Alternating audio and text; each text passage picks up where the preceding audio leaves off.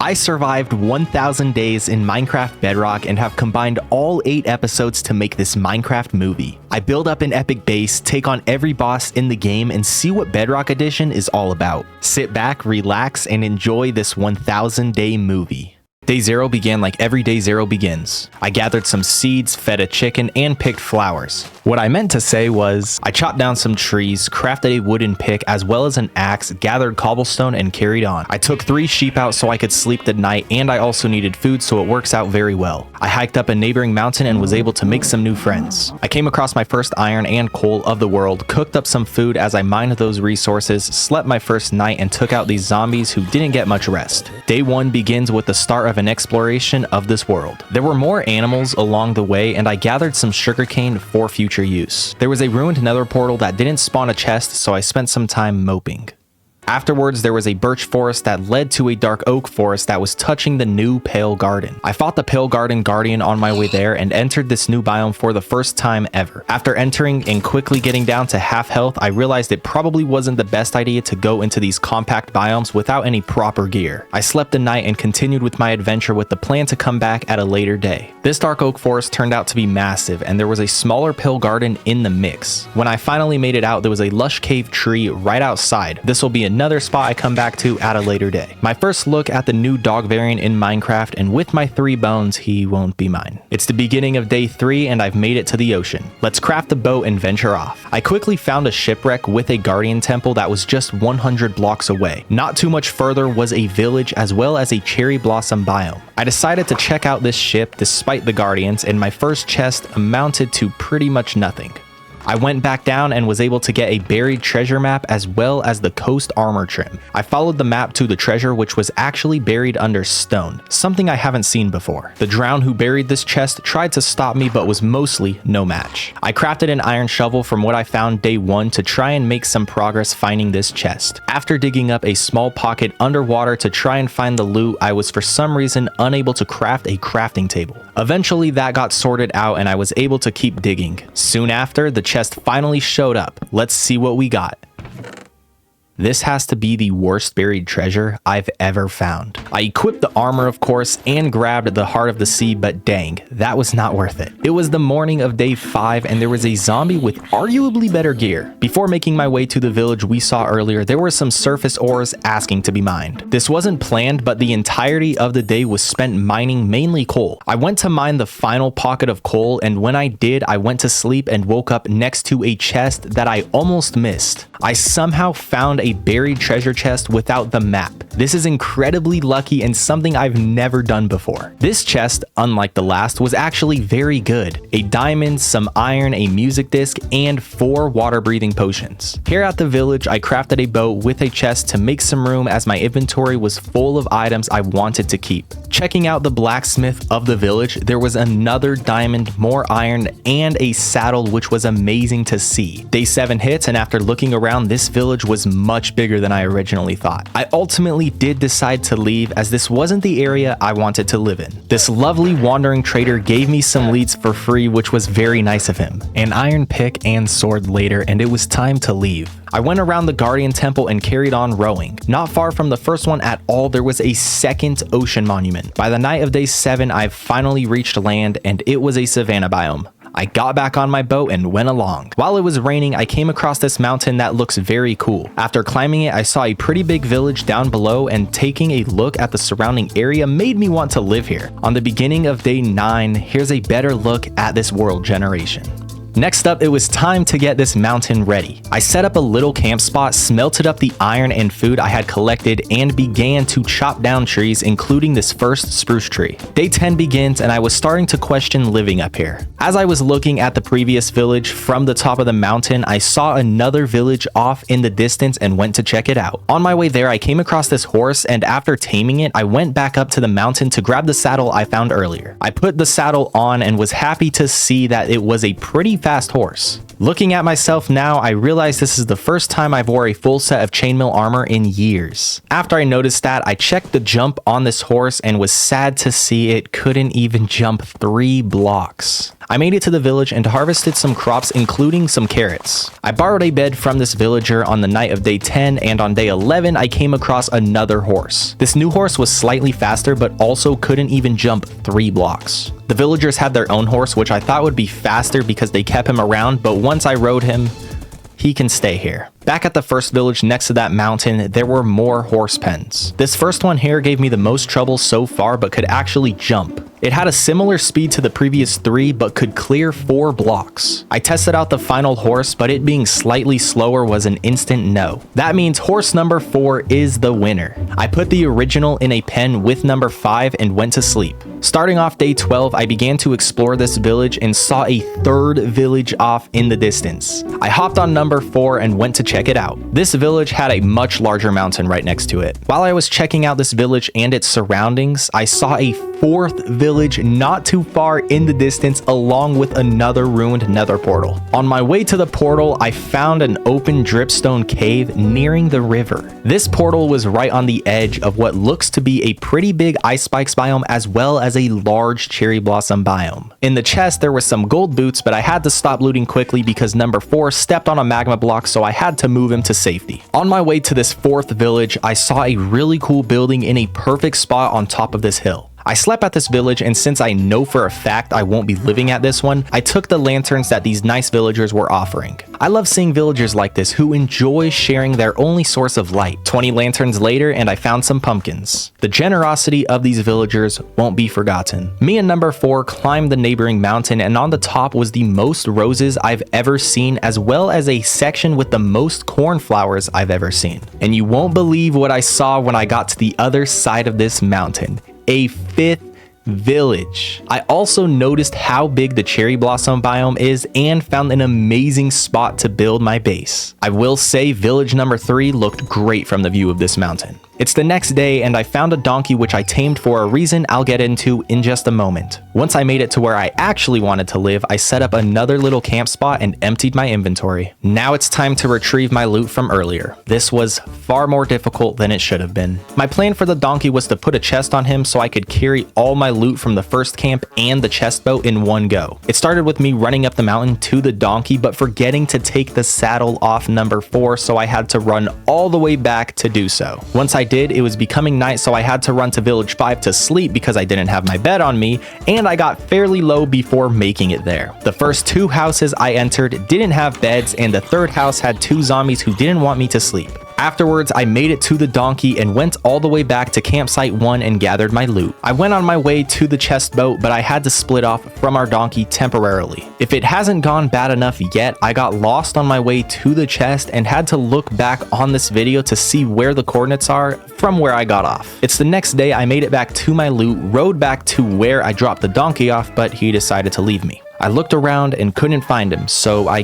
guess that also means bye-bye to my saddle. Awesome. I made it as far as the water could take me before this mountain cut me off, only to see that all of the loot I needed to carry could fit in my inventory with no extra chest. That being said, this entire trip was mostly unnecessary. At least on the morning of day 17, I was able to start a cow farm. Yay. It's now time to begin building my base. I started with planting spruce saplings, then went to place my sugarcane that I've been collecting. Afterwards, I terraformed some of the land below the hill where my house will be on for some space to plant some crops. I went through multiple iron hoes tilling the grass, but now that I look back, I realized that I should have used a stone hose instead of these iron hoes to save what little iron I had. Day 19 strikes and I plant wheat, carrots, and potatoes. I chopped down 2 of the spruce trees that I had grown, and neither of them gave me any saplings. If I don't want to run all the way back to the spruce biome, I'm gonna need this last tree to drop some. I dug into this mountain to start my mine shaft and to also gather some cobblestone for the upcoming build of my house. As I was digging out this first room, it led me to a hidden cave inside the mountain. It's the next day and my spruce tree still hasn't grown, so I made the decision to run back to the taiga biome to gather saplings. We're 20 days in and I still haven't built anything.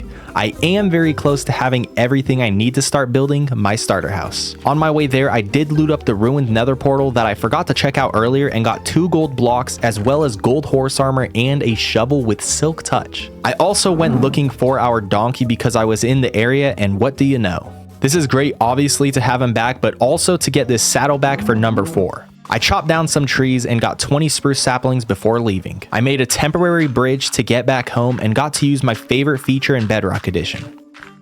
I gave number 4 his horse armor and planted all the trees. On day 23, I climbed up the mountain behind me and gathered cherry wood. While chopping down trees, I saw a really cool looking illager outpost. I also noticed that this is the biggest cherry blossom biome I've ever come across. To add to how cool this was, I found my 6th village off in the distance. Day 24, I fight my first enderman who wasn't too difficult because he's too tall. Sadly, no ender pearl. On my way home, I found an area that I liked way more than I'm currently at. For the second time, I'll be leaving what I had planned to be my base and going to an even cooler location. It's close to where I live now, as I just need to follow this river. Transporting everything I have won't be too difficult because I have this boat chest. I gathered all my crops, and on day 25, I began to drop off all my loot. It only took a total of 4 trips, including getting my horse and donkey over here. I then spent the rest of day 26 terraforming the land for where my actual base will be built. Day 27 is here, and let's begin with the first build of the world. I first planted some spruce trees nearby, then began with the layout of the house. I went around building the base with cobblestone. I then added some stairs to get up to the front door. Afterwards, made an outline on the top layer with spruce logs. I then stripped those logs and built up 4 blocks on each of the corners. This chicken liked what he was seeing and decided to join me. While I build, let me explain my plan for this base. I want there to be 2 main sides split by this lake. One side will be built with mainly spruce wood in a more messy look, while the other side will focus more on cherry wood and be very clean. I've never done anything like this, but I believe it'll turn out looking very nice once I get both sides built up. I'd also like to add a tower or maybe some type of dam here built with both spruce and cherry wood. Back to the build. I'm building a basement under this house where I will store all of my items for the time being. My shovel was getting low, so I left to go craft a new one, and when I did, I saw a creeper fighting a wandering trader fighting a drowned with a trident. Another thing that I've literally never seen before. I think what happened is the drown attacked the trader, which triggered the llamas to attack the drown, but the llamas missed when they spit at the drown and they hit the creeper, which that triggered the creeper to explode. Day 31, let's get back to it. I continued to dig out underground with the chicken's help, making executive decisions. As I placed these chests, I got even more help from the chicken. If you have any name suggestions, please let me know. I organized all my loot and planted sugarcane. Day 33, here we have a final look at my starter house. From the outside, it's very different from anything I've built before, and as we go inside, it gets pretty cozy. I don't have any windows. Instead, I'm using these trapdoors for spots where glass would usually go. There's a ladder inside that takes you down to the chest room, and there's also a door as another way to get in and out of this chest room. Yet again, it's time to clear out some land. The rest of day 33 and most of day 34 was all digging up grass. Once I was done with that, I had an idea to allow a small river to flow through here. I began to dig out an area connected to the river we already have, and by the end of the day, I had it all dug up and ready to go. Just by placing water and going with the flow, it wasn't difficult at all to fill the entire river. This new crop farm will follow it along the sides. I borrowed some more leads from this wandering trader, and he was surprisingly impressed. All that was left was to plant the crops. I harvested the sugarcane that was growing and extended that farm. Can you guess what I did next? Yep, more terraforming. This time getting land ready for animal pens. If you look at the bright side, all this digging has gotten me a chest full of dirt. Yippee. I've ran completely out of iron, so I had to revert back to stone. Day 40, I harvested some crops and extended my sugarcane farm to the other side of the lake. I cut down some trees but couldn't cut down everyone because I have no additional iron to make another axe. Afterwards, I built this first pen for the sheep. It's very simple and has the neo-cubist entrance that works very well. I was going to do the cow farm the same, but as I ran into this hill, I decided to make the cow farm a part of it. The fence on the top layer goes out more than the bottom layer just due to the layering. Day 43, I transported a few cows as well as a couple sheep. Just like that, our main animal pens are complete. I want to adjust the surrounding floor and add a path, but before I do that, it's time to go mining. I haven't yet explored a cave, and now is a great time since I'm so low on some valuable resources. I ran off in a new direction and was able to find a cave very easily. Unluckily, this cave wasn't really a cave, so I went along. Not long after, I found not one, but 2 brand new villages. That makes 8 villages within not too much of a range from each other. I didn't check out either of them because at this point, I just wanted to mine. I found my way into my first actual cave where the skeleton greeted me. I was able to find nearly a stack of iron really early on in this cave and was able to craft a full set of iron armor and more iron picks. I mined my first gold gold ore, gathered more iron, and fought more monsters. I successfully hit my first water clutch from a very dangerous height and helped this zombie take a swim. This part of the cave would have had a lot of diamonds in past versions of Minecraft. I've been playing this game for years and years, and I always mine redstone knowing that I'd never actually do anything with it. Right when I thought this cave was a dead end, I had a very steep drop that led me to a mine shaft. I used my superior intellect to defeat this skeleton and found diamonds! This vein turned out to be 3, which I really thought it would just be a single. This first chest in the mine shaft gave me 2 more diamonds and a name tag. String has a very weird sound, which must be new because I don't think I've ever heard this before.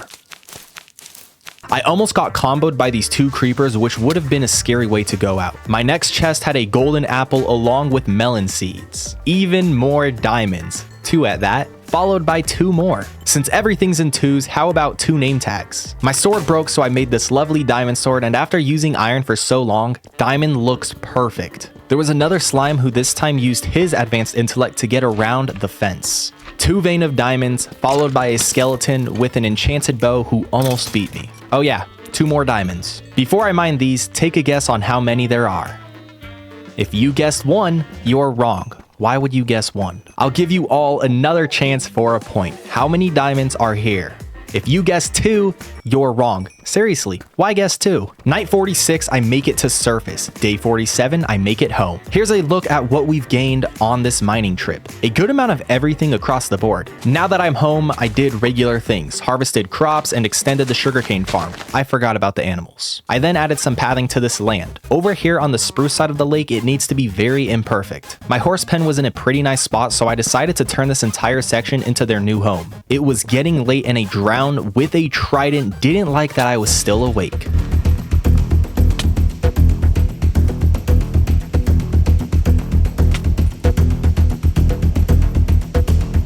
Down to 1 heart, I was panicking to get away. I know this isn't hardcore, but I really don't like to die. I made it home and went to sleep. When I went outside to see him burn, instead of running to the water, he just trampled my crops.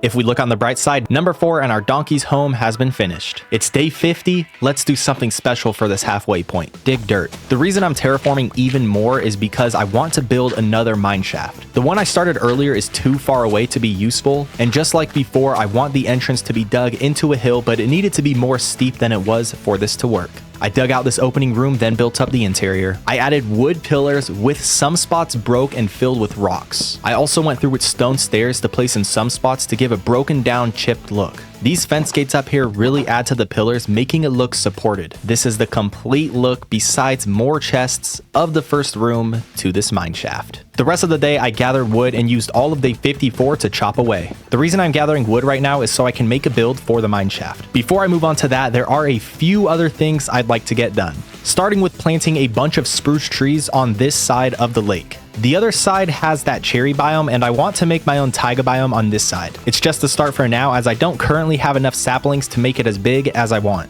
Making my first effort over on the cherry side of the lake, I terraformed some land. Dig, dig, dig.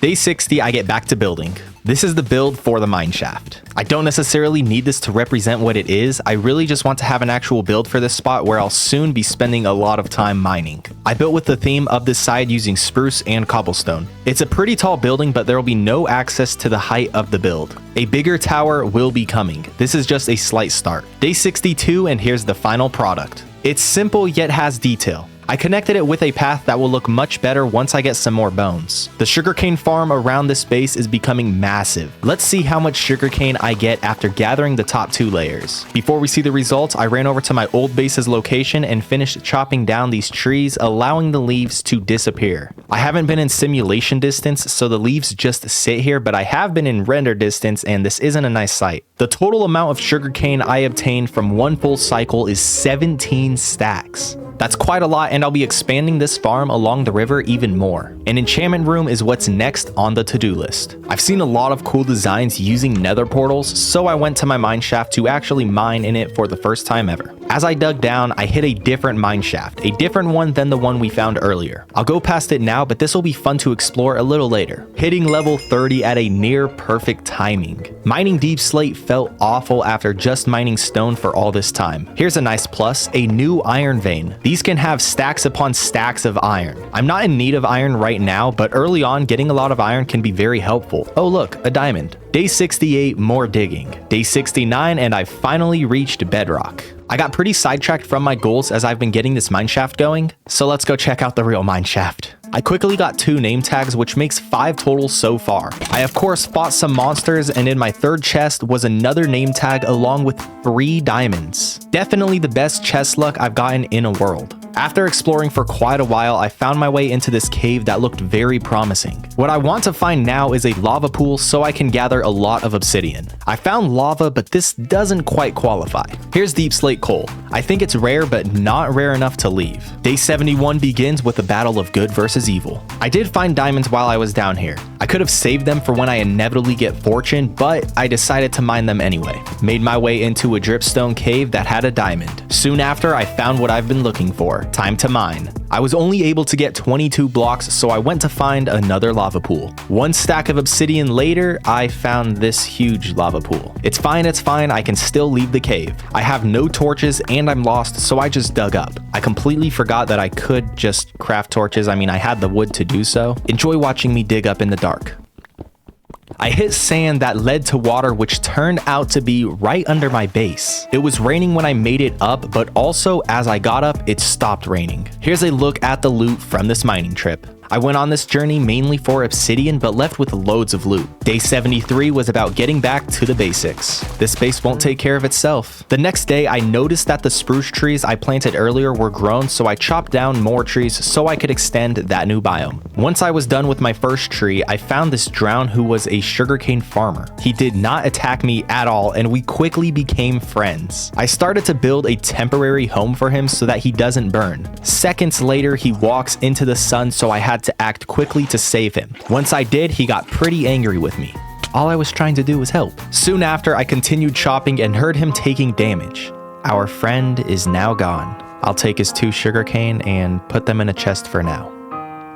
75 days in, I gathered more wood, mainly for some saplings to expand the spruce forest. Time for the enchantment room. I gather everything I think I'll need and head to the cherry side. I started with building up 4 nether portals. These won't be to go into the nether, they're just here for that purple portal look. I then built the frames around each of the portals. Afterwards, it was time for the pillars. I mixed in some walls to add some depth to these, and after building up the pillars over and over again, I got pretty quick at it. That's to be expected, and something else that maybe was expected was me running out of deep slate. I had around 11 stacks to start, and now I'm all out. I ran down to my mine shaft and gathered more. I was on the last pillar, so I didn't need much. Now each of the 4 entrances are built, and I thought they looked too square on their base. So what I did to fix this was I got rid of each corner and replaced it with a slab. I love the outcome of this. I tried adding cherry trap doors, but didn't like how it looked. I planted 2 cherry trees at each of the corners and added to the entrances. Before I build more here, I'd like those 8 trees to grow. As far as the actual enchantment room goes, I have plenty of paper and 1 stack of leather. I crafted 21 bookshelves along with the enchantment table. I built it in the center and did get level 30 enchants. Let's grab all my lapis as well as my diamonds and do our first enchanting of the world. This diamond pick has efficiency 4. Let's hope it's more. No. On to diamond boots. I really want feather falling, so I got the low enchantment to do a re-enchantment, and I hoped that this prot 4 was more than just prot 4. There was protection 4 for a diamond chest plate, so I had to get these 2 levels. I purposely left ores in these furnaces earlier for this exact reason. Making more animals is also a good way to gain XP. The chest plate just had protection 4. It's still very good, I was just hoping for unbreaking as well. Another pair of boots, and these got feather falling too. Not as good as what I wanted, but I'll feel much more comfortable wearing these. I also crafted diamond leggings. These will stay unenchanted for now. I'm down to just 3 diamonds. At least my other ores are looking good. It's day 83 and next up is the nether. I don't like the nether, but this is a great way to get ender pearls as well as fast XP since I somehow have not come across a mob spawner. I'll also need some blaze rods, and this is pretty much the only place you can get them from. I didn't have an actual plan for where I wanted the portal to go, so I placed it here. I'll make a build for this later on. I got pretty unlucky with my spawn as I'm here in the Crimson Forest, which I really don't like. I ran off staying high to the trees because I don't want to worry about the monsters below. After bridging across a couple lava lakes, I saw a warped forest in the distance. That was very lucky as it's very close, but I get even luckier when I find the nether fortress buried within this warped forest. I fought this enderman without any safety net and got an ender pearl. I then got a second one with a safety net. The difficulty is on hard and there are 5 wither skeletons in one small area. Time to check out this fortress. I mined these ores mainly for their XP. Here's a blaze spawner that I'll be farming blaze rods from, even if these skeletons don't like it. 12 blaze rods, I'll call it a day. 4 skeletons and 2 blazes. I don't think so. This chest was very underwhelming. So was this one. I was ready to take on 2 wither skeletons, but apparently they were playing squads. Skeleton versus blaze. Who wins? Farming ender pearls time. Once I had a stack and was level 30, I left to go back home. I made it back and dropped from the decorative portal. Defeating the ender dragon is what I plan to do next. To prepare myself for this fight, I craft an additional 10 gold apples, make a travel bed, and since I'm level 30, I'll max enchant a bow. What I want to get most on it is infinity. When I make it to the enchantment table, there is an unbreaking 3 that I'll go for, hoping it also has infinity. This just might be the best possible bow you can get. Unbreaking 3, flame, power 4, punch 2, and infinity. This is definitely the best bow I've ever gotten in any Minecraft world before. Minecraft must have recently changed the animation for opening a door with a bow because this looks very new. Also, these bubble sounds seem to be new. I don't believe I've heard them before. Enough pushing this off, let's find the stronghold. I throw the Eye of Ender and see the direction I need to go. This is everything I'm bringing with me for this fight. I'll be using this boat to at least get close to it. It's much faster than running and the river does go in that direction. I make it to village number 2 from the earlier days, and usually in Minecraft Bedrock the stronghold spawns under villages, so I threw the eye hoping for that, and no. We need to go further. Do Nautilus shells have a 100% drop rate? I'm pretty sure every time I see one, I get one. I came across a village I haven't seen yet and hope for the stronghold to be here. No such luck. I hit the ocean and rode on. Here's an underwater structure that I really thought would have a chest. The ocean monument yet again. Not much further was another one. That makes 4 ocean monuments so far. I reached land, saw a jungle in the distance, and threw another eye. The stronghold has to be very close. The savanna biome, look away. A couple more throws and here we are. There's a village and illager outpost nearby too. Day 89, I dug a staircase down and hit deep slate, then hit the stronghold. I found the library. The books can stay for now. Oh look, another armor trim. After getting lost for way too long, I finally found the room. I'm glad I have all these extra eyes because this portal was nearly empty. I threw out the loot I didn't want to keep and completed the portal. Time to take on the ender dragon. I started this fight like any other as I aimed for the towers. The opening attack from the dragon took half my health and I really was fearing death. I continued to take out the towers but kept running into trouble with these endermen. I'm so glad I brought gold apples. This was the actual in-game sound, by the way. The ender dragon was literally breaking the sound barrier. I tried to stick it out and defeat the dragon, but these endermen are too much. Just like that, I've conquered the end. That fight was pretty difficult overall and very scary. I hit level 70 and didn't forget to grab the egg. I could have just left at this point, but instead I decided to go through this so I can get shulker chests and of course the elytra. I spawned in and was very happy to see an end city so close. Unfortunately, there was no ship, meaning no elytra. I still decided to loot it just in case there were nice chests. I got pretty low here due to the endermen that don't like me for some reason. Yay, I can fly! Oh, is that an actual end city? It turns out that the end city actually did spawn right next to where I spawned. That is crazy lucky. Never before has this happened to me. I built across the void on controller so I can crouch. For some reason, Bedrock keyboard and mouse doesn't allow you to have a toggle crouch option. You can only hold. The opening chest to this city only has iron loot. Wait, this is actually a very good diamond shovel. Chest 2. Nothing. Usually these cities have pretty good loot. I'm not collecting any end rods because I recently found out that you can just craft them. These are the chests you normally come across. An upgraded sword, even with the curse of binding, upgraded pick, and upgraded boots with feather falling 4. This is why feather falling 4 is probably my favorite enchant in the game. Feather falling 4 really helps a lot, but it will not help this. The elytra are now mine. Let's see what these chests have. Not the greatest loot, but I do believe it can be useful. The second chest had some diamonds. Usually that won't be too helpful because by this point I'd have a lot, but since I only have 3 at home, very helpful. I built a platform for the dragon head and flew on home.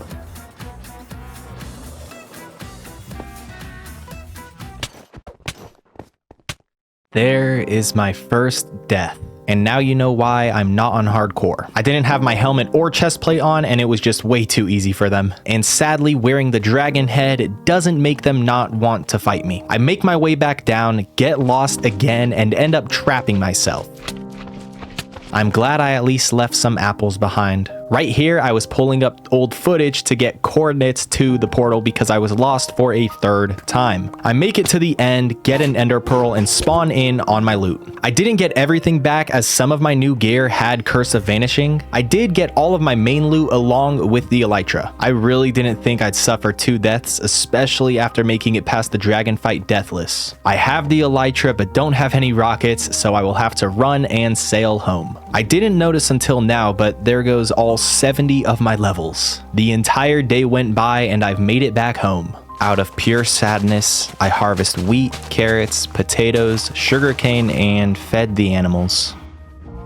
There's still 4 days left, and I'd like these not to be wasted. Speaking of wasting things, here's where my bone meal couldn't help these saplings grow because they had no space to grow. It shouldn't have taken half a stack for me to realize. I do think I'll be doing a 200-day video in this world. Let me know if you're interested in that. I'll spend these last 4 days more or less preparing for the future. I started by bone milling the paths nearby, then went to attack some trees. Getting wood is nice, but this is mainly for the saplings, so on day 97, I can expand the spruce biome. Since we're expanding biomes, let's plant some more cherry trees on this side. The main cherry biome is huge, but it ends just before the cherry base, so I'll do this to close the gap. Since I have this efficiency 4 shovel, I wanted to clear out more land. This is something that took days in the past, but now I can do it all in less than a single day. One final day before the 100th day of this world. I have so much dirt from all the digging I've done, and the last stack did not want to go into the chest. This dirt must have been grass and really enjoyed the sunlight. I crafted 9 rockets as that's all I could because I only had 3 gunpowder and flew off for real this time. I went to go check out the villages I saw earlier but didn't go to yet. I flew to this first one and it was pretty nice. It had a flower forest up top and nice generation behind. On my way to the second unexplored village, there was a ruined nether portal with just alright loot. This second one didn't really have anything here, but in the distance I somehow saw another unexplored village. That means I have found 11 different villages in these 100 days. The blacksmith didn't have good loot, but I was just happy to see a blacksmith spawn. I flew home on night 99 and woke up on day 100.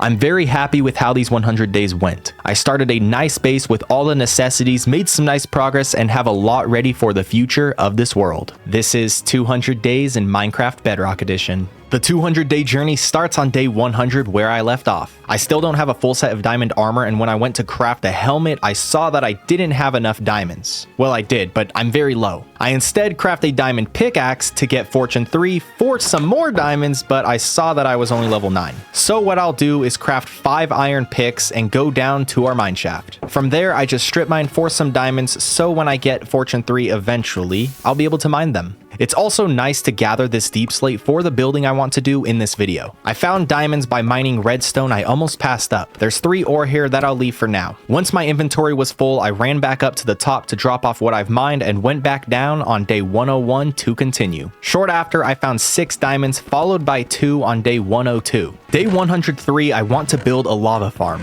This is because I'll need a lot of lava for something I want to add to the enchantment room. For that farm, I need dripstone, so I spent half the day looking for the hole I surfaced from last video with no luck. I did get 2 nautilus shells. I then watched the video back to see where I came out from. Here's the hole, I made my way down, found the dripstone, and mined away. Making my way back up to surface, it was raining just like last time. To start this farm, I just need a single bucket of lava, and because I really don't want to go to the nether, I run over to a ruined nether portal to grab some. Take a guess at what I see just past this portal. A 12th village within maybe a 2,000 block radius. The blacksmith only had bread for me, but when I took a look at this village, it turns out it had a double blacksmith, the first of the 12. The second chest had a bit more loot. I had to make a pit stop at this village to skip the night. Someone wasn't happy not being able to sleep, and I get this door slammed in my face.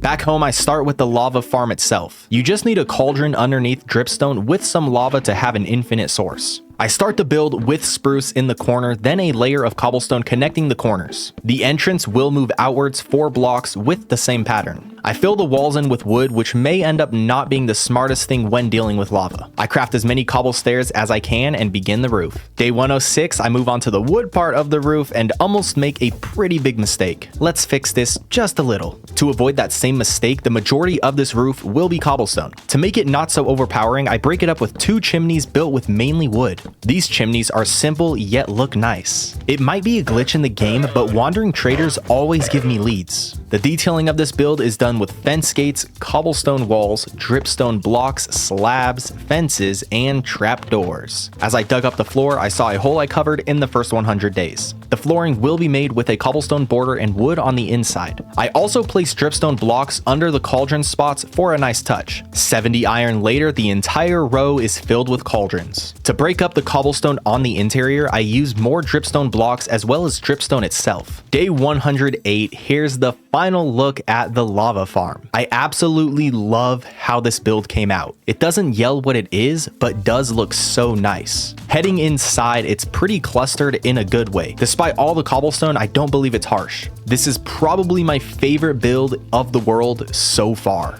I want to build a massive auto carrot farm on the cherry side of the base. I craft 3 iron axes due to my diamond shortage, and I grab a travel bed knowing I'll be out there for a day. I finish 108 and spend all of day 109 chopping away. While doing so, I started to hear a weird sound nearby. I thought maybe a slime was sneaking up on me, but didn't see one. I then thought maybe there's a slime underneath me in a cave and saw what the noise was coming from. I already started chopping this tree down, so I wasn't going to stop now. I get attacked by Barry and his friends, and I will say they're lucky I didn't have winter boots. I slept the night and chopped more on day 110. Cherry trees shockingly take longer to get stacks of wood than 2x2 spruce trees. Day 111, I have 11 stacks of wood and 2.5 stacks of cherry saplings to expand the cherry side of the forest. You need to plant them with a nice distance in between due to how they grow. I drop the wood off and remember that I can now make shulker boxes, one of the best things ever added to Minecraft. I make 1 pink and another red, the other 3 can sit in storage until they're needed. It's been 2 weeks since I've harvested these crops, so that's exactly what I did.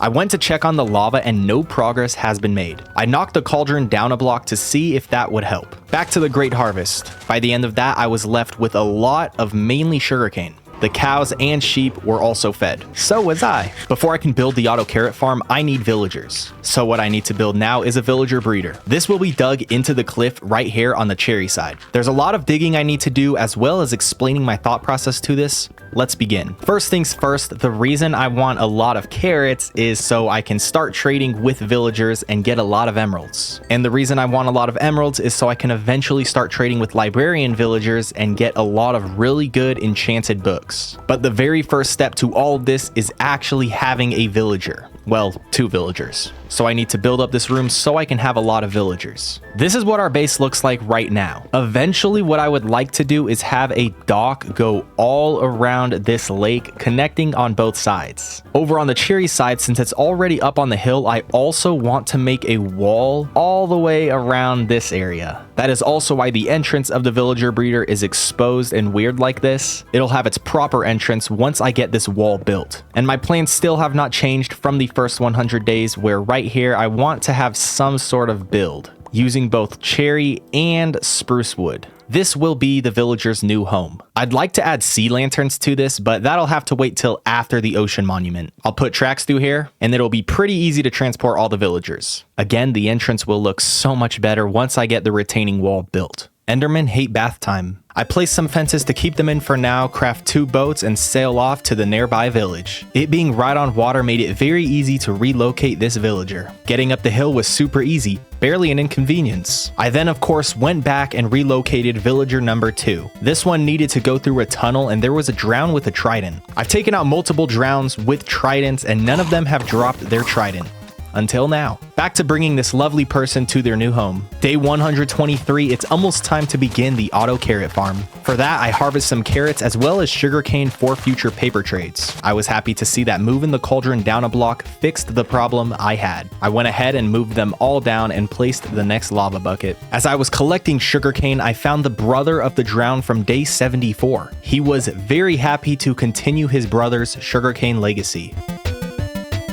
I gather everything I'll need to build the auto carrot farm. The link to the tutorial that I'm using will be down in the description. I did need to do some terraforming as the land wasn't perfect and this skeleton didn't like that. As I build, I just followed the tutorial. Basically, a carrot farmer villager will farm carrots and throw the carrots to another villager, but the carrots will land in a hopper, making me get all the carrots. Once I was finished with the farm itself, all I needed to do was set up a little system to transport the villagers. I dug a little staircase right here and made a railway go through towards the auto farm. I then gave a train ticket to this villager. It's 80 blocks from the breeder, which I hoped would be far enough, but it doesn't seem so as this farmer somehow took the composter from the auto farm. After he was erased, a new farmer has risen. Now to transport one more villager. This was a little difficult due to the punch when I was trying to just break the cart. It gets worse as I do it a second time. Third time's the charm and the auto farm is ready to go. I just need to plant the carrots. How did a pig get in here?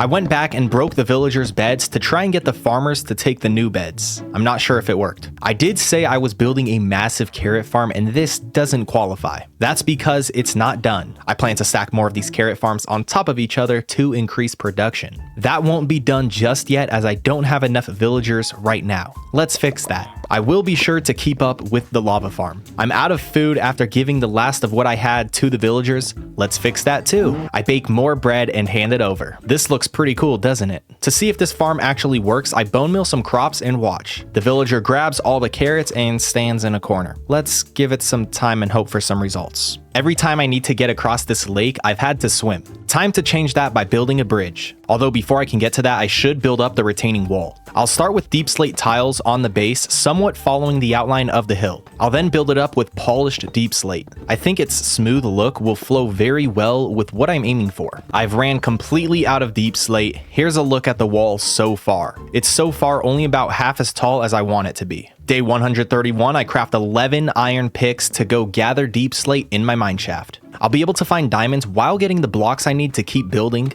It's a win-win. Stacks upon stacks of deep slate while finding 3 diamond veins for a total of 24 diamonds. This lava got in my way, so I went to try and fix it, leading me to a cave with the deep dark. The warden fight will definitely have to wait. Back to mining, I find a 6th vein of diamonds and all my picks have broke on day 134. The next day, I craft the redstone into blocks to save some space, and when I go to take a look at the deep slate I've gained, this happens.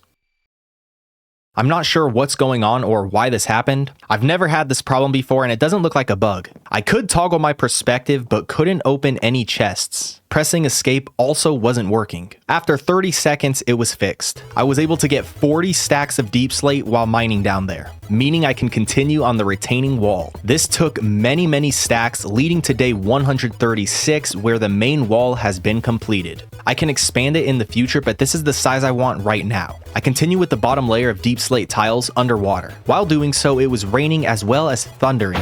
Very scary weather means I go to bed. Once that was finished, I checked on the carrot farm and no carrots. It's probably broken because it's too close to where they believe their home is. That'll be solved at a later time because the wall isn't finished. Back with the villagers, I begin to complete their entrance. This part won't be an entrance anymore as I planned it to be. Instead, it'll be a window in the wall and I'll build an actual entrance up top with the extended space. I break open the wall and outline it with deep slate tiles. I'll need some glass, so I gather some sand before night falls. Day 139, I expand the cherry roof and walls, plus detail the interior similar to how I did previously. I took down the fence, placed in the windows, and now the villager's home is complete besides an adjustment on the real entrance. Back to the wall, I add in stripped cherry logs. I'm doing this to add some depth and color. Too bad Bedrock doesn't have the Java offhand. This could go by much faster. I'm all out of wood yet again. I won't delete the trees I planted earlier. Those are just there for the cherry biome feel of the base. Day 142, I get one of my first jump scares of the world.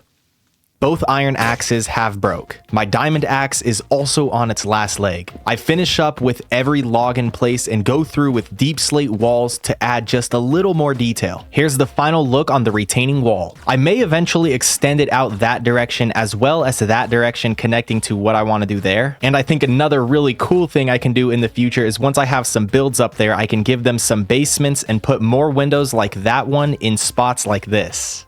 A bridge and dock will also be added in, as well as a staircase going up, but that'll have to wait till the dock is finished. Next up is filling in this hole with dirt that'll become grass. Usually it can be a big problem getting enough dirt to fill in something this big. Luckily for me, I've done a lot of terraforming so far and I have 3 double chests full of dirt, so it won't be a problem. A couple days go by getting to day 147 where we have this entire layer of dirt. Next up, I add some height to the walls so it lines up with the grass up here. Polished deep slate with cherry wood. The fence will be made out of, well, fences with some wood and slabs in the mix. This retaining wall has come out very nice and it honestly didn't take as long to build as I thought it would. I only used around 35 stacks of dirt for this. On my way to get even more wood, I checked the auto farm chest and was very happy when I saw carrots. That means this farm works and will be expanded on. Days 148 and 149 were all about cherry wood. If you remember, day 50 of this world wasn't very special, and that means day 150 won't be either. It was really just spent doing the chores of Minecraft, crops and animals. I want Fortune 3 so I can mine the diamonds from earlier. The enchantment available for the diamond pickaxe was Unbreaking 3, meaning there's a pretty fair chance that Fortune comes with it. I used the only XP farm I currently have and got to level 30. This zombie was also trying to gain XP, but this is a carrot farm, goofball. I do the level 30 enchantment and get the near perfect pickaxe. Fortune 2 is such a letdown. That being said, I will still go and mine those diamonds. There are 41 diamonds down there. How many do you think I'll have after using this Fortune 2 pick? The answer is 75. That's a lot of diamonds, but honestly not a great ratio. It's fine as I'll be able to finish off my diamond armor and tools. Day 153, I start building a dock. Before I begin, this drown hopped in a boat and started to burn. I of course saved him and I was thanked by not being attacked. I start with collecting the sugarcane in front of my house, then craft 31 campfires. I'll use these for the spruce side of the dock. I then build out 5 blocks following the edge of the surface. I'll go through and rough this up soon. I just want to get the layout ready first. I add these spruce logs surrounding this first platform, then place barrels on top. Hopefully these are far enough from the villagers so they don't become fishermen. Now I'll go through and break parts of the dock at random so I can place in trapdoors for a broken look. I was also going to add campfires, but they didn't place as I thought they would. What I do instead is go with cobblestone slabs. I place in snuffed campfires and have the idea to keep them as is. They make it look flashy and medieval, plus over here it really shows the divide between the two sides of the base. I then break the inner outline of grass and fill it in with cobblestone. Trapdoors will be used as a slight fence around the dock. It's very split up and uneven. Random fence placements will also go on the inner layer. The final look at the spruce dock before a possible extension in the future.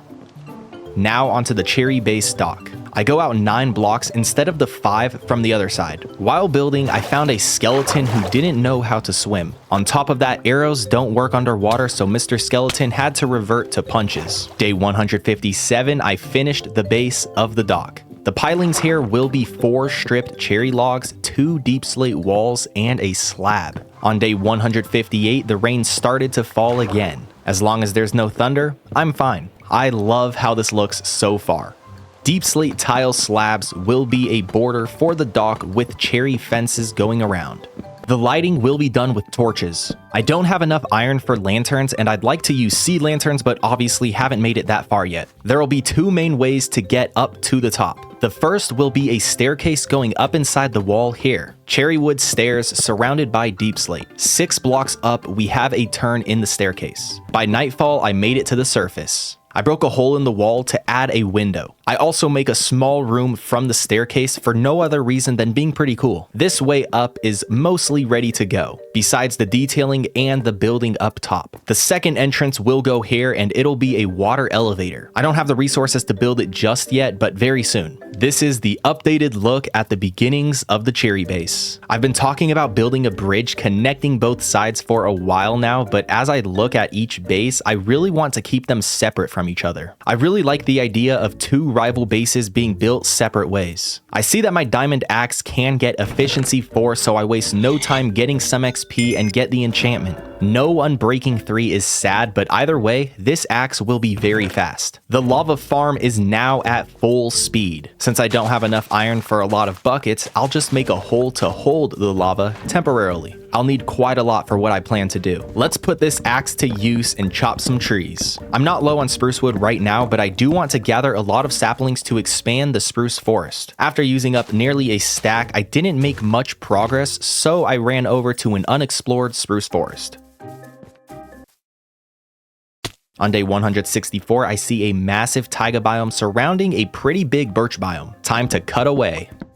On day 165, my diamond axe was very weak. Not having Unbreaking 3 really shows. I was able to get 2 stacks of saplings along with 9 stacks of spruce wood. The rest of the day I planted away. I was in his way, so he made me pay. This zombie decayed, so he hit my leg.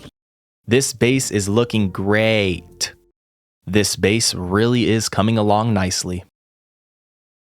I'll now be fixing my axe, but instead of using a regular axe, I'll enchant a new one to combine the two. I wanted Unbreaking 3, but will accept Efficiency 3 to combine with my broken axe to get Efficiency 5. Little did I know that's not how it works. I knew 2 Efficiency 4s could get you Efficiency 5, but I also thought a 4 plus 3 could get you a 5 as well. Apparently, getting an Unbreaking 3 enchantment is very rare for an axe. Unbreaking 1 will have to do until I begin villager trading. I also named my tools. Something I don't really ever do, but since I plan to have this world long term, there we go. I'm low on deep slate again, so I will strip mine. Again. 18 stacks of deep slate and 35 diamonds later, I was finished. My supply is looking pretty healthy with just under 2 stacks. I now head to the nether to gather soul sand for a water elevator. I'm hit before I even load in, and these zombie pigmen see how unfair that was.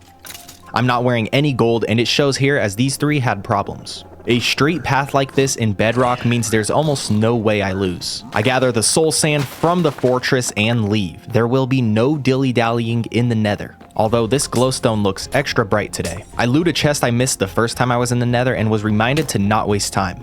I really just want to get out of here. The excitement of escaping the nether. I forgot I built this dock here. I really do love Feather Falling 4. The last thing I need for the elevator is kelp. I take flight and soar to the ocean. I make it home with my wings low on health. I have not forgotten about my lava. For some reason, I didn't grab much kelp, so I had to plant some here. Day 170, I build the entrance for the staircase. I start with getting the corners in place, then a base of deep slate tiles. Just like the retaining wall was built, I switch over to polished deep slate. There will be 2 separate heights to this building. I think this is a good way to make the build look nice and make up for the uneven footing. The roof is done with an outline of deep slate tiles and cherry stairs. Day 172, now that the structure is done, I detail the build. I place everything evenly across. On day 173, I finished the first entrance. Onto the second entrance, I'll build this bubble elevator. I use walls and trapdoors to make it look nice, plus this glass through the middle of it. The water elevator, aka entrance 2, is built and good to go. Since I've been focusing on these entrances, let's do that some more with the dock. I'll just break out a couple sections following the same pattern. Here's another updated look at the cherry base's progression.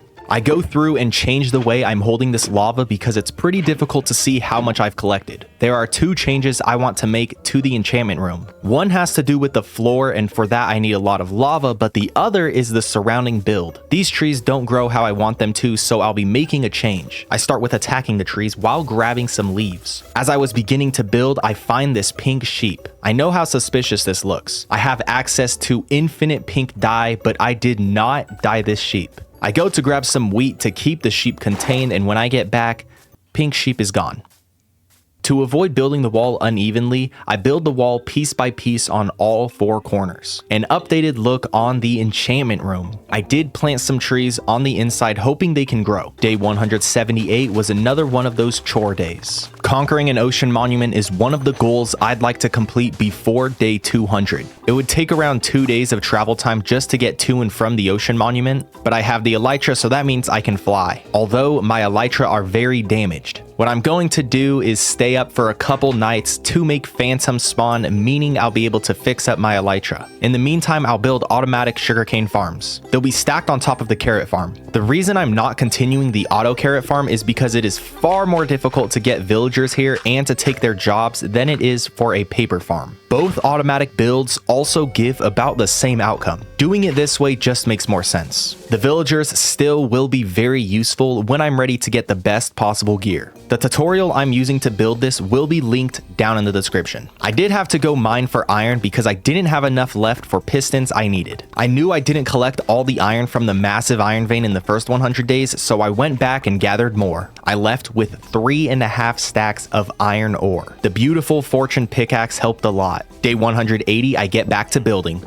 Cobblestone won't be a regular used block on this side of the base, but this will be covered in a build, so I'm not worried about the farm itself not looking presentable. This creeper didn't like how it looked either. There are going to be 3 auto sugarcane farms stacked on top of 1 auto carrot farm. The beauty with this is I can go as high as I want and ramp up production. 3 will be a fine start. Day 181, I finished the first parts of the farm. It doesn't look great, but there will be a deep slate and cherry wood structure around it. Night 181, I'm still unable to sleep and phantoms have yet to spawn. I'm low on cherry wood and deep slate, but I have enough to at least get started on auto tower. That has a nice ring to it. I start with some terraforming, then build a 1-layer square around the base. Next up, I evenly place down cherry logs around the corners and in the middle. From there, I build up 5 blocks all around. As I've been doing with a lot of the builds on the cherry side so far, I'll go with a transition between deep slate tiles, and now this time it'll be deep slate bricks. I also start breaking it up accordingly with cherry wood planks. As I was building, I was knocked off.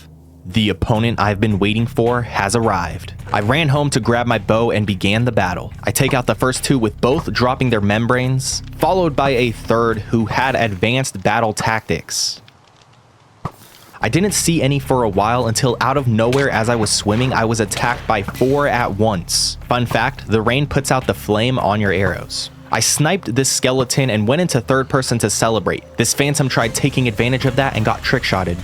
A couple more taken down. Day 183, I have enough phantom membrane to heal my elytra. It only takes 4, so I have 3 left over. I want to use this trident for the guardian fight, but can't since I have no way of repairing it. I grab these water breathing potions I got from the buried treasure chests and 1 instant health 2 potion just in case. 8 golden apples and 60 doors. I may run out of the water breathing potions before I win. 9 buckets of milk to deal with the mining fatigue I'll receive. I get Aqua Affinity on my helmet, craft a new one, and see Prot 3 for level 20. I get some XP the only way I know how, hit level 20, and combine the 2 helmets. On day 184, I take flight. I believe the closest temple is in the ocean near the stronghold. I don't have a lot of rockets, so I need to be conservative with my uses. I found the monument and got hit with mining fatigue before I hit the water. I build a small platform where I set my spawn and drop off my elytra. I organize my inventory, drink this water breathing potion, and jump in. I also drink this bucket of milk to get rid of the mining fatigue and get hit with it immediately. I fight the first Elder Guardian and see how difficult this will be without a shield. I get close to dying and eat a gold apple while safe. I'm still taking damage and don't know why.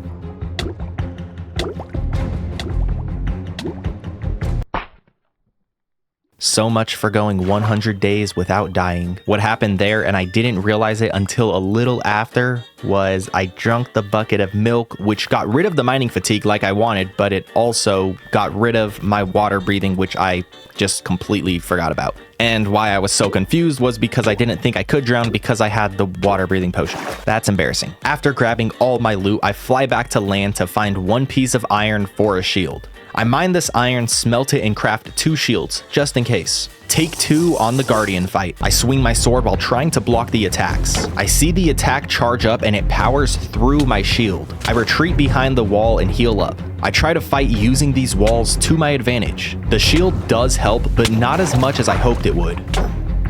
Our battle continues and I'm able to take out the first Elder Guardian. Only 2 to go. I want to resurface to collect myself and place a door to break the block faster and see that doors don't work like they used to. I believe this was a change that was made a while ago, but still, I was shocked and upset. Once my water breathing runs out, I'll have to repeatedly hit surface just to breathe. I don't know how to check how much time I have left on my water breathing. I need to make sure I don't waste any time. As I say that, I can't even mine up the sponge. All I want to do is see if I can use this sponge underwater to create little air pockets down there. I've never used sponges, but after a quick Google search, I have found that all you need to do is place it in the furnace. And since my water breathing has already run out, I can drink this bucket of milk and go ahead and just break it like that. There, now I have a dry sponge. This way, when my water breathing potions run out, I can still have air pockets because these doors don't work. Here we go. I should test if the sponge works as I think it does. Yes, perfect. Okay, that's exactly what I wanted to do. I've only successfully done this fight one time before, so one of the Elder Guardians is right here. I need to take this one out and another one in less than 3 minutes.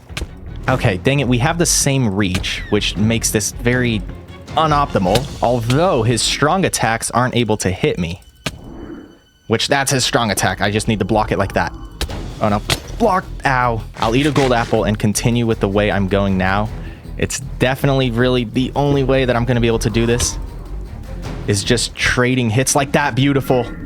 I am all out of water breathing. Oh, I got an armor trim from that. That's cool. Maybe there's a world where I can collect fast enough. No, 14 sponges should be enough. He has a fishing rod. Oh my gosh, he's right there. How did he get here? Okay, let's block him off and make him have no water. There we go. I think my plan's gonna work. Ow. I feel like I'm taking more damage than him. Oh, there we go. The ocean monument has been conquered, and I only died once. All that's left is to collect the resources I want. The mining fatigue has ran out, meaning it won't be too difficult to grab what I want. Or so I thought. I still have to deal with running out of air, and not having silk touch means I'll need to take out a lot of guardians just to craft sea lanterns.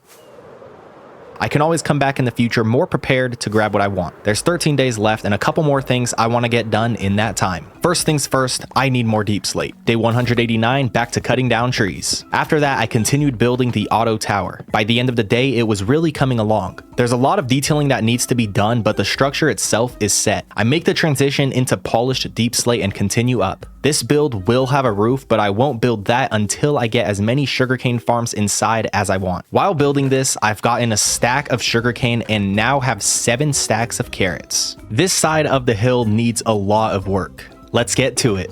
I fill my inventory with dirt and fill it in evenly, moving in 1 block at a time. Once I got to the level I wanted, I made a flat platform and turned that into stairs. Dangerous weather began, so I went to sleep. The next day, I extended the wall over past the new entrance. I also brought out the dock even more. On the back half of day 194, the far left side looks much better. During the 100-day video, I asked for names for the chicken that was here. Thank you for your name suggestions, although the chicken has moved on. I don't know how I didn't see this when I built it days ago, but the window is uneven. No big deal, it's a simple fix. Less than 5 days to go. I don't want to start any more big projects until I hit day 200, so I'll spend these next 5 days just gathering resources for future use. I collect wood, deep slate, and diamonds. Day 198, I restore letdown to full health. There's just 1 day left and I spend it with collecting lava that will finally be used on the road to 300 days, and I gather sugarcane, leaving me with 2 full chests of future paper trades. I fall asleep and wake up on day 200. There's still so much more to do, and looking at our base here, a lot of space to build. Today's journey begins on day 200. I start with cooking some steak as I'm very low on bread. I then travel hundreds of blocks away from my base to gather sand. I dug until my shovel nearly broke and went back home. I fixed almost perfect, then began to smelt the sand into glass. I crafted 16 additional furnaces to speed up this process. I've been farming lava for almost 100 days and it's led to this moment. Day 202, the focus was on transporting the lava over to the cherry base. This would have been much faster if I used the elytra, but not having mending or a source of gunpowder made that unoptimal. Day 203, I was still focused on lava. I wasn't the only one though, as this wandering trader tried to sell me my own product. Something like that can't be tolerated. I need a lot of dye for what's next. I gather pink flowers, lapis, and red flowers using bone meal, a Bedrock exclusive. I make purple and magenta dye to then craft stained glass. I can finally start to finish the enchantment room. 4 days go by as I dig 9 blocks deep across the entire build. I place lava at the bottom, followed by magenta and purple glass altering to the top. When I was finally out of resources, this is what I was left with. I'll add a deep slate barrier right here to make this look much better. It's hard to see what's going on now, so I'll show you this screenshot of what I'm aiming to do. I need so much more lava as well as stacks upon stacks of sand. I want to finish this before day 300, so I build another lava farm nearby. This one will be temporary. I'll take it down once the enchantment room is complete. Day 211, I build the entrance and exit to the villager breeder. I start with a stripped cherry base, then build up 5 blocks on each of the corners. I fill in the walls using deep slate tiles and cherry planks. I build a classic top hat roof, then branch off a bit for an overhang on the side. Day 213, I finished building the exterior. Moving on to the interior, I fill in the floor, the ceiling, place a fence gate instead of a door for villager transportation, and dig up the staircase leading to the villager breeder. By the end, I was left with a much better way to get them out. My auto sugarcane farm currently has 5 stacks of sugarcane acquired. I grabbed the first pickaxe I enchanted and crafted a new pick to fix it. He was number 1 is a very fitting name. I'm low on deep slate. As usual, I go down to my mine to collect some. Instead of going to Bedrock and getting deep slate while looking for diamonds, I'll just mine at a higher level to collect it faster, but also I'm low on iron and coal, and this will be a good way to get those ores. Guess what I immediately find as I start to dig? This diamond luck must be studied. Before I continue, I want to get Unbreaking 3 on He Was Number 1. I enchant a regular diamond pickaxe, getting Unbreaking 2, and combine them. My tools and armor won't be perfect until I begin mass villager trading. At least now while I dig, my pick will have a longer life cycle. 3 days have gone by where I've gotten 18 diamonds, 94 iron, and roughly 50 stacks of deep slate. The next 2 days, I cut down a few trees, leading me to 12 stacks of wood. I start day 220 getting dirt in place for a future build. After that, I lit up the edge of the cherry forest to prevent monsters from spawning as I build over here. I feel like these last 20 days have gone by very fast, so I won't sleep for a couple nights to gain back some of that time. I expanded the main cherry base wall up to the dirt line and covered the hole, continuing the surface layer of the cherry base. The dock also needs to be expanded with the wall. I went along using the same design I previously used. Another entrance definitely needed to be added, so I built a second water elevator. I've talked about building some type of dam or tower here, and it's finally time to begin. I have everything I need to build this besides cobblestone and even more cobble deep slate.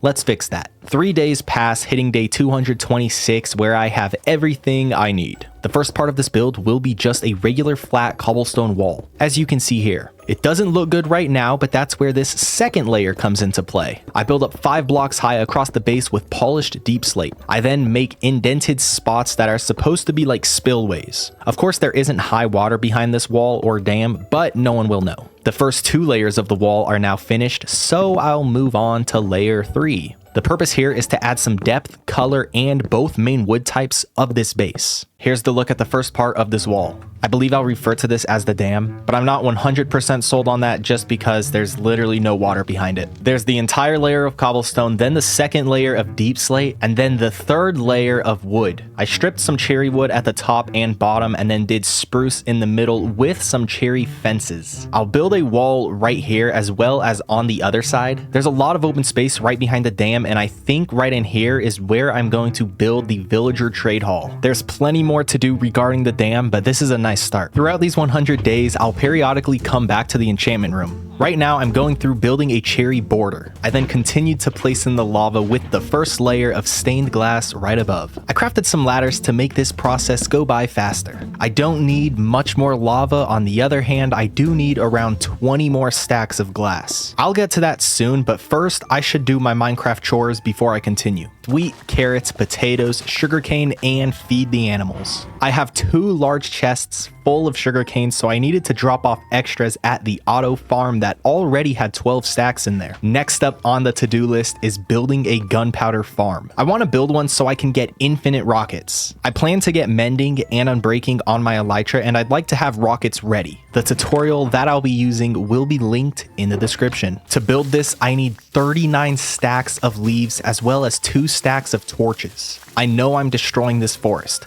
Later on, when I need wood, I'll come back and chop down these trees. I craft 2 diamond picks because I need to dig a lot of netherrack and I don't want to waste my enchanted pick's life. This is a nether-based farm and the fact that I'm not wearing gold shows immediately. This ghast gets me down to half health. It must know what's about to happen. I build a staircase using wood in the nether. As you can tell, I'm pretty smart. Once I hit Y119, I dig 25 blocks out in all 4 directions. After that, I dug out the entire square. I did switch the difficulty to peaceful for the first time this series. If you think I should keep it on hard the entire playthrough, I can. While digging, I just didn't want to get interrupted continuously by skeletons and ghasts. I'll never switch the difficulty if I'm about to die, but for an instance like this, I think it's fine. I'd like to know your thoughts on me playing on peaceful for a couple days if it's just something like this. Back home, I dropped off what netherrack I've gathered so far. I don't know when or if I'll use this block, but it's always nice to have a lot of anything in case you need it. What's the most useful way to spend your diamonds? 10 diamond picks? Yeah. After the entire 50 by 50 radius was cleared out, I went along to break an additional 2 blocks high across the entire top surface. Now that that's all cleared out, I take the 39 stacks of leaves I have and build a platform on this 3rd block covering the whole layer. Day 241, the gunpowder ghast farm has been completed. Because of the torches and this farm being over a soul sand valley, only ghasts can spawn here. They don't have enough space to shoot with these leaves, and overall this is pretty efficient. It took me just under 10 minutes to get a stack of gunpowder. This farm can generate gunpowder even faster if you have a looting 3 sword and if you replace the floor with soul sand and wear soul speed boots. I left after getting 2 stacks. On day 243, I connected the cherry base wall to the dam. Once that was finished, I replaced the first 3 layers of the dam with deep slate tiles. The wall on the other side will of course be built with spruce and regular cobblestone. I start with a cobble wall, then move on to adding wood. I make a pattern using logs, then planks. I place these down with just 1 block in between. Stripping the wood is an option, but I'd like to skip that so the planks can stand out more. This side of the dam is empty, so it's time to build another wall. While I build this, let me explain my plan for this part of the base. This is where I am building right now. I need this wall because I want to have water up here as well as some space to walk on, and having a hole would just make that impossible. This wall is also here to be the start of a surrounding border up top for this base. Just like I did down here, I'll have another wall like that going all around the top part of this cherry base. I of course won't get to doing this until I fill in all of this land with useful builds, but this wall that I'm building right now will be a start. I've said wall a lot. I've built a lot of walls, and there will be more to come. Onto the top layer of the dam, I begin with making a walkway around the edges. This is a polished deep slate walkway with a tile trim. Cherry fences will go all around with the corresponding wood types on the top. I want this hole to have some water to give off the illusion that this is an actual dam. I'll get dirt in place connecting everything built up here with the mountain, but first I need to chop down these nearby trees that are blocking that. Once that was done, I built a small crater underneath to hold the water. I then placed the dirt up top and filled that in. Now I can place the water. By just following the edges and repeatedly grabbing and placing, the water actually fills up with no trouble. I did plan to break the entire top layer of this dirt as I have a section built underneath, but I really like how this looks. That does mean I just wasted the past 5 days or so getting that underneath section ready, but that's besides the point. The top of the dam isn't finished, but this is all I want to do up here for now. A villager trade hall will be on its way soon, and for that build, I want to use mainly stone bricks. They're a block that I haven't used yet and I think will fit nicely where I plan to build the trade hall. Silk Touch is a necessary enchantment to have. I'll need a lot of stone bricks, and smelting loads of cobblestone will take too long. I get Unbreaking 3 here, which I have to take because it's so good. I then get Mending, another enchantment I must take right now. I craft some new leggings because my first pair's about to break and I don't want to lose them because they're my first set I crafted. I finally get Silk Touch on day 256. I put it on a new pick and get an Efficiency 4 option. Let's gain 9 levels while also getting gunpowder. Efficiency 4 is mine. I'll also get some emeralds and grab this Unbreaking 3 book. There goes my anvil. It has served us well. 19 levels later, we now have our new pickaxe. My best one yet. I'm aiming to collect over 30 stacks of stone blocks. I'll also use my Fortune 2 pick on any coal or iron I see. This will help a lot because I'm currently all out of coal. On the night of day 260, I noticed that my dam doesn't have any light. I'll go through and add some torches. Onto the trade hall, I begin with building another entrance from the bottom. I also make one from the top of the cherry base land. I connect the bottom to the top with a ladder. The walls for the stairway start with cherry planks. After that, spruce wood goes through the middle. I can't tell if I like this or not. Please let me know what you think. This wood combo makes me think of ice cream for some reason. Either way, I'll continue building with this theme. It's a good thing I didn't lower the water like I planned to do because this trade hall is so tall it breaks into where the water would have been. While building, a creeper did have something to say to me. Some sleepless nights later, we have the structure for the trade hall. I have this room over here. I'm not sure what I'll use it for, but we have it. I haven't used deep slate yet, so I figured I can use that for their trade rooms. I am almost out of that stone though, so I'll spend some more time mining away. I've been going all around since day 200 and that will continue here. I grabbed stacks of sugarcane to craft paper so I can get some emeralds. I haven't slept in days, meaning I need to fight these phantoms. I craft 3 lecterns to start getting more books I want, but also to gather more paper trades. I get Mending and Unbreaking 3, put both enchants on my elytra and craft 3 stacks of rockets. I feed the animals, getting my elytra to full health. We are 265 days in and I can finally fly around whenever I want. This will help me be much more efficient. I take flight as I'm now off to find a desert. Very early into my flight, I find another village. That's the village I found around day 100 and this is the new village just on the other side of the mountain. I borrowed what they so generously offered me and took off. What are the chances? This seed is the village validator. I made it to the exact opposite of the desert biome and was still able to get a lot of sand. I've never seen a biome like this. It's mostly sand, but completely covered by snow. I fly home after getting over 30 stacks of sand. I smelt what I've gathered using lava buckets instead of coal. I have infinite lava and pretty much no coal. Being able to fly back and forth to both sides of my base feels so nice. While my sand smelts, I begin to build a bridge. I want to add some lore into this world. It won't be much. I'm still playing regular survival, but I'll add little things like this. I got this comment and loved the idea. I can now make some more progress on the enchantment room. I don't have enough lava to finish this, but I soon will. Trading for emeralds is incredibly fast by just right-clicking the trade. I get 2 mending books, 1 for my boots and 1 for my pickaxe. This is an instance where having the Java offhand would help tremendously. Off to the nether I go to grab some glowstone with Silk Touch. Back in the trade hall, some ceiling lights get installed. After that, it was time for the individual trade rooms. I didn't plan this, but right as I started to build, I had the idea to make this a prison. I build these cells mainly using deep slate bricks. They go well with their counterpart stone bricks, and iron bars will also be used. Slabs go on top of each of the cells, and I now have 12 prison cells for 12 different villagers. A storm did strike, so I had to head to bed. I didn't stop with just 12 cells. I made a staircase with a whole new level and put another 12 slots up there. I don't stop with just 24 as a 3rd level is being made. I replace all the lighting in the halls and we now have a mostly final look at the villager trade prison. There's 36 different slots through 3 stories of cells. I'll take this bread and make more villagers before I begin to transport them. While I wait on the villagers, I'll harvest all the sugarcane around my base. I gathered each of the lecterns and began transporting the librarian villagers. I put him in the minecart, but also right-clicked it, and it somehow placed the cart without placing the cart. After each librarian was in place, I traded paper. 1 stack and 16 emeralds before they were finished. To make sure they take the beds right in front of them, I broke the old ones. I went to place this sign and my game crashed. When I logged back on, luckily nothing was lost, so I went to place that same sign again, and I guess I won't place signs anymore. I believe I now have enough lava to finish the floor, so let's do this.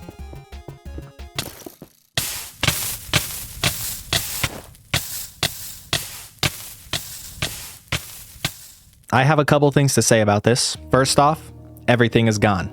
Awesome. I had all 5 of my shulker boxes on me with stacks upon stacks of resources. Not to mention my tools, armor, and only pair of elytra wings. I switched off my chest plate, which may seem dumb, but I don't think it was. The only way to escape this hole would be to fly out. I would have actually survived, well, maybe not survived, but my loot would have fell somewhere else if I was able to fly out. And the only reason I wasn't able to fly out is because when I shift clicked my rockets, they got sent to my offhand instead of my hotbar. There is no reason why rockets should be able to sit in your offhand in Bedrock Edition. You can't do anything with an offhand rocket in Minecraft Bedrock, so why is that an option? I don't know. Why is the offhand prioritized over your hotbar? I also don't know. Finally, who hit me?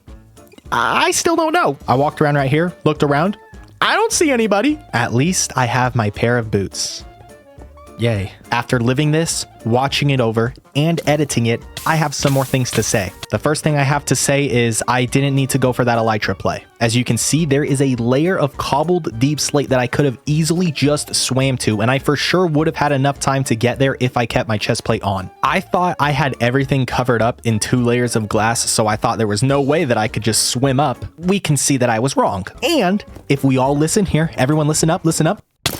Yep, that is a sound of an arrow going through my back by, of course, a skeleton. I don't know where the skeleton went, but it waited to fire until I was next to the lava. Because I was down here building, I didn't see a single mob, I didn't get attacked once, and then of course the second I get next to the lava, I get shot into it. Since I've lost everything, it's time to try to get everything back. I start with spending some of my diamonds and crafting a full set of new diamond gear. I then swim to the end because I want to get my elytra back. Once I make it to the portal, it's time to go look for an end city. After finding an end city not too deep into the trip, I of course conquer it while getting a lot of shulker boxes. Because the 5 I had previously didn't feel like enough, so I'm going to prioritize getting shulker shells. After grabbing the new elytra, I decided to fly off. I brought rockets with me for this exact reason. I don't want the same situation to happen where if I die and I lose my elytra, I have to travel all the way back to the end. So before I leave the end, I'm going to get multiple sets of elytra wings. I found the new city, got some more gear, and went to find another one. As I was flying, I saw something I've never seen before.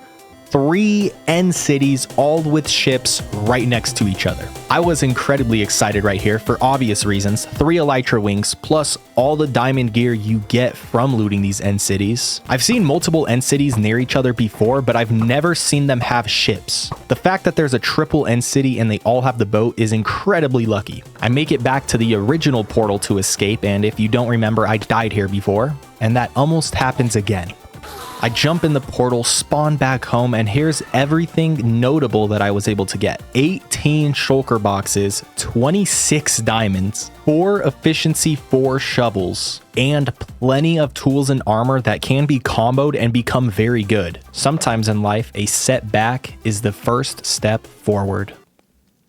I'm so inspirational. Next up, to get back what I've lost, I mine for some lost resources like deep slate. I then cut down trees. Day 281 begins with my elytra getting mending and unbreaking 3. The first building project I go back to after my death is where I died.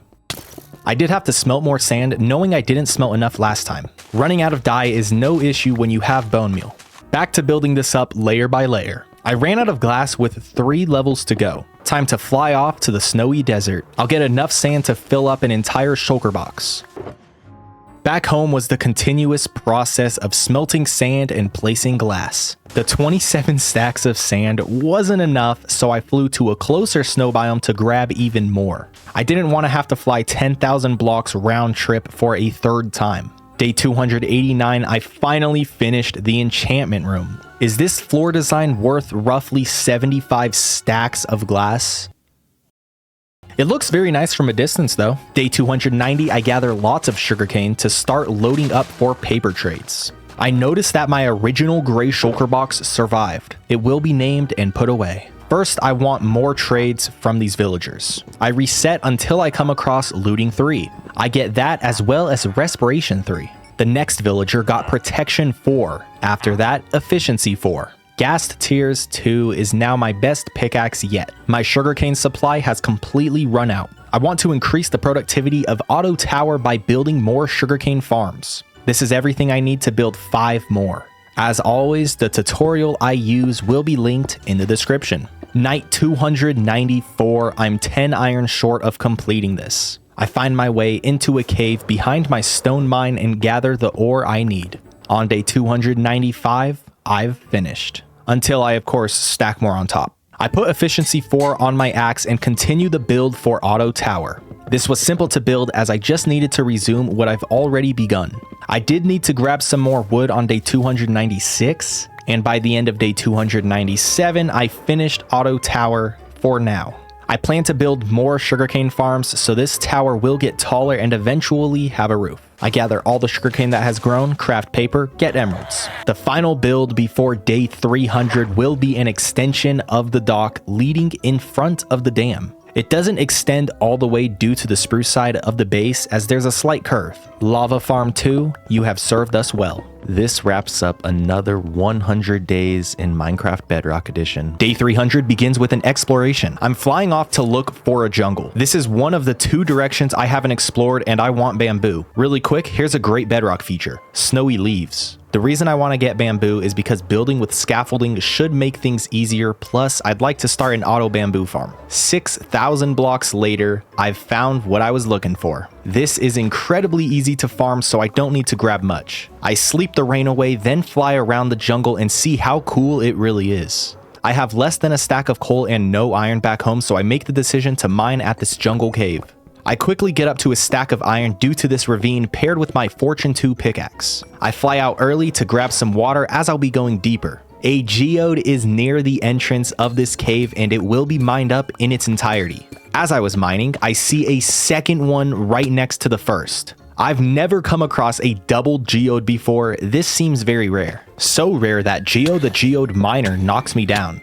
His friend Gunther, not to be confused with the penguin, also knocks me down. Day 302, I get back to mining the ores I came here for. The cave does reach a quick end, although I was still able to gather 2 stacks of iron and coal. I take flight and head back home. On my way, I find my second pale garden of the world. I never realized how close this village is to my base. When I go to smelt my iron, you can see how low I've been on resources as I was previously using wood to smelt. Letdown has been great to us, but it's time to move on. I combine these 2 picks and will soon get Fortune 3 and Efficiency 5 placed on it. I take flight over this water and notice there's no sound when I open and close this door. I also see that I have some type of rocket effect still going while I'm just standing here. I see if I can fly, then this happens.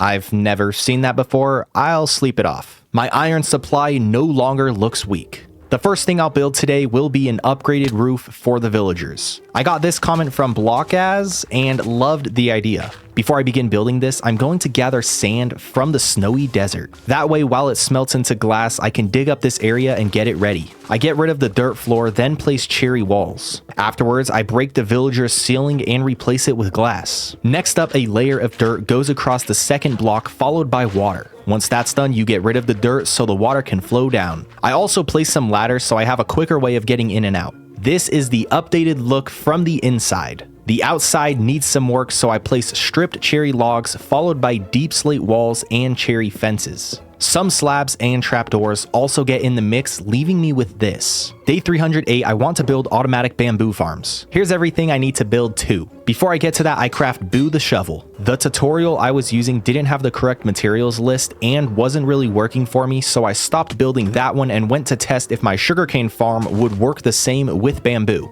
It does. That being said, I can use the same design I've already used to build the auto bamboo farm. This will be the spruce auto tower, a copy of what's on the cherry base, but spruce blocks and of course bamboo will be grown here. This farm design is simple and works very well. I'll stack 2 on top of each other and will stack more and more as the series goes on. Before I can begin the tower build, I need to grab some stone. Just like the first auto tower, this one will have a 6-block high base that will be built with stone bricks. After that, a switch to cobblestone is made. Day 313, the start of spruce base auto tower is complete. I've already gotten 3 stacks of bamboo while just building this. It's great to see that it works. I craft 8 fletching tables so I can start treating sticks on top of paper. I grab this Fletcher and send him to his new home. Regular wood is faster to use when crafting sticks, but the auto bamboo farm will allow me to get sticks while I'm doing other things, hence it being an automatic farm. 3 Fletchers are now in the villager trade prison. More will come as I get more sticks. The rest of the day will be used gathering sugarcane around the base to then get some more emeralds. I have plans for my next build regarding the top of the dam. It looks rough up here, so let's fix that. I place dirt filling in this slight dip, making it look more natural. Afterwards, I add a slight curve to the dam path on both sides. Next up is the terraforming.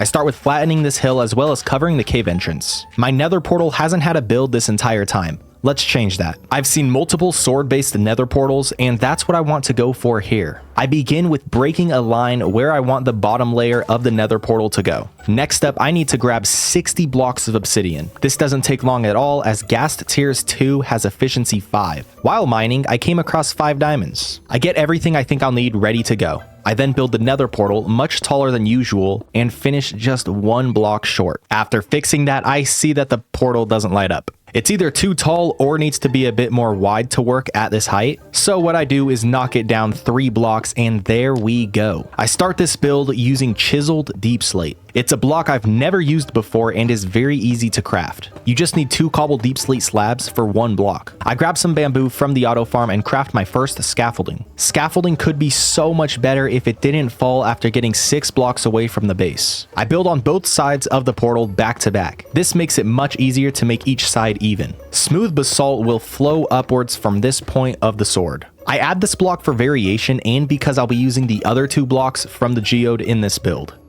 I finish the base of the sword and fill in certain spots with amethyst. A calcite border will also be added in some parts. I thought the sword looked too flat, so I placed in even more amethyst on the outside. I'm not sure if I like it more this way. The detailing will be done mainly with cherry trap doors and chains. Goodbye scaffolding, you were very useful. Day 324, I break out the floor surrounding the area where my sword is implanted. I built a pretty random border using the last of my amethyst. Just like I did with the enchantment room, I'll break down to give that purple effect. This time, I'll only go down 7 blocks instead of the 9 I did before. Day 326, with the hole cleared out, I placed in lava as well as the first glass blocks. To speed up the lava gathering process, I go to the nether to collect more and more lava. When in need of dye, bone milling these flowers is so nice. Thanks, Bedrock. I have all the dyed glass to completely fill in this hole, going back and forth from magenta to purple. 329 days in, the nether build is finished. I love how it looks up close, and it arguably looks even better from a distance. I have a cow and sheep farm, but still don't have a pig or chicken farm. Let's fix that. These 2 animal pens will go on the cherry side. I begin with building cherry wood binoculars. Next up, a fence follows the wood with polished deep slate slabs on top of that. Where the 2 pens connect, I build up using deep slate walls into fences. Slabs will go up top with some additional support below. While I build, seeing that sword in the distance is so nice. The entrance will be made with slabs, ladders for the exit. I place some glass panes up top too. I don't know why, I just did it. The build for the animals is ready to go. With this pig, both pens are now up and running. I collect my bamboo to craft sticks as well as sugarcane for paper. I trade for emeralds to get this mending book for my axe. I heal it with the cow's XP. I spend the rest of day 332 and 333 harvesting all crops besides potatoes. After that, I make food chests for the animals. With all the sugarcane I was able to gather, emeralds come my way. My axe is now pretty much max health. I need to gather wood. I've completely ran out of both spruce and cherry. 3 days go by as I chop. I traded for 2 efficiency 4 books and a fortune 3. Look up will have to wait for efficiency 5 and fortune because I don't have enough levels or an actual XP farm. I'm now gathering cobblestone since I only have 10 stacks left. It's day 340 and a fisherman's hut will be built next. Right here is the perfect spot. I open with a 6x10 stone brick base. I then build up 3 blocks on each corner. After that, I decide where the door will go and fill in the walls using cobblestone and spruce planks. The floor will be made out of those same blocks, but pretty random. The roof for this build will be done with slabs. When placing a wood slab on top of another, you hear a new sound. Now that the structure is built, I go through and tear it up a bit by replacing some of the set blocks. Inside the hut, I begin to decorate. I'd like to use barrels, but I'm afraid the villager breeder is too close and some of them would become fishermen. I craft multiple fishing rods and item frames for additional decoration. I fish for the first time in this world and get reminded of true peace.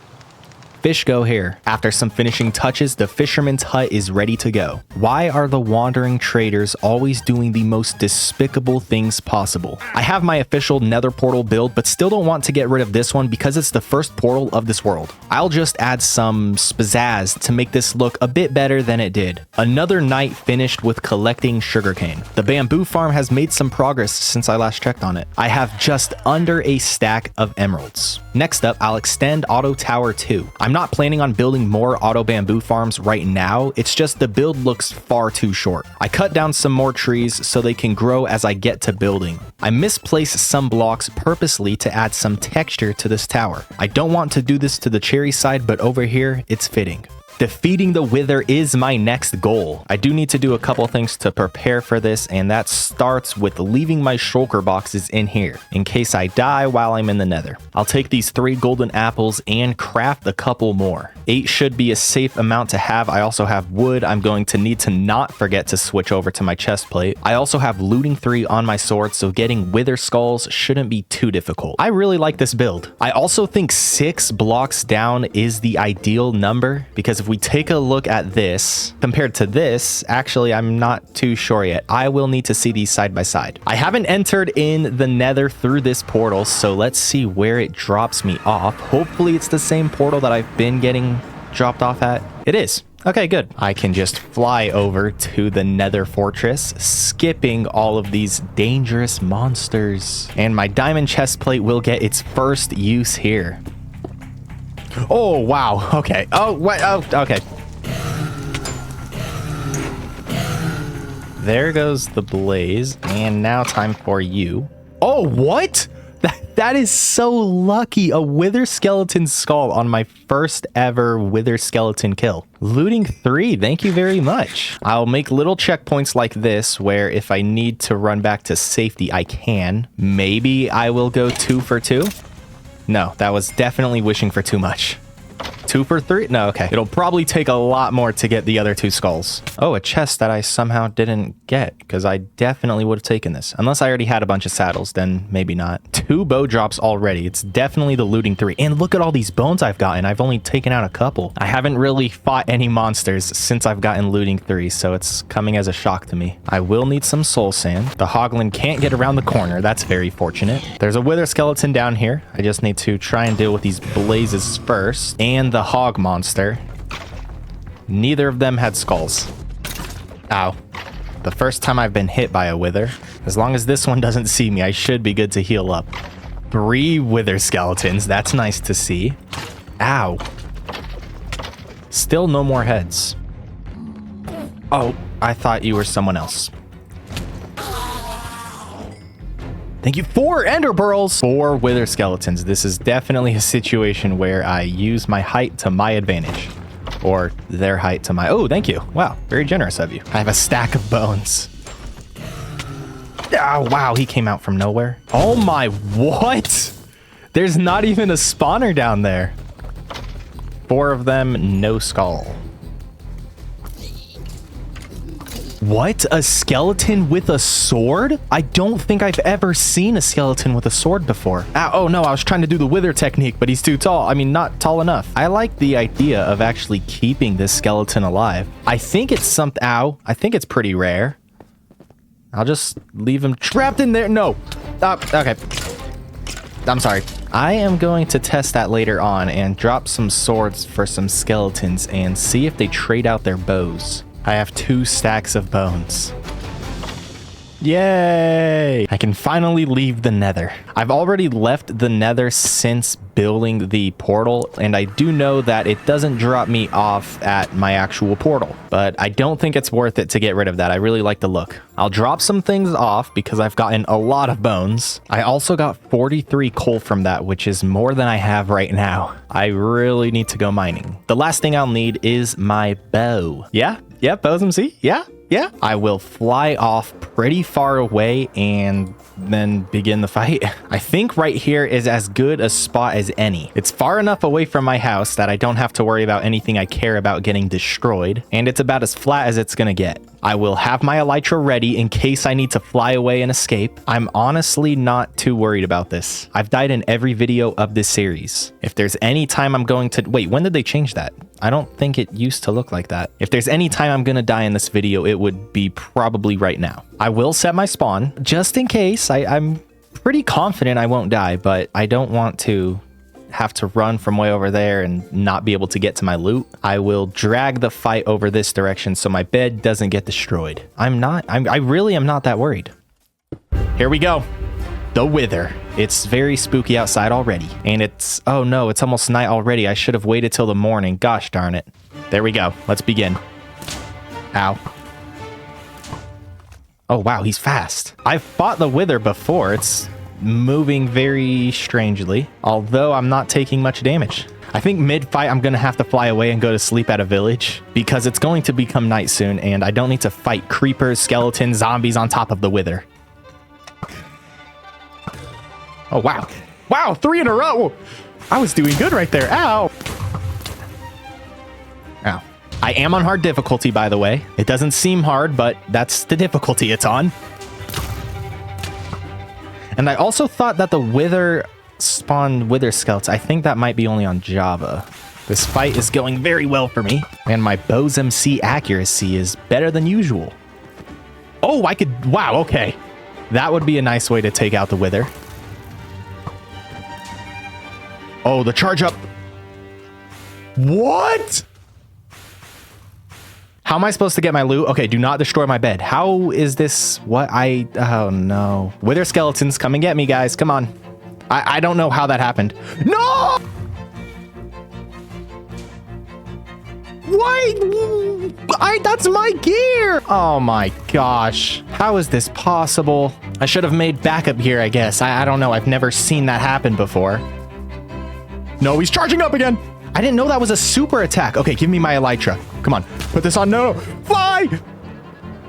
Okay, I'm out of the range. Hopefully the Wither just stays there while I'm way over here. I need to circle back to my house, grab iron gear. I don't, what? I've never seen that before in my life. A charge up attack that one-shots you. If that wasn't bad enough, the Wither took my gear. You should have seen it. I'm messing around right now, but like that's actually crazy. I have fought the Wither on Java multiple times. I've fought the Wither on Bedrock more times than I fought it on Java. Something like that has never happened. I've obviously died in the fight before, but getting one-shotted never happened. Hopefully the Wither doesn't track me down to my base. If my base gets destroyed, I am going to cry. Oh no, my bow is back there. No, I should have extra food. Cooked steak somewhere. Thank you. I need to go and grab my bow. There's the tree, so that means the Wither's right around here. Please don't tell me the Wither flew somewhere else. Oh no, it did.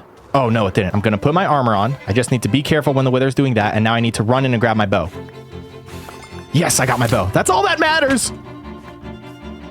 My golden apples. I need my golden apples too. What am I doing? Ooh, a Wither rose. A Wither. Ow. This is very lucky. Ow, my thorns on the armor. Okay, let's grab this. I'm ready to begin this fight for a second time.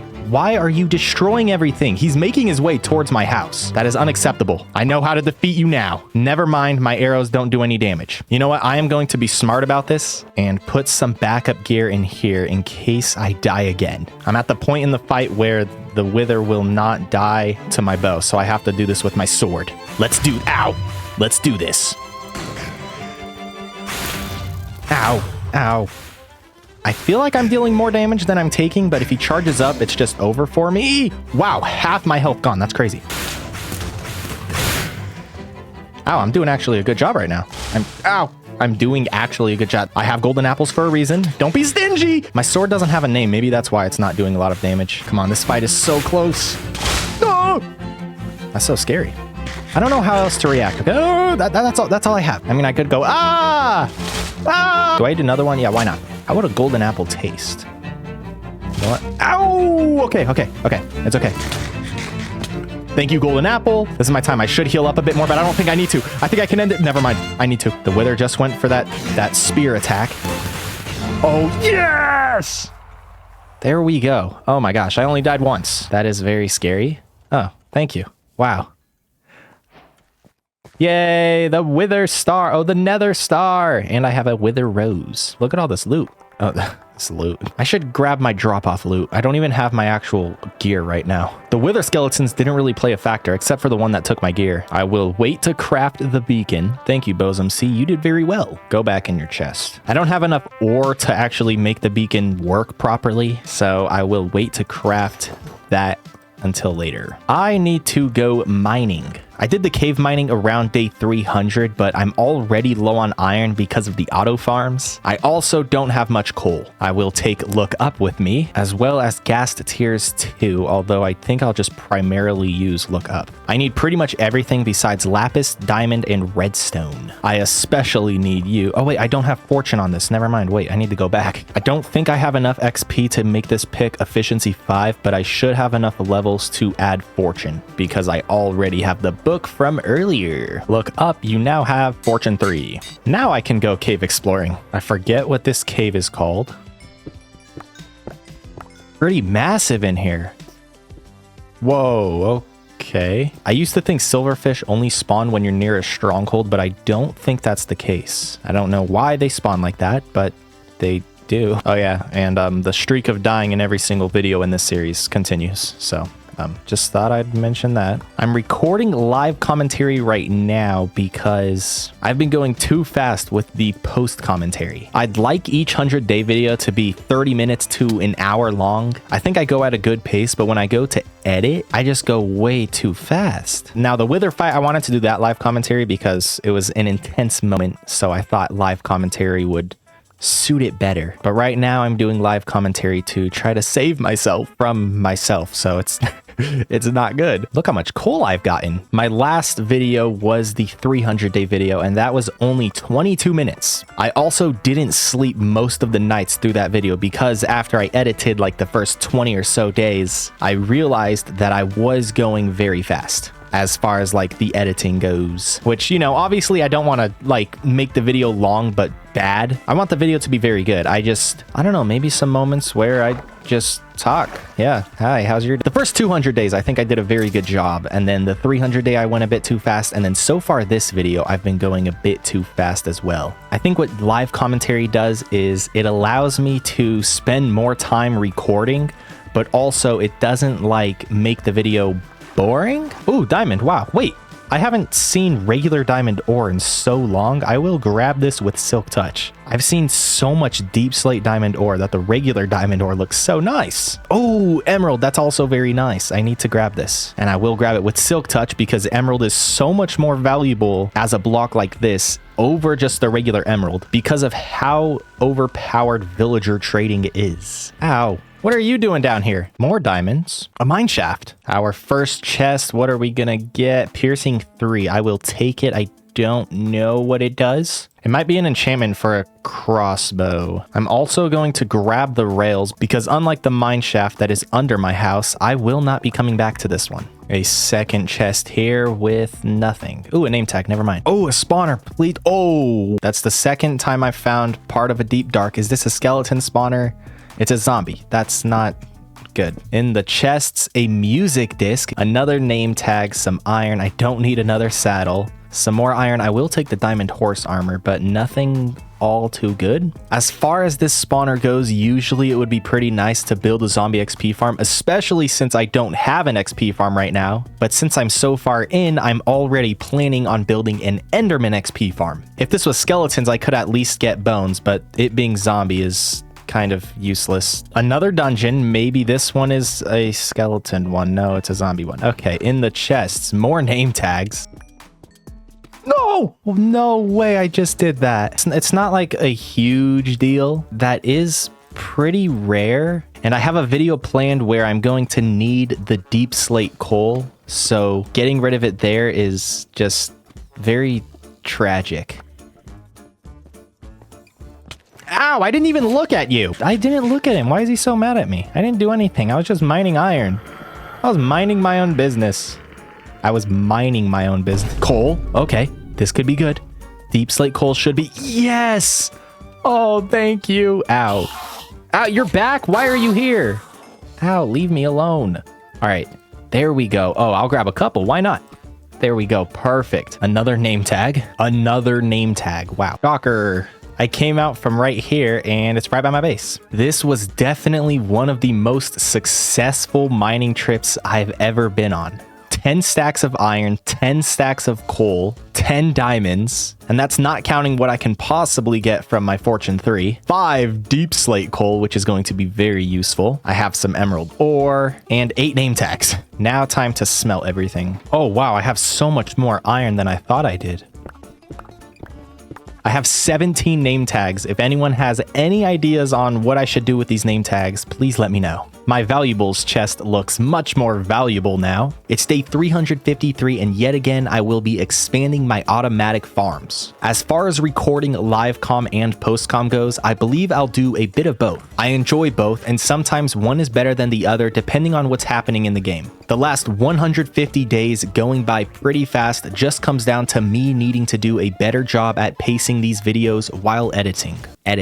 Back to the 100 days, I build an additional 4 sugarcane farms. This has been my main source of emerald trades, and I will be ramping up production. I then go on to build 2 more bamboo farms. Sugarcane will be my main tower, but getting more bamboo will also be helpful. Back to auto tower 1, I build it up as the auto farms are now towering outside. I began to build differently because my fingers were getting tired of continuous single clicks. It's night, I'm out of deep slate, I'll head to bed. Looking back at this, it looks much faster than it felt as I was flying. At least I died earlier, so I don't have to be upset about going another 100 days without a death. I need some more resources.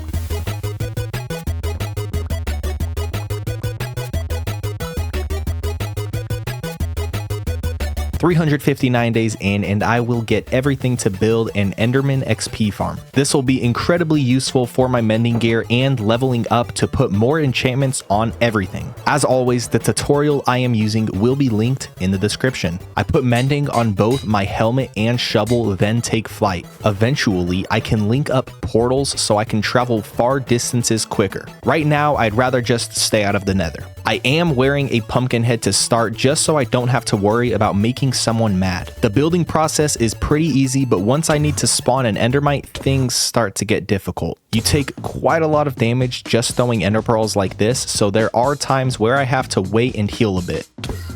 I finally get an endermite to spawn only to somehow kill it despite only right-clicking. I was confused about how this happened until I remembered the thorns on my armor. I now have to go back home to grab another name tag. Take 2. Patience is still the most difficult part of this farm so far. At least looting 3 makes this much faster. After 20 more ender pearls, another endermite finally spawned.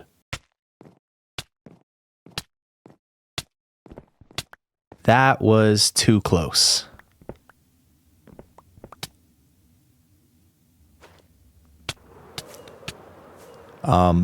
That was too close. I'm also all out of food. After building the necessary platform, I look back to see the Endermen spawned where they shouldn't have and moved the minecart. I believe they spawned on these cobblestone blocks and not the slabs. Bob 2 has been defeated. I now have to get a third Endermite. After making it back here again, I replaced the wood slabs with the smooth stone slabs that were used in the tutorial. Maybe Enderman can't spawn on them. I get Bob 3 in place and this farm is ready to go. You gotta be kidding me. Apparently you need to place carpet up top. I don't know how I didn't die here. Welcome, Bob number 4. Hopefully you're the last Bob. I spend extra time making sure everything is perfect. I cannot do this a 5th time. Bye-bye torches, and all seems to be going well. Something that should have taken only 20 or so minutes took 2 hours.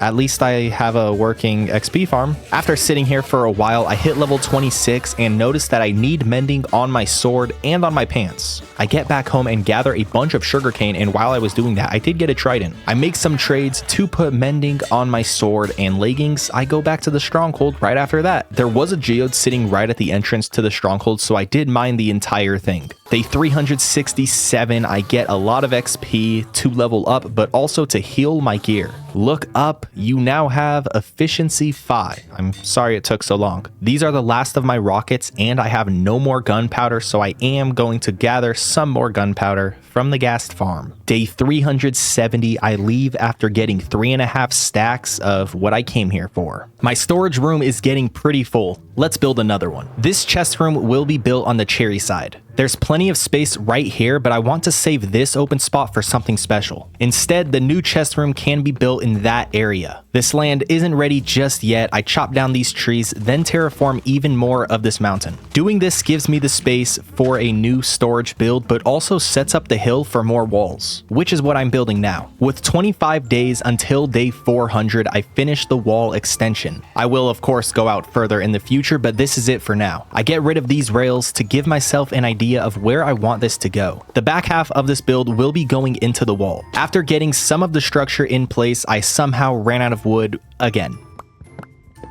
Most of the builds I've done on this cherry base have been more deep slate than cherry wood. I want to go against that with what I'm building now and really prioritize the cherry aspect. I will still use deep slate in this build, like right here with the roof trim. Once I had the roof built, I added these pillars that will be used to hold a nether portal. I gather more obsidian, then build the portal. This definitely isn't necessary and wasn't planned until I saw a slight opening for one, and that purple look would look nice. Or so I thought. Looking at it now, I kind of want to take it down. I think this is an instance of trying too hard. I'm gonna move on to finishing the build and make my decision in a few days. I use a mix of purple and magenta stained glass, followed by detailing the exterior. With that finished, I take down the portal. I thought the purple look would be nice, but I believe the windows were all I needed. Onto the interior, I start with digging up the floor. I used stripped cherry wood plus slabs. The details in here won't be much as I have it planned to be filled with chests. I will make slight chandeliers for the lighting. On day 386, I'm mostly done with the additional storage room. There's still a lot to do inside. I'll wait on that for now. One thing that this base could really use is a pathway. It'll pull everything together and help map out future build spots. I start with breaking the tracks, followed by the floor where I want the pathing to go. This path will be built using only deep slate. I'll be using the 3 main variants that will be placed pretty randomly at an even rate. I ran out of deep slate during this, so I did have to spend more time in the mines. I didn't mix in cherry wood because I want to plant trees and flowers, so there'll be plenty of color. Every spot that's empty is a place I'm leaving blank for buildings to go. This base still has a long way to go. Back to the mines. Day 393, I built a staircase to the top of the dam. The last 10 or so days of these 100-day videos are usually the most wonky days. That's just because I don't want to start any big projects due to not having enough time to finish it within the 100-day video. Under that staircase, I break the exposed stone to replace it with dirt. I also get rid of the dirt staircase I had leading up to Auto Tower. It's been here so long it's all grown into grass. I no longer need this because I of course can fly. After that, I expand the wall that's up top. I don't want to extend it too much, just enough so that the unfinished part is covered by the Auto Tower. As I said, starting a new project isn't the way to go, so I'll continue with other projects like heightening Auto Tower 2. After that was done, I ate my last steak. I feed the cows, smell some food, then gather wheat for the animals. Afterwards, I collect my sugarcane, which hasn't grown much, and when I see what my simulation distance is on, I see why. The reason it was so low is because I turned it down when I was gathering gunpowder days ago to increase the spawn rate of ghasts. I maybe would have had 3 times the amount of bamboo that's in this chest. The sugarcane didn't take a big hit because I did spend most of my time over here.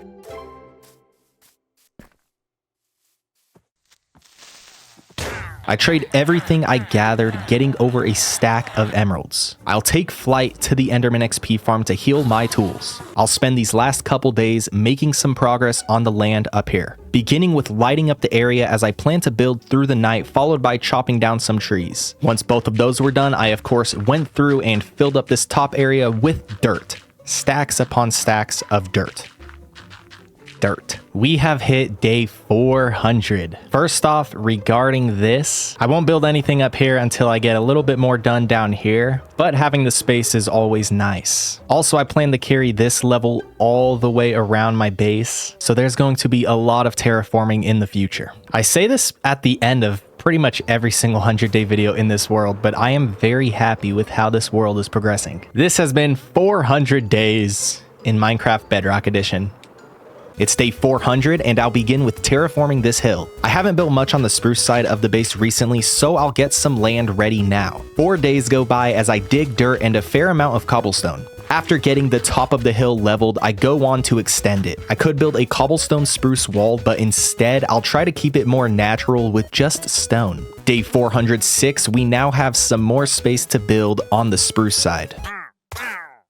The build I want to make is a windmill. More crops can go here, and I think it's the perfect thing to have on this base. I shear the sheep, adding to what wool I've already collected. I also mine some stone to make stone bricks. After that, I collect all the sugarcane that has grown. I'm doing this now so it can grow some more when I get to building. These villagers graciously gave me XP to help out my tools just a bit. I start this building with a stone brick and spruce wood base. After going up 7 blocks, an upside down stair trim is built in. Another level for the windmill will open with stone bricks but transition into cobblestone. Just like before, as I get ready to make an indent, I'll add a stair trim. With the default structure complete, I'll now build in the blades before I do anything else. I did use a picture of windmill blades to make this. Rotor blades usually aren't the easiest thing to build. By the middle of day 411, that step has been completed. The roof will go up top next, being built out of stone brick stairs and spruce stairs. The detailing will get going with the texturing of the walls using cracked stone bricks as well as andesite.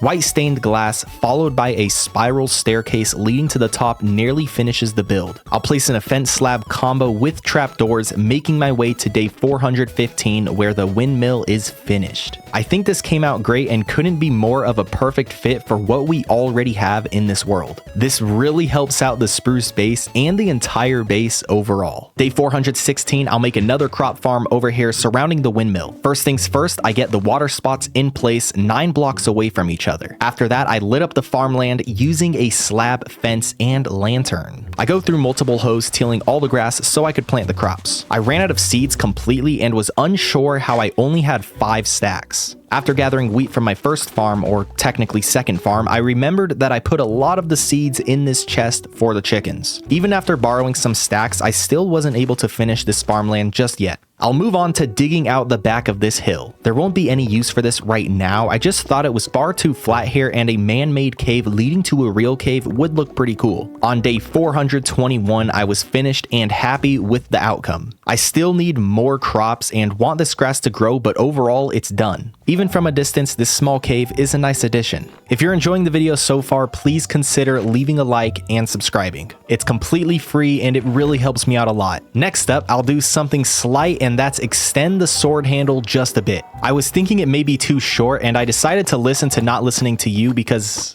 I agree. I'm not too sure if I made it too too tall. The rest of the day went by as I gathered sugarcane to bring my emerald total to 3 stacks. My bamboo farm has made a lot of progress, leading to even more emeralds. These shulker boxes have been very unorganized since I lost everything in the lava a little while back. I'll get them in order now and chop down these trees as I only have 3 stacks of spruce wood left. 9 stacks later, I'll go and plant some more trees in the spruce forest, including 2x2 saplings. This part of Auto Tower is still behind, so that's being fixed right now. Once that was finished, I went to gather cherry wood and this beehive for some reason. As I chopped away, I came across so many nests. By the end of day 426, I had 10 of them. I've never done anything with bees before. That may change in this video.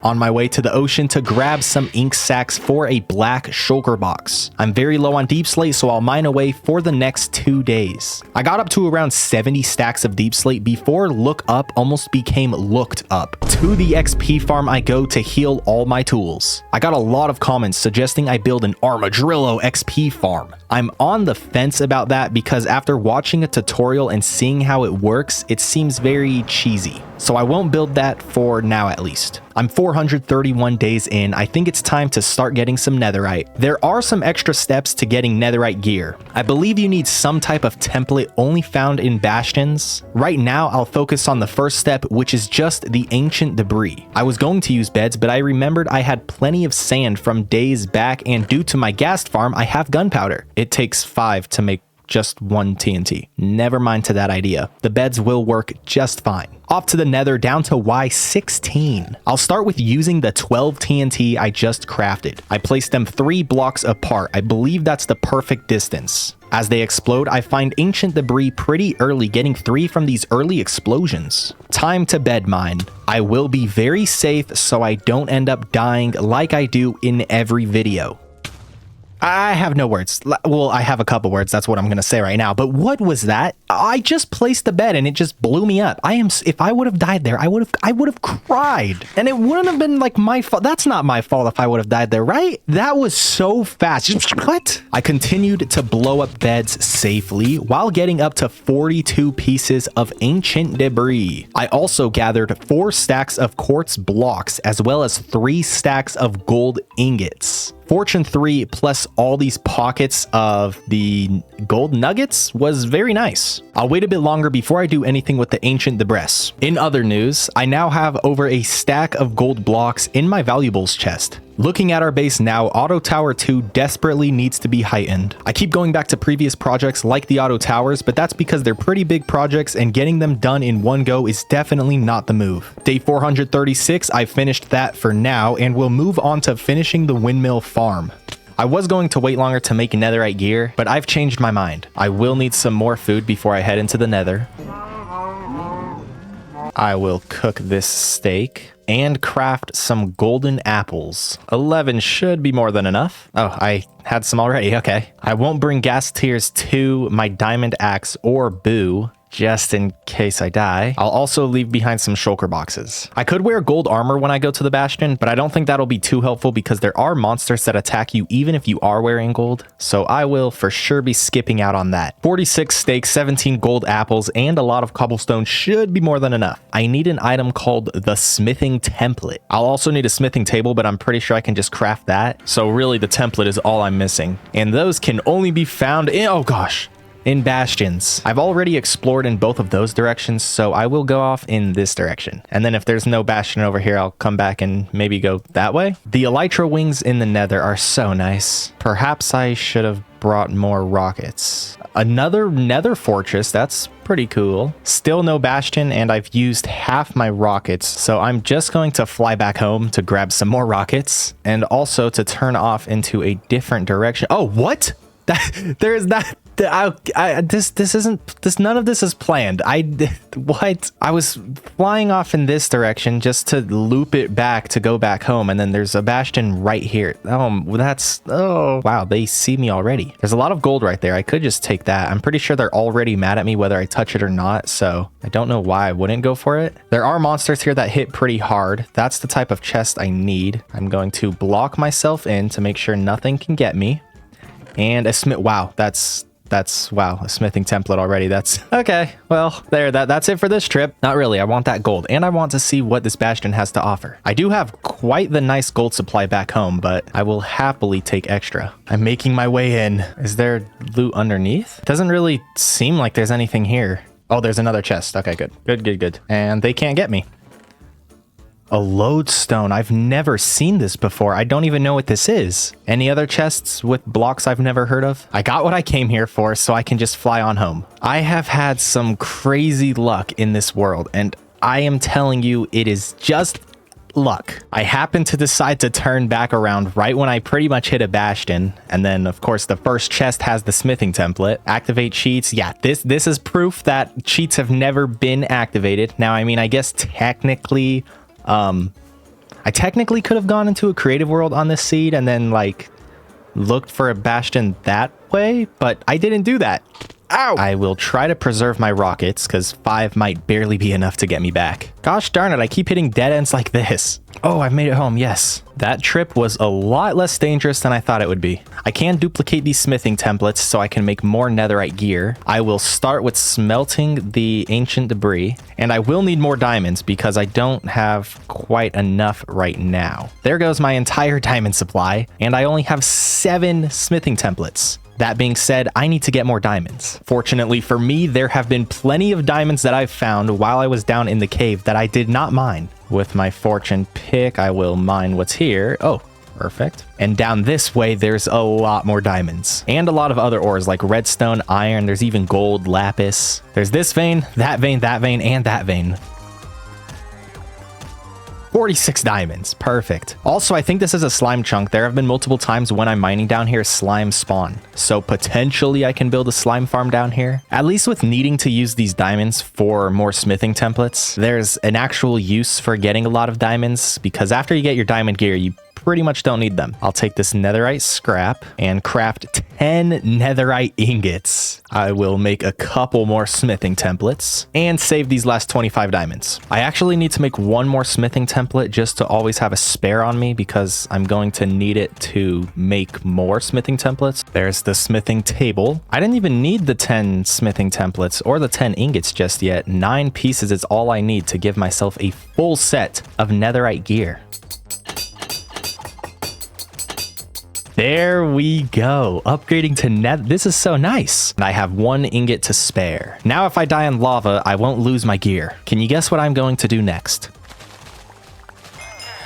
I can trade for Silk Touch to put on my axe. With the Silk Touch I have on my axe, I'm going to fly all the way to the stronghold. I've made my way all the way back here with Silk Touch so I can grab all of these bookshelves. I have quite a lot of leather and sugarcane at home, but this is still the best way to get these. The first library is done. On to the second.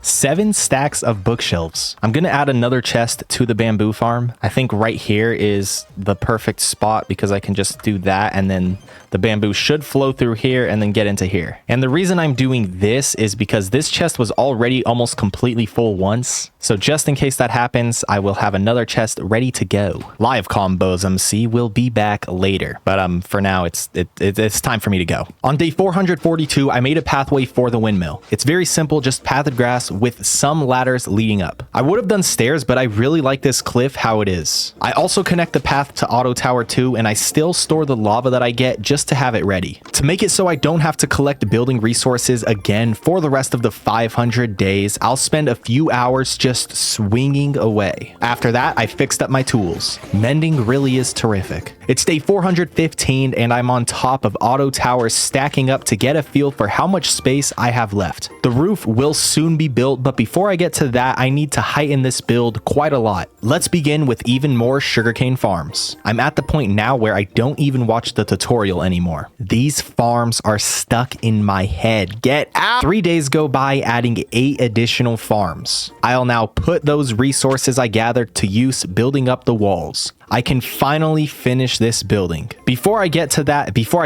there are some blocks I need, one of which is cactus for green dye. I haven't found a desert yet, but there is a snowy desert this away, so I hope cactus spawns nearby. After not seeing a desert anywhere, I went to check the villages as they can have chests with cactus At this village, I saw a build I've never seen before. There was a chest with a buried treasure map. After searching a couple more villages and mining this massive coal vein, I made my way to the red X. I'm not talking about Robin. Does anyone else have trouble finding buried treasure? I mean, who is hiding the treasure in my world? The first chest on day 5 was really hard to find, and now this one's under stone.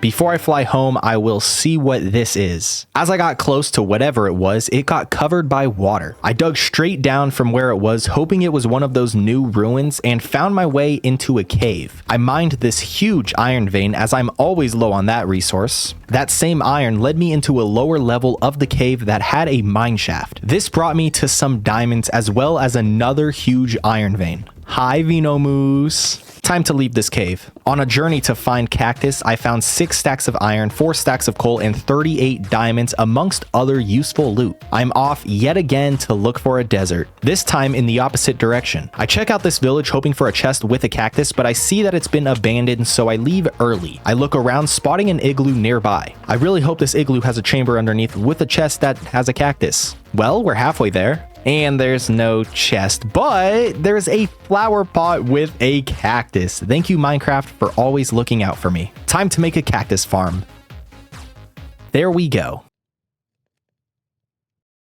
There's an open spot right here, so this is where the cactus farm will go. I opened this project with terraforming the land. There's already a flat spot to build here, it's just not large enough. I place mainly stone with some cobble and stone bricks here. Time to build. I get going with setting up the foundation by building 4 7x7 pads. I then place 8 spruce blocks on each corner and where each of the pads intersect. The middle section here will be taller as it goes up 12 blocks. I do move the cactus closer to where I'm building so I can harvest it as I go. Onto the roof, cobblestone stairs will go all around with spruce stairs going throughout the middle on day 446, 464. Slabs follow the center line to the taller section where a more circular roof will go. After that, I fill in the walls with stripped spruce, planks, and cobblestone. Once the walls were done, I moved on to the lighting, and just like I did with my house, I won't use glass. While building, I heard a wandering trader who was for some reason running away from me. Sadly, there was no cactus trade offer. I'll continue with my day.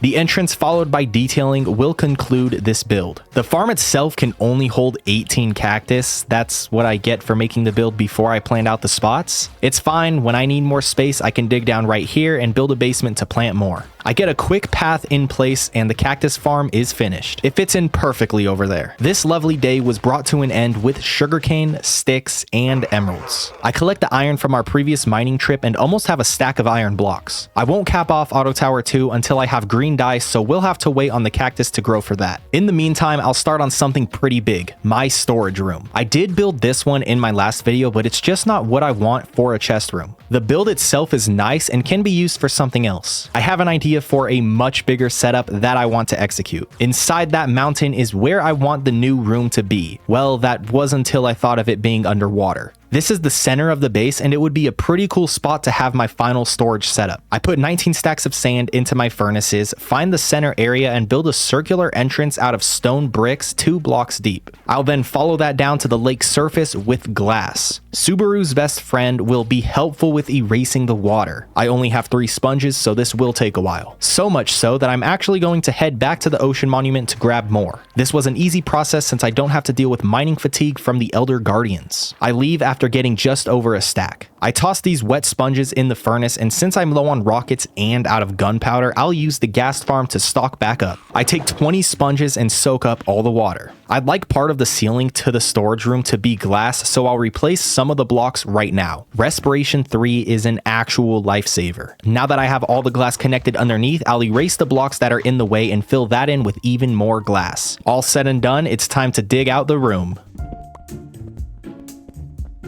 After getting the general room done from where the window is up top, I go out an additional 8 blocks in each direction. After that, I connect them all kind of with just one path and then dig out this entire square. Being able to insta-mine like this is so nice. A wandering trader did come down on day 479. This trader did have some trades that I wanted. I went and grabbed some emeralds and traded for some nautilus shells. I also saw cyan dye was an option and traded for as much as I could. The only reason I want green dye is so I can make cyan dye, so it works out perfectly. On night 479, I finished digging out the level of the room. Day 480, I took flight to the Pill Garden to get that new wood. This is my first time in the Pill Garden and it really lives up to the name. I won't explore much or mess with the new mob, I just want to get the wood and saplings. I fly on home and continue mining up this room. I'll break out 2 blocks high across the entirety. Pale wood will be the main wood type down here. It's something I haven't used before and a nice middle ground between the 2 bases. I picked the worst possible level to build this storage room. I need to replace the stone with wood for the ceiling, but since there's gravel right above, it keeps falling, leading water into my cave. Dealing with this is definitely the most difficult part of building this chest room. Eventually though, the roof was completed and the next step was to add ceiling lights with glowstone. I'd love to use sea lanterns, but I lack the necessary supplies. As far as the wall goes, I begin with deep slate tiles. I said I'd be back and here I am. There's a lot that needs to be done with this chest room, but I will wait on doing anything with it for now, as I want to go conquer one of those new ruins. I also planted some of those pale trees up here just in case I needed more of the wood. Why is it so... It looks like I spawned the wither. Can I go to sleep? What is happening? Here's what the chest room looks like on the outside. I'm going to cover all of that up with gravel. It's just as I was breaking, the gravel falling made it so that there's light exposed. I'll switch out these picks, leave the fortune pick there, take gas tier 2, and I'm going to need the chest plate because it does get pretty dangerous there. I'll bring gold apples just in case. I have not died yet and I really don't want to die. This could be the first 100-day video that I don't die in. Let's see if the clouds are fixed. No, they're still broken. I mean, it looks pretty cool. Oh, it's gone. As far as finding the new ruin goes, I'm pretty sure I've already found one. I know you can trade for a map to find one with villagers, but I don't think I need to because I think we've already found one in this video. Earlier, I thought I found one, but when I dug straight down, it led me into a cave, so I just thought there's no shot it's a ruin. But when I was editing that video yesterday, I saw that I broke a block that looked like a crafted block and not just a regular stone block that you find. What is going on right now? I should have brought my bow. It's okay. I have stabby stick, so I should be good. Thank you, Polygons, for the name suggestion. This is a really cool location. The snow is almost split perfectly with the cherry biome. I'm going to pull up some old footage to see where I think the ruin is. I'll set my spawn out here just in case. I really don't want to die. Now, I did dig right past it last time, but I'm a couple blocks away from my previous hole. And once I mine into that weird brick, I will know. This is the previous hole, and I don't see what I thought I was going to see. There's nothing here. I'm so sure when I was watching it back, there was a brick. I guess I was just mistaken. It looks like I will have to trade with a villager. I'll look up how to do that now. Okay, good. They can't come any closer, so you guys stay right there, okay? Oh, it's called a trial chamber. What am I doing? There's a cartography table. Oh, here we go. Ooh, I could also get a woodland explorer map too. I only need the trial one right now. I can do the woodland mansion another time. As you can probably tell, I've never really traded for maps from these villagers. Now I can go and conquer the trial chambers. Just like before, I will set my spawn up here, and I'll make my way down the trial chambers. I don't know if monsters infinitely spawn in these. I do know that you can get like some sort of key and put them in, and then you get loot from that, which the loot won't really be... Yeah, right there. Now I just put a key in. Wait, it's giving me the loot already. Wait, I think I don't know. I can't remember. This has something to do with what I need to do. Do I drink this while I'm down here? Oh, a trial key. Yes, that's what I need. I need to start collecting a bunch of these. The only useful thing I believe I can get is something to make the mace. Do I put the trial key in here? No, I don't put the trial key in there. Huh. I know there's something I put the trial key in. I guess I'll just have to wait and see. There are a lot of spawners here. This should be fun. Oh, no. Whoa, I dodged that one. Once you beat all the monsters that spawn out of here, though, they don't spawn monsters anymore, and they can give you keys, so that's something. Unless I drink the ominous potion, then I think they spawn more, maybe. These skeletons look really cool. I got a second key. That's nice. Okay, this is what I used the key on right there. Let's put the key in. I need... And yeah, I got nothing. Dang it. Can I put another key in? No, I can't. There's another one right up here. Place my... Why is the key not going in? I don't know why my key won't go in. I'll just take them out before they can hit me. Wow, that works very well. Silverfish. There's another key. A second ominous potion. Whoa, okay. It's one of the newer monsters of the game.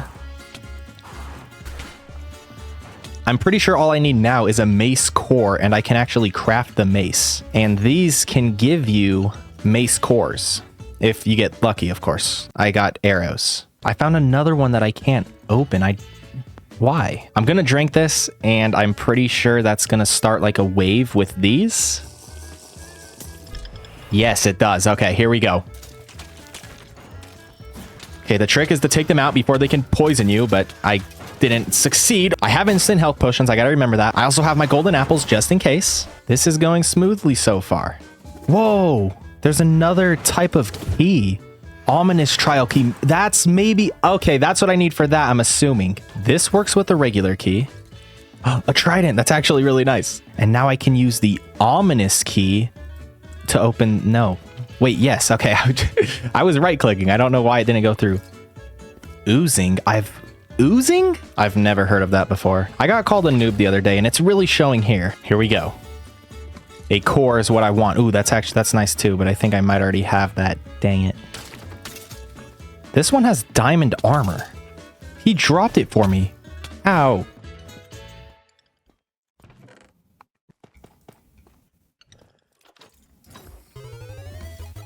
An enchanted golden apple? What? That's my first one of the world. I think it is. This was a pretty successful trip. I mean, mainly because of this. Wow, a whole new level. That's so cool. How did water just get in here? Can the breeze guys break blocks? Or maybe it, I don't know. Please don't knock me off this. Wait, and the water just went away. I'm so confused. Wait, the water's back. What is happening right now? Why is that a thing? Who put a water bucket inside of a dispenser? Give me a core, please. No. I think these recharge so I can come back at a future time, or I just have to take my keys to another trial chamber. Time to head home. It's day 489, and now that I don't have the ominous effect, I get back to mining out this room. There's quite a lot left to dig. I am using gas tiers 2 right now as look up is low on health. Before I get too far, I'm going to add upside down stairs where the ceiling takes a dip. Now I can fully go through and break down 5 full levels. As I mine, I don't sleep at all to give myself some extra time before hitting day 500. I'm safe from the monsters down here, so not sleeping is completely beneficial. Day 492, this room is open for business. Both my picks are low, so I'll mine this coal, smelt iron, and trade to give them some more health. With that done, I'll move on to the walls. Polished deep slate with bookshelves in the middle on each side. Deep slate tiles will go on the bottom 2 levels of the wall. The first floor will match the ceiling and be pale planks. I'm out of wood, so I'll chop down these trees and of course plant more. Back to the floor. This middle entrance will be made for the elytra. I'll dig out this hole while placing stairs for each side. The wall and surrounding floor will be stone bricks with slime blocks in the center. That's all I have for now. Back in the nether, gas tiers 2 will give me more glowstone. I use this Bedrock exclusive feature to get more poppy flowers for red dye to craft red carpet. Each of these spots will be for glowstone and carpet goes right on top. Day 496, we have the chest room ready for chests. This is how the storage setup is going to be. I don't have enough chests or wood to actually fill it up right now, but you can at least see the start. Eventually, these will be stacked much higher, and of course, this will be on all 4 sides. This will give me way more storage space than what I currently have. And if I need more storage, I can always use the space that I have right here to set up even more chests. It'll probably take a day or 2 to transfer everything I have over there, and I only have 3 days left. I need to go through and cover this up. The only reason this is exposed is because, of course, the gravel from earlier just kept falling. I'm going to go through and fill this in with that same gravel. With Respiration 3, even when your bubbles run out, you still have some time before you start taking damage. Yeah, there we go. And even when you do start to take damage, there's still a lot of time in between before you get hit again. The lake surface has been covered. I can't finish Auto Tower 1 before day 500, but I can show you why I wanted the cactus for green dye. I gather 3 other dye colors and craft concrete powder. I mine it after placing water and get shifted around a couple times without touching my keyboard. With all the resources ready, I tower up and begin building. It's not too interesting to watch as I was looking at a picture as I went. This did take some time and was finally finished on day 499. Time for the reveal. It's my logo without the green backdrop. I can add it later. I just don't have the time right now. This isn't the finished build for Auto Tower. There will be an actual roof. Right now I have less than a day left and the plan I have for the roof is fairly big. I don't build pixel art really ever, but my logo being here is nice. The last day before a pretty big Minecraft milestone will be a rainy one. I finish it doing what I do best. This has been 500 days in Minecraft Bedrock Edition. I'm really happy with what we've got done these last 100 days. The spruce base hasn't gotten much love since I started the cherry base, but these last 100 days really helped it. What I'm most happy about is finally recording a video where I don't die. I never thought this day would come. Thank you all so much for watching. Seriously, thank you.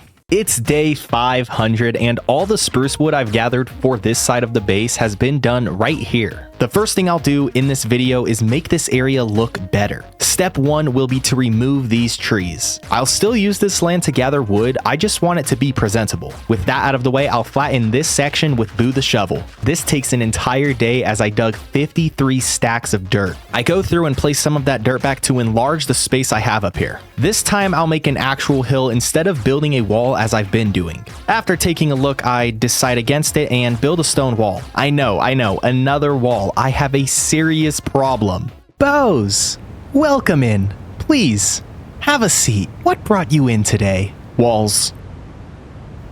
Walls? Walls. Can you explain what you mean by that? Walls. Are you talking about the walls around us? Walls? Day 504 and 505 are all about placing dirt. Day 506, I finished getting the space ready. Besides this stone, perhaps I gave myself a little too much land. It'll get used eventually. For now, I'll stick with planting trees. I go through and harvest all the sugarcane around the base as well as collect from both auto towers. I trade for 2 stacks of emeralds and heal my tools just a bit. The entrance to the chest room I recently built was unfinished, so I added some walls and fences to help it out. I need so many more chests down here, so I'll use a couple days to just gather wood to solve that problem. This storage room won't be my main storage. I really like having everything in reach as I do now, so these chests down here will be for overflow blocks. When I run out of space up top, I'll clear space using these chests. I haven't seen my friend in a couple weeks. My most recent video as I'm recording this was a Better on Bedrock video, and that has goblin traders with no wandering traders. I'll give you an emerald. Goodbye, friend.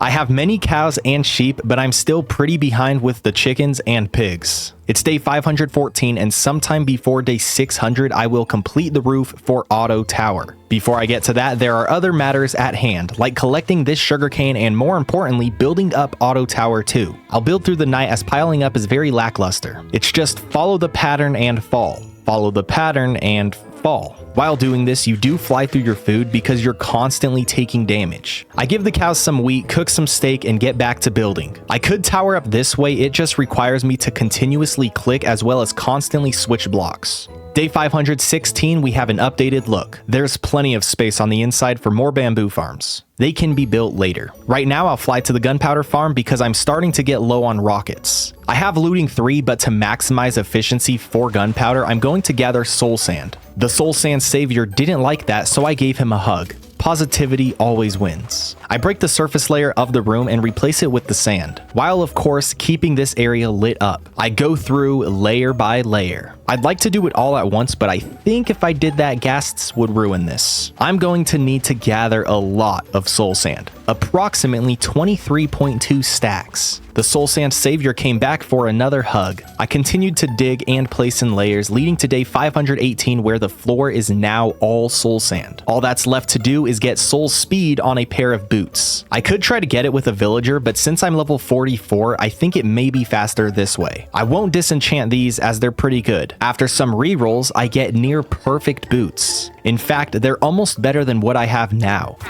Looks like I will have to go the villager route as I'm no longer level 30. I begin cycling with this villager and set up a pretty good system. He didn't move, making this very efficient. That was until Happy Feet decided to take the lectern. Unlike the calm villager from before, this one won't stop moving. It gets worse as I spend 28 minutes just trying to get soul speed, only to find out after a Google search that villagers don't sell that book. Day 522, I grab some gold and go on to trade with the hoglins. Hopefully 2 stacks is enough.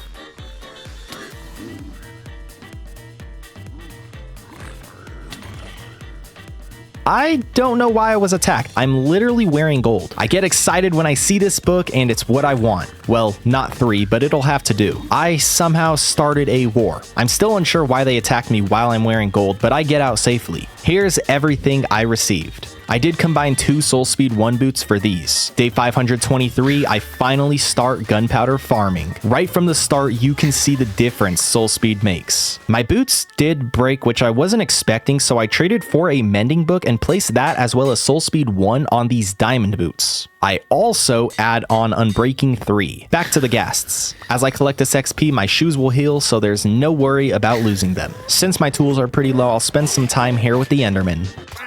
Having gear at 100% health looks so nice. It's day 527 and there's currently no easy way to get to my spruce farm without the elytra. I'll fix that by building a bridge. I already have the perfect spot to build this as my dock points here. I begin with slabs moving out 7 blocks. After that, stairs will go up 2 followed by more slabs, up 2 more slabs. Once that's at the right height, I connect the bridge to the tree's land. Support beams go in next using spruce logs. Cobblestone stairs and slabs go underneath for some additional support, followed by a wall fence stair combo. It looked too flat underneath, so some additional slabs go through the middle. This bridge still looks off. Operation Fix This Bridge is a go.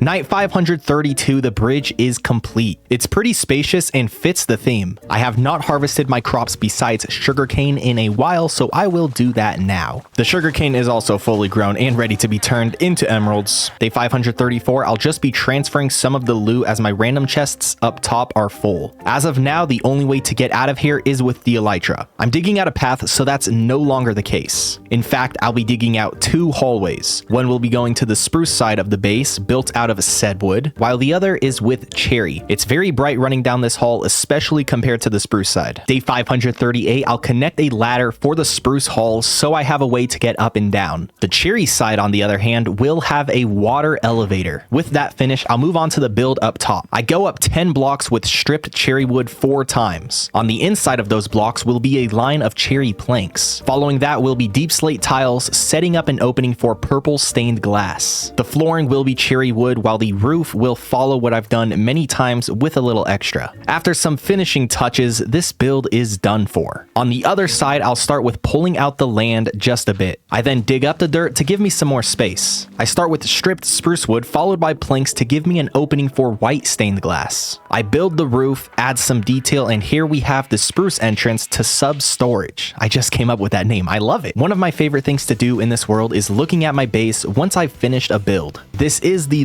longest survival world I've ever had. Sugarcane and emeralds. My tools are back at full health and I have 12 stacks of emeralds. Let's fill in Auto Tower 2 with 7 more bamboo farms. I build through the night and finish on day 545. There's still enough space for maybe another 7 farms. I definitely won't be doing that anytime soon. What I will be doing is finally finishing the top of Auto Tower. Before I can begin, I'll need to gather quite a lot of wood. If only these trees could grow like spruce trees. Day 548, it's time to complete Auto Tower. I start with branching out to the left side and lowering this part of the wall. I'll then follow that with going out 7 blocks, continuing with the cherry wood. From there, I'll bring it back up to its original height. Next up, I find the order I want to continue this building and pile up completely on all 3 sides. With this additional box in place, I'll bring it up 10 more blocks from the midpoint of the midpoint. I'm out of food, so I feed the cows and cook some steak. I'm going to need a lot of glass for what's next, so I fly to the snowy desert and fill an entire shulker shulker box with sand. I build a platform up top, then an automatic smelter for this sand. I'm not sure if the furnaces I have at home are in range, so I'll do this here. This definitely isn't the perfect automatic smelter, but it'll work for now. I'll continue the pattern I have going off in this direction with this gap in between.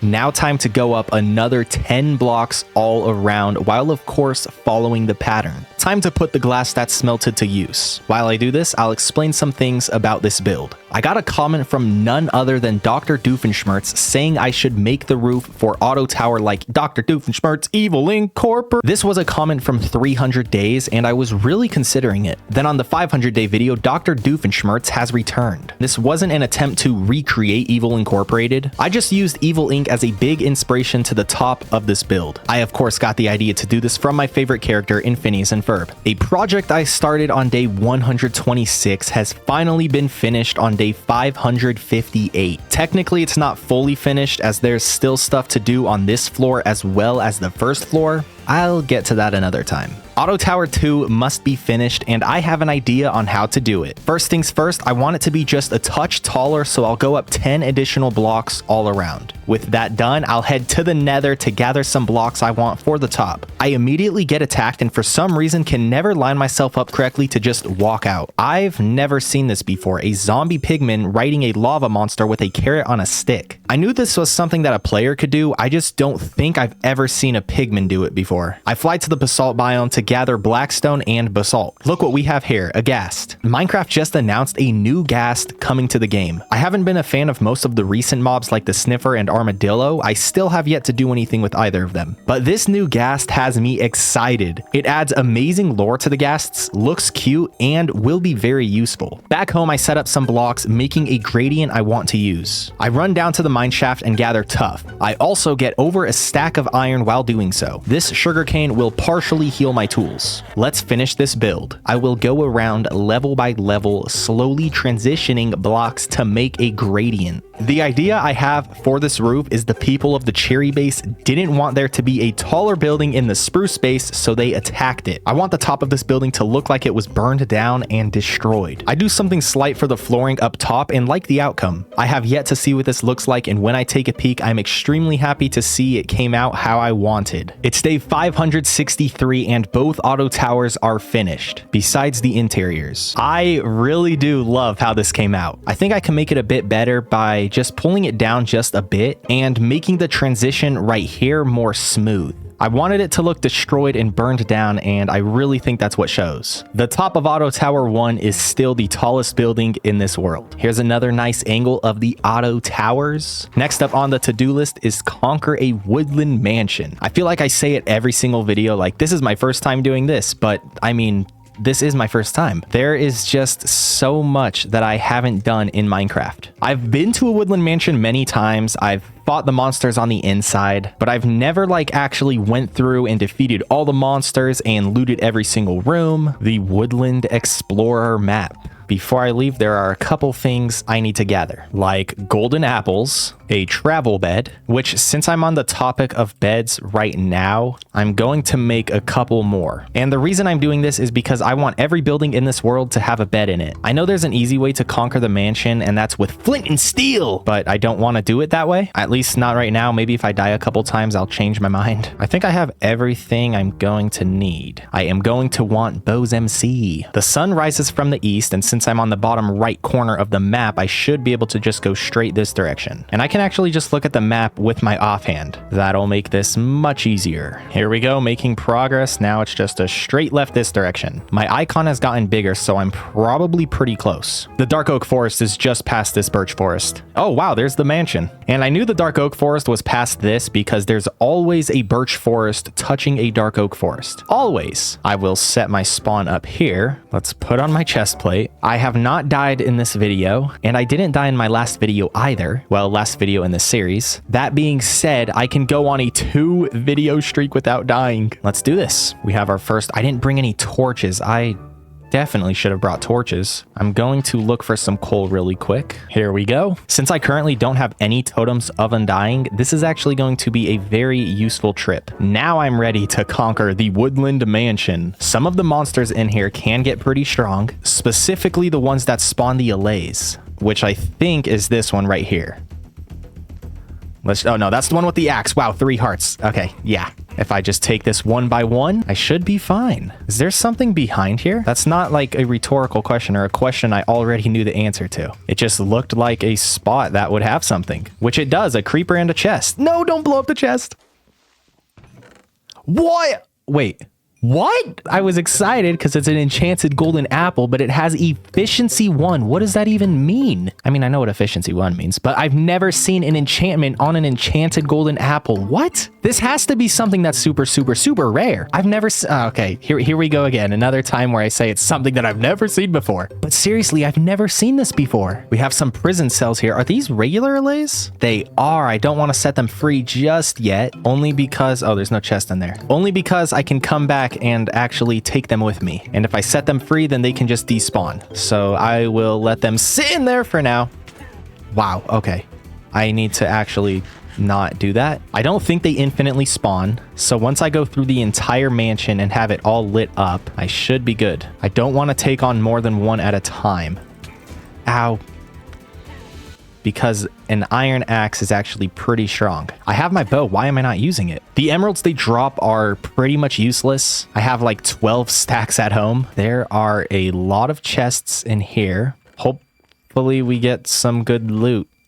There's literally nothing. I will take this flower up here. It's a flower that only spawns in a swamp, and I have yet to find a swamp. And since I'm on Bedrock Edition, I can bone meal this flower and get more of the same type. I have officially cleared the entirety of the first floor. Since there were none of the stronger illagers, I think that means the ones that spawn the allays are up here. We have bookshelves. I will happily take these. Ow! I have a bow. There we go. There's also a Podzol biome right outside the spruce biome. That's interesting. That's one of the strong ones. Wow. But Bo's MC is stronger. I have more range and I win. Yes, a Totem of Undying. Beautiful. My first one, and I will wear it now. These banners are cool, and guess what? It's another thing that I've never done anything with. There are so many different customizable options with banners that I need to get to. No, why did I run in? Am I safe on the other side? There we go, beautiful, another totem. We have a chest up top that has nothing. Riptide 2, is that good? Resin clump. I'm not going to take this only because I'm pretty sure it's easy to get and I don't have much inventory space, so I don't want to grab things that I don't need. That's it for the second floor. On to the attic. Okay, this doesn't even look like an attic. This is the third floor. Stay out of range and use your bow. Another totem. I still have yet to see any of the dangerous allays. Well, that's it for the third floor. I know there's an attic, but I don't know where the stairs are, so I will just go up this way. What? There's no attic? I always thought there was an attic. I guess the third floor was what I was thinking of. With that being said, I have conquered the Woodland Mansion. That was easier than I thought it would be. I do have really good gear, so that needs to be mentioned. I was able to get 3 Totems of Undying and Enchanted Golden Apple with Efficiency 1. Before I head home, I'm going to go on a mining trip. I'll drop off everything I was able to gather. Now, the reason I'm going mining is, 1, I actually need some iron. I have a solid amount left right now, but I did recently go through a whole bunch when making the auto bamboo farms, so I want to replenish that. I also only have a couple stacks of spare coal left. And that's another resource that I don't want to be low on. My first diamonds down here. I'd say that was a pretty successful mining trip. I got 4 stacks of iron, 2 stacks of coal, 19 diamonds, and a stack and a half of gold. Time to head on home. I get home and smelt what I mined. I then randomly placed those bookshelves I got from the Woodland Mansion in the sub-storage spruce hall. Next up, I'll be extending the wall this direction. Whoa. Day 571, I've ran out of deep slate, so I mined for some more. My goal is to fill 2 shulker boxes with just cobbled deep slate. There is a slime chunk down here, so I have to fight occasionally. 54 stacks of deep slate later, I use a couple of those stacks to finish the wall. I'll go through and start to get some of the dirt placed up here. I'm for sure not going to finish it all now. On day 576 and 30 stacks of dirt later, I was ready to move on to another project. I'm super low on cherry wood, so 2 days will go to cutting down trees, and I'll spend another cutting down spruce trees. Less time spent, and I still get more wood from these because of how they grow.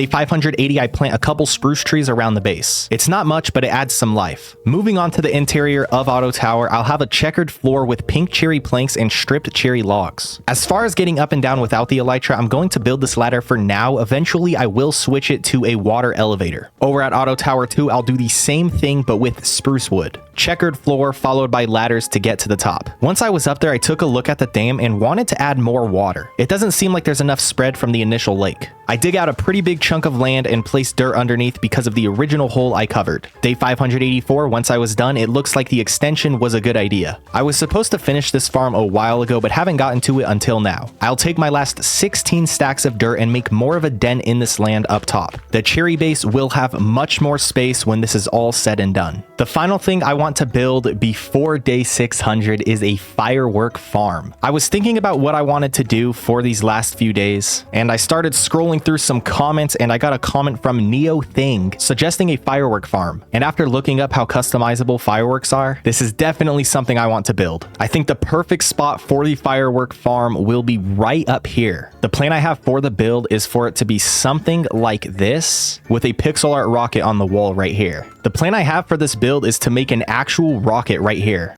Now, in order to do that, I'm going to need some concrete. I could use wool, but I don't think I have enough, and I don't know if I have enough time to actually collect all the wool I'd need. But with concrete, I just need sand, gravel, and the color of dye I want to use. I'm going to need white, light gray, and a darker red. I will need a lot more of these, and more of these flowers for light gray dye. I have more sand and dye if I need it, but I think what I have here will be enough. Now, I just pile up with all the powder, except some of the red will be left because I am going to need different shades of the red. I won't be building a big firework and then have the fireworks on the inside because the firework is only 13 pixels tall, so it would be too small because it's only like 3 blocks wide. So I'd have to triple or even quadruple it to give myself space, but then this build would be like half the size of Auto Tower, which is far too big. So instead, what I'm going to do is just make a regular cherry build like this, but have a pixel art of a rocket on each of these front sides.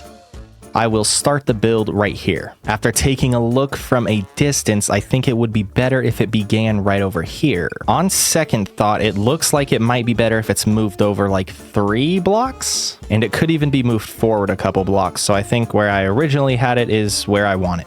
Now that I have the base in, I will get the corners in with these logs. I think stripping this wood is the way to go, and I'll go up 18 blocks. Wait, actually, instead, why don't I just... Okay, yeah, I'm all around the place. Instead of doing this, why don't I just do this? So we have something like this. I'll build the walls first and then break spots open for windows. I need one more shade of red, and what I'm going to use for that will be red wool. 24 should be more than enough. With the new ghasts, you'll be able to build almost as if you're in creative. That being said, scaffolding will become almost useless. I mean, right now it's not nowhere near as good as it should be because it drops like that. I think it should just be like dirt where it can just go as far as you want it to, but I won't be using this anymore. I actually need some black concrete too. There's another Nautilus shell. I think I might have enough to make the heart of the sea, which is another thing that I've never made before. Now I can build the pixel art of the rocket, and I made this even for some reason, so I need to break all this and shift it over 1 block. Doing this with live commentary has definitely thrown me off, so I will just go back to post commentary. Goodbye.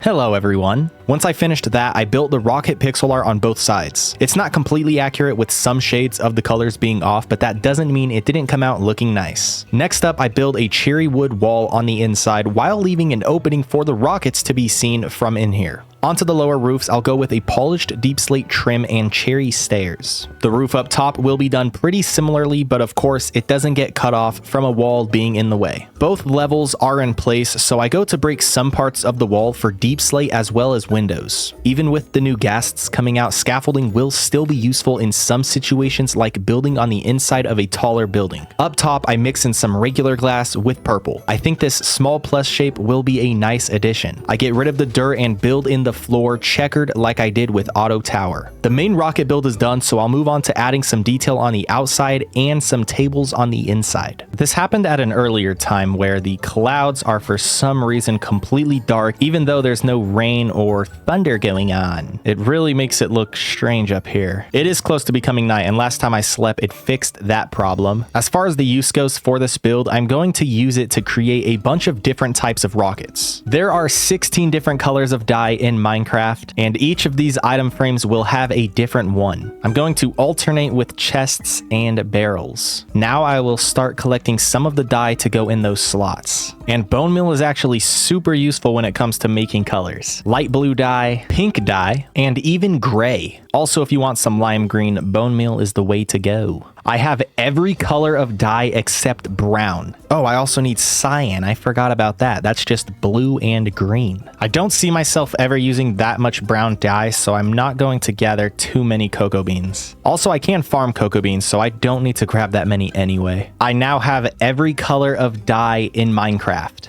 I reorganized the dye, so this is what I'm left with now. All 16 different colors in Minecraft. Neothin gave me this idea in the comments, and then I searched a video on how customizable the rockets are, and there are so many different types you can make. Now, as far as the rockets for flying goes, there's only 3 different types. You have the flight duration 1, 2, and 3. But if you want rockets to be like actual fireworks, there's a lot you can do, and that's by making a fireworks star. I'll grab a piece of lime dye and put this in here with a golden nugget as well as a piece of gunpowder, and now I have a star-shaped lime fireworks star. Then what you can do with this is combine it with a piece of gunpowder and paper to make that into a firework rocket. And now you just launch the rocket and it's an actual firework. This has been in the game for so long, and can you guess what I'm going to say next? Yeah, it's another thing that I've never done. When I was younger, I'd play in creative worlds and grab a bunch of rockets like this and then just, run around and put them in dispensers and shoot them like that. But I've never one time crafted a custom firework rocket in Minecraft Survival. You can even use diamonds to make a different type of effect. Something else you can do is combo colors. So now I have this rocket and it will have a twinkle effect because of the glowstone dust, making this firework look like this. Red and white with the twinkle effect. And if you want to get even more creative, you can combine different colors as well as different ingredients to make this. Using mob heads is also an option, but I don't have an enchanted trident, so I have no way of getting those right now. I haven't traded with the villagers in a while, and my sugarcane chest shows that. My bamboo chest, on the other hand, has not been in range, it looks like, so there isn't much here. My elytra is also the lowest it's been since I've gotten mending. I could fly with these rockets, but there's almost no point unless I'm looking back like this. This has been 600 days in Minecraft Bedrock. First things first, I want to say I'm very excited for the Minecraft movie. These last 100 days haven't been the most productive, but that doesn't mean they weren't productive. I finished both auto towers, conquered my first woodland mansion, built a firework farm, and made some walls. It's been almost 1 month since I've played on this world. I didn't want to go that long without uploading a video in this series. There were just other videos that came up, which I can talk about later on, because right now I want to start with changing up the pathway for the cherry base. It won't be much. I'll just be getting rid of all the deep slate that's not polished. I liked the path before, but I think having just one solid block on the cherry side of the base fits better. Next up, I'll be adding some fallen debris to the bottom of Auto Tower 2. The top was attacked by the cherry base, and I got a great suggestion from Tungsten, Ohio to build ruins of what fell from the attack. This is a really cool idea, and it really helps out the lore of this world. I didn't do anything to the front just yet, as I don't know if I want it to be destroyed up here or not. The destruction up top does fall down below. One last thing I can add is crying obsidian. Day 604, I harvest my crops and feed the animals. There's so much building I want to get done before day 700, but before I do that, I need to get more gunpowder. I have less than a stack of rockets left, so let's fix that. This may seem sad now knowing what we know about the ghasts, but I need gunpowder. Maybe sometime in this video we can build another gunpowder farm. I recently heard that they improved the wandering trader trades, and it looks like that's definitely the case here, as I can trade a fermented spider eye for 3 emeralds or even a water bucket for 2 emeralds. Good job, my friend. The next thing I'm going to build will be an ocean monument farm. I'm going to be able to get plenty of sea lanterns and other blocks that I want for building. I never built a guardian farm before, and I wasn't planning on doing one anytime soon because I thought to build one you actually need to drain the entire ocean monument, but apparently that's not the case. I'm gonna give my axe a cool name. Did you notice anything out of the ordinary with naming my axe? You probably didn't notice until now like I did. Where did all my levels go? Yeah, for some reason it took 16 levels to name my axe. 16! Why? I don't know. Don't ask me. As usual, it's something I've never seen before. In Minecraft's defense, a cool name is worth 16 levels. This is everything I'm gonna need to build this farm. As always, the tutorial that I use will be linked in the description. In order to do this, you do need to defeat the Elder Guardians, so I can just use the ocean monument I conquered earlier. Building this farm wasn't as difficult as I thought it would be. I'm really just glad I didn't have to drain this. I wasn't really bothered by monsters much, and respiration made the underwater parts much easier. The tutorial I used was easy to follow and explained everything nicely. I will say in the materials required list, a trident was not mentioned, so I did have to fly back home to grab a few. These 3 tridents will complete the farm. All I have to do is turn this on. They will get pushed around and all the guardians should start spawning in there and get funneled up to the chamber. A cool thing about this farm that I didn't need but is a very nice bonus is this is also an XP farm. I mainly wanted this so I can get a bunch of materials like sea lanterns. So getting the XP is just a bonus. I can still be hit from right here. I don't know if there's a better spot to stand. Also, I don't know where the sweet spot is for them to spawn. My simulation distance is now on 4 chunks, and I believe just standing at this top part is where you want to wait, as a lot of guardians are now starting to spawn. I brought some extra chests and hoppers so I can give myself some more storage space for the drops. I've already gotten over 10 levels just while building this, and I have a bunch of torches all around, so there's no worry about any monsters spawning. I also have all these chests where all of the loot will be funneled into. I got my tridents back when I turned it off. I don't know if that's how it's supposed to work. Visually, I think the farm looks pretty solid. Let's head home. I will go AFK very soon, but there are other things I'd like to get to first, like the villagers. I began this extension not too long ago, and I'm pretty close to having it completely filled in. I've been getting a lot of suggestions on what to do over here, and I think the plan is to make this a 3rd part of the base. Eventually, I'm going to want to build on top of this mountain, so having a nice flat spot to do so will be nice. And of course, I'm collecting all this dirt so I can finish that. 31 stacks should be enough. Day 619, I used all my dirt and was able to get a nice amount done. Can you guess what I'm about to do next? Walls! I know. I keep building walls. I actually can't get away from it, and I like how it fits with this base, and it's also transitioned into the other worlds that I've created, and they're just stuck in my head. The extension is complete. I will need to gather more dirt and fill this in, but that can be done later. I also think I'm nearing the end of the cherry base walls. I used up a lot of my deep slate supply, so I will gather some more. I mined layer by layer until lookup wasn't feeling so well. Day 624 will be dedicated to healing my tools using the new guardian farm, or so I thought. For some reason, the trident killer wasn't working. I reset the tridents and it still didn't work. After seeing a post on Reddit, I removed the water and placed it back, plus reset the lever multiple times. Finally, it works again. Let's heal my tools and get some cool resources. Day 126, I mined cobblestone this time as I used around 20 stacks for the ocean temple. I have plenty of wood, but will still spend a couple days getting even more. Time to AFK again.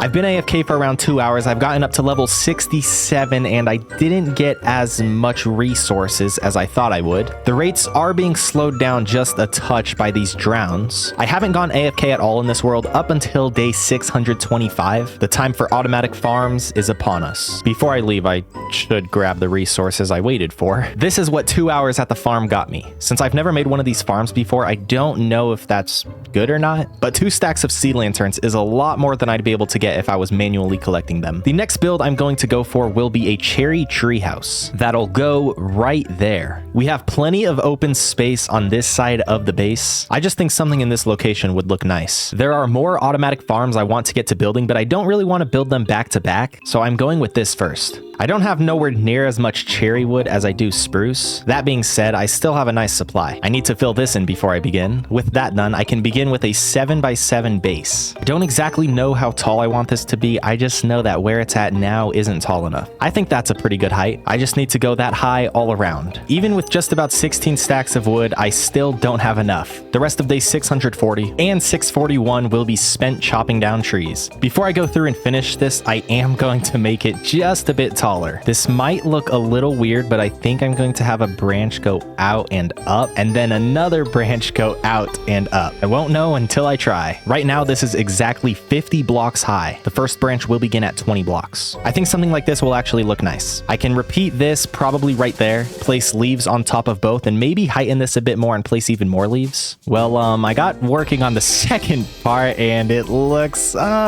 maybe it'll look better once it has another one and the top is actually on. Each level is 2 blocks high. I tried it at 1 block high, and it definitely didn't work. And 2 made it better, but it's still quite strange. I brought this part up just a bit more, and I'm out of wood again. I also switched up the leaves just a bit for this part of the branch. I think I should bring the trunk up maybe 5 more blocks. Chop, chop, chop. The leaves up top will go out quite far, as I want this to be capped off at a more wide angle, unlike the 2 branches. Once I had 4 parts done, I connected them by filling in the corners. Before I go any further, I do need to craft some shears and gather wood and even more leaves. Layer by layer, I'll finish the top of this tree. I really like how it looks up here right now, but I think I can make it look even better by heightening the trunk and adding a smaller layer of leaves. Looking at it now, I'm gonna add 1 more layer at the peak. The tree itself is finished. The 2 branches still look strange, although after I get this staircase in, that may change. I'm going with cherry wood mainly, with an outline of deep slate and stripped cherry. It definitely helps, but there's still more to do. Starting with gathering even more wood on day 653 and 654. I'm now on my way to get sand at the snowy desert. I won't need a lot of glass, but it's always handy to have. These branches will be turned into the treehouse part of the build. Now, I'm not sure what this build's use is gonna be, but we can figure that out later. It's day 659, and now that the branches are homes, it looks much better. I go through and add some hanging lights using chains and lanterns. On day 661, the treehouse is finally finished, besides the interior, as I don't have an actual use for it yet. This took much longer to build than I anticipated. It's day 662, and the next thing I'll be building will be an automatic wool farm. One of my main focuses with this world is building, and having a lot of all the different colors of wool is going to be very useful. I believe this is the perfect spot for it to go. I do need to get rid of some of these trees first, and I should terraform this land. There's a lot more to clear out than I thought there'd be, especially since I'm trying to get it all on this one level. You can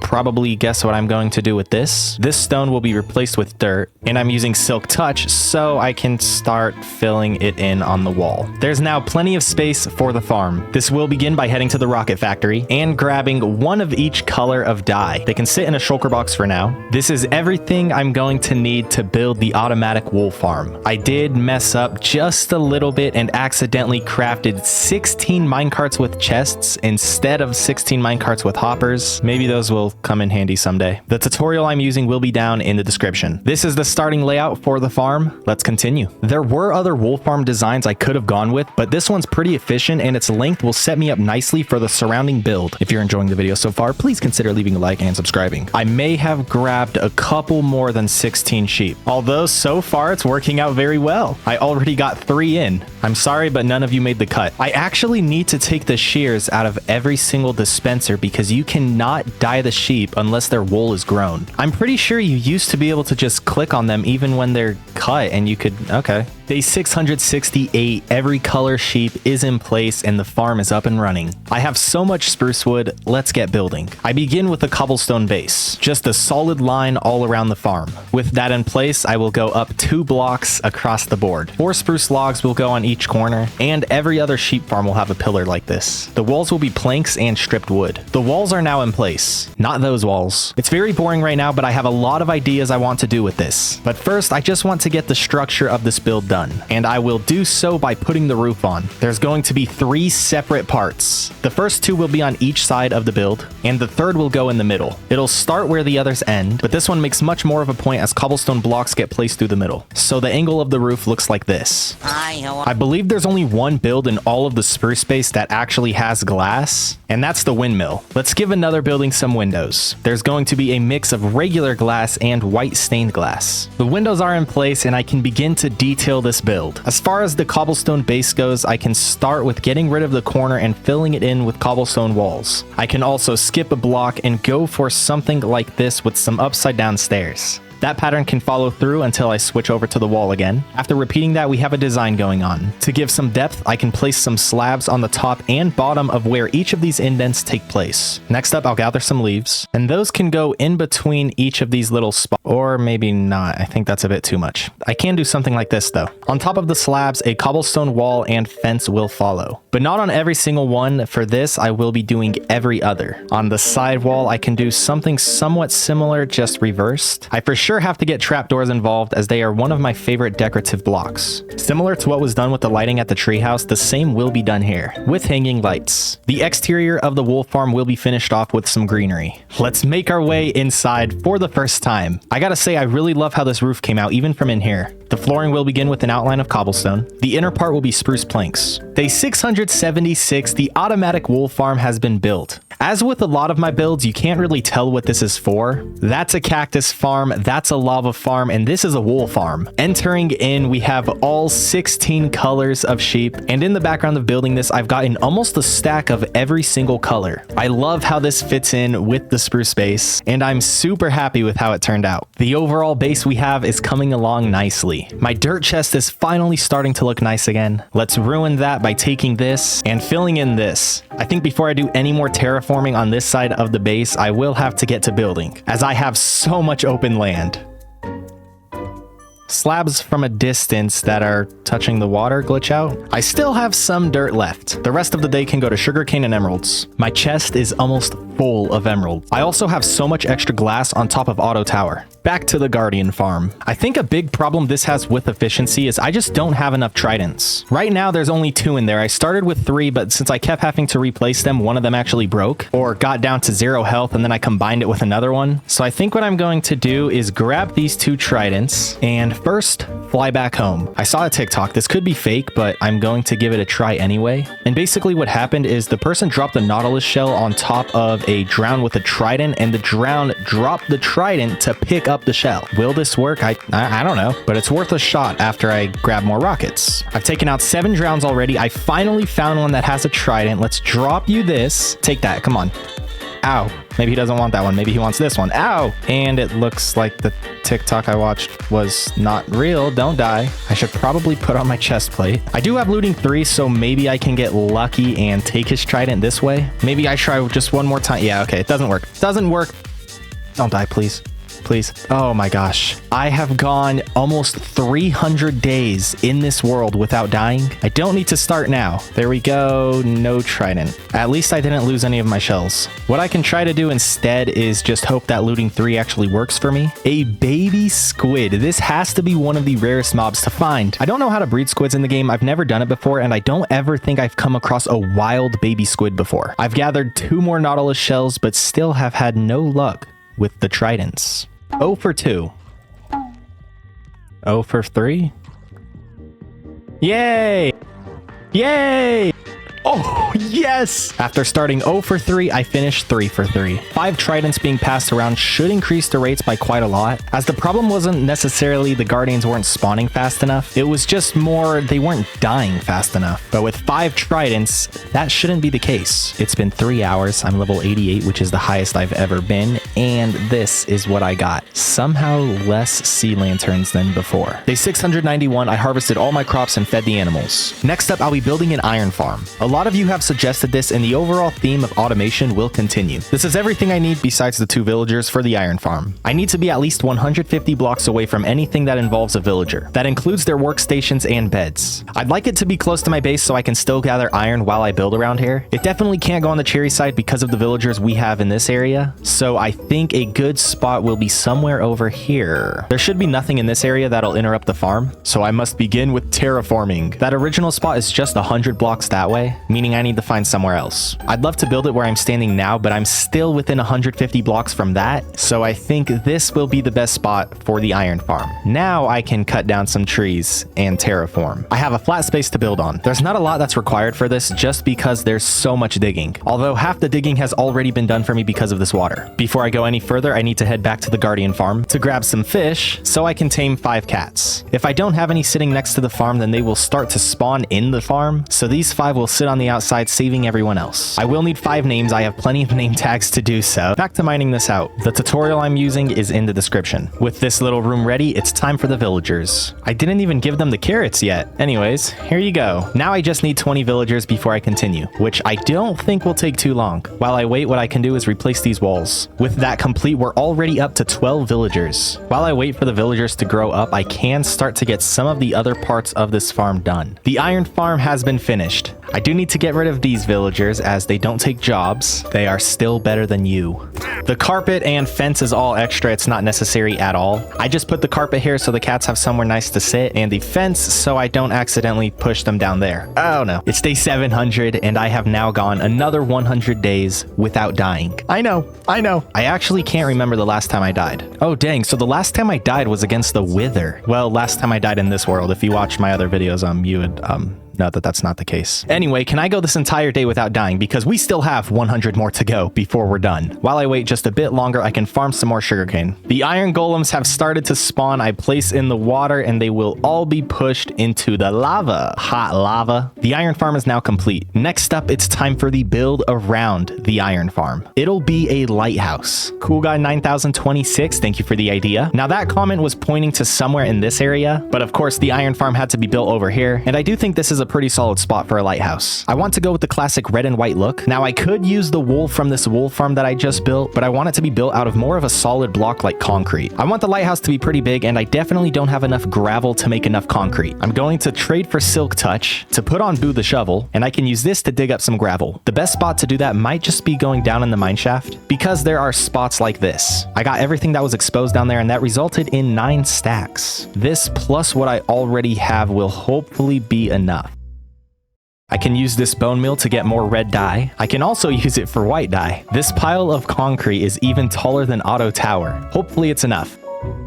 I believe this is everything I need besides like detailing blocks. I'm going to texture it a bit by using concrete powder, and wool. This project will begin with giving myself some more space. Some stone can go down here so there's not just a floating platform of dirt. The base for the lighthouse will be something similar to what I did with the wool farm, except much bigger. I'm going to go out 3 blocks on every side and extend them to each of their respective corners. They'll all get connected like this, and because this is definitely too square, I can go out like this on each side. This is much better than what we had before. Let's extend this by 5 blocks. I don't want the red and white to be like this. I'd like it to go up in a twisty way. I've never built anything that goes like this, so this is going to be interesting. I believe it starts with half white, half red. I've looked up some pictures of Minecraft lighthouses, and the really good ones have a lot of these little indents as it goes up. So to give myself the opportunity for those, I'm placing some extra concrete on inner parts and not just the wood. And I can even add some more concrete on the inside just to help me out later on when I want to make those indents. I've never done this before, so I really don't know how it's going to turn out. And since it's such a big project, I really hope it doesn't turn out bad. As far as going up, I think I just copy exactly what I did, but now I move 1 block over into the red. And for the red, I just move 1 block over into the white. And as I go up, I shift over 1 block at a time. I only have about a stack of concrete left, so I definitely need to get more. And what we have so far is exactly what I wanted. Now, of course, it's not a lighthouse just yet. It needs to be much taller, but how the 2 colors collide is exactly what I wanted. As this goes up, it'll really start to come together. But before we can get to that, I need to gather a lot more gravel. I still have some left, which is nice, but I'm probably going to need even more gravel than I do sand, and then I'm gonna have to collect even more sand. I'm off to the snowy desert so I can fill a shulker box with sand. Look at my new one.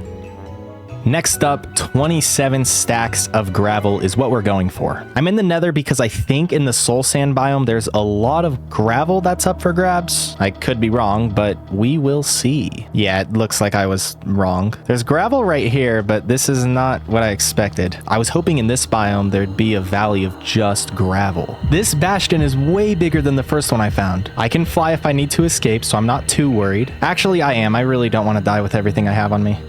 Oh, wow, that was close. I'm just gonna get out of here. A nether fortress. This one might be new. Ow! Half my health? Look how much gravel is right under my base. I can just mine this. I hope this is enough gravel and sand to finish the lighthouse.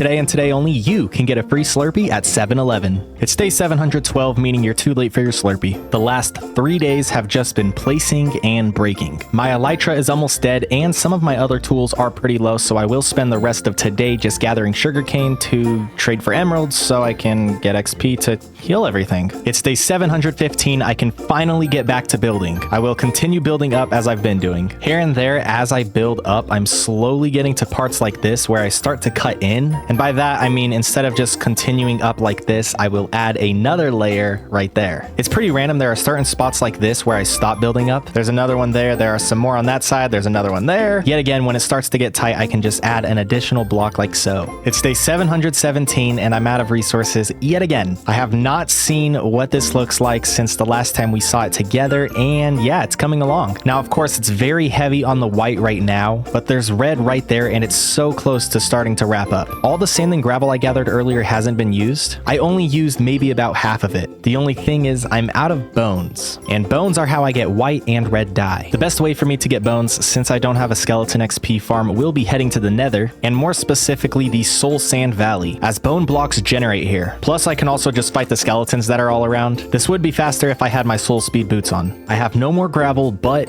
34 stacks of concrete powder. This is gonna take a couple days. Since everything left with the main structure is pretty repetitive, I'll go through these days quickly. 2 pass as I just place concrete powder, followed by another 2 mining that concrete. I spend another 2 days building, followed by gathering more sand and gravel slowly. Day 729 was all about getting dye, leading to day 730 where I now have 2 shulker boxes of just Play-Doh. It took me almost 4 days to stack all the powder. It's day 736 and I think now I finally have enough resources to finish this. But first, I need to heal my tools as everything is weak. I didn't get to heal everything as much as I hoped for, but as long as I don't have to collect any more sand, gravel, concrete powder, I should have enough durability to get through this. It's been 2 days, I still have plenty of resources. Basically, every time the 2 colors collide, I just grab the opposite color and place it on top. I will do the same over here with the white, and then I run through and randomly place some powder and wool wherever I think it'll fit nicely. And now I just fill in this top layer with the solid block.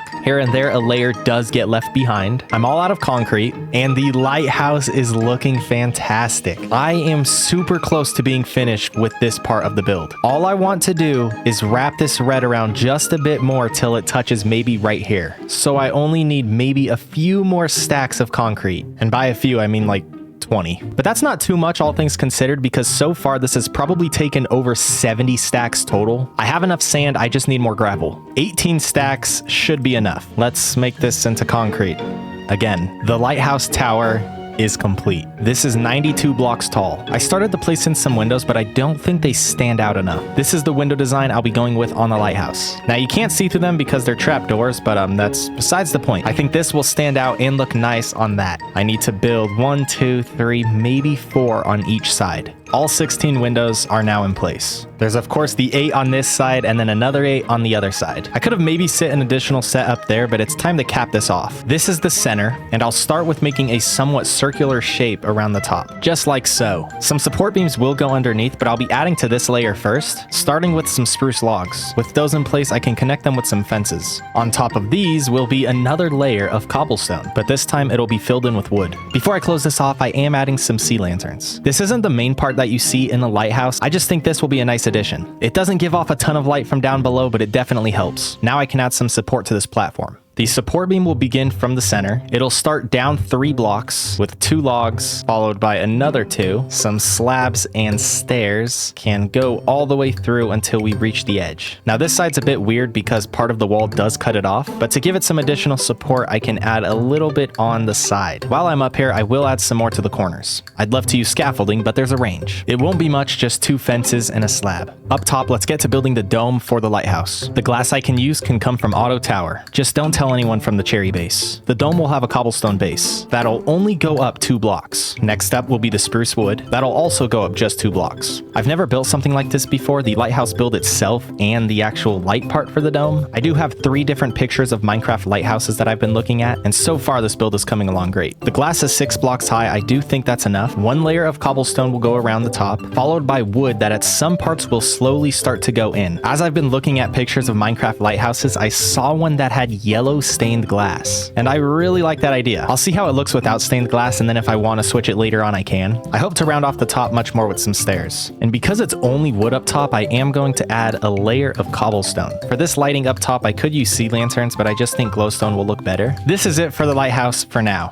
I do think I should have made the dome on the top bigger. I thought I was doing a good job while I was building it, but I feel like it's too small. There's a lot to do on the interior, and I want to work on the base some more, but honestly, I am done with working on this. I've been focused on the lighthouse iron farm for like 60 days now, so I want to move on to something else. I will come back and finish the inside and do something up top, but right now I need to do something else, like sitting AFK to make my gear feel better, and to get some more resources. It's day 768. I don't remember what day I left off on, and we have a lot of resources. There's nothing new on this side, that's just because the minecart isn't centered. I'm also level 100. This will be my first time flying into our base with the lighthouse built. It looks fantastic. This is so far everything I've collected from the monument. There's still 32 days left, so plenty of time to make more progress in this world. Most of my videos will be 100 days. This one and maybe the next episode in this series will be the only 200-day videos. I didn't plan to go a month without uploading in this series. There were just other videos that came up that I needed to focus on first. I uploaded 3 straight videos in this series, then had to get this video uploaded when I did because Better on Bedrock's official release was about a week before I started recording for this, so I wanted to get this out while it was still new. I then uploaded 600 days, and then I needed to get this video out really fast because the Minecraft movie was coming out, and I uploaded this video 1 day before the official release of the Minecraft movie. The video after this one was supposed to be 700 days, but Vibrant Visuals just released, so I had to get this one out as soon as possible. I haven't built in the Nether at all until now. I'm going to be building an ice highway. Doing this can save a lot of time for going to the snowy desert for when I need sand. It'll also save a lot of time when I go to the ocean monument and end. Step 1 is to get enough obsidian to make 3 nether portals. Efficiency 5 makes this so much easier. I'll now head to the guardian farm. I believe for every 8 blocks in the nether, that's 1 block in the overworld. So I could go in the nether and like calculate to make my nether portal come out like right here. The reason I'm not doing that is because I don't want the portal to be spawned down in a cave. So instead, I'm going to build the portal from here. Once I get the highway built, I'll go to each individual spot and actually make it look nice. Hopefully the portal isn't broken. When I go back in, I should come out from the one I went into.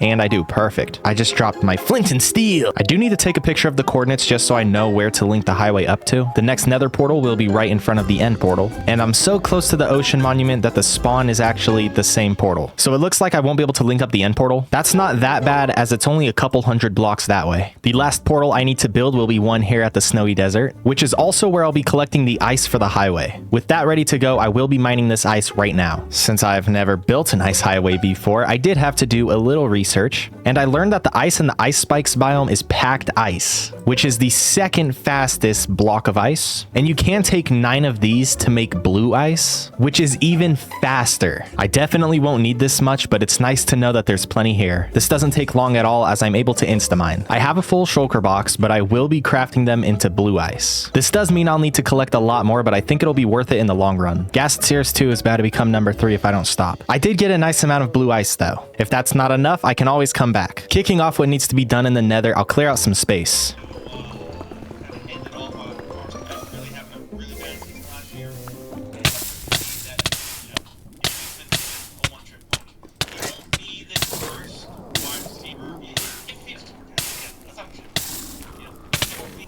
I wasn't even recording. I mean, you're gonna see what happened because I can do like a little clip that. Yeah, I'm going to play and just run and hope that the fire doesn't kill me and hope that the piglin with the sword doesn't smack me. Oh no.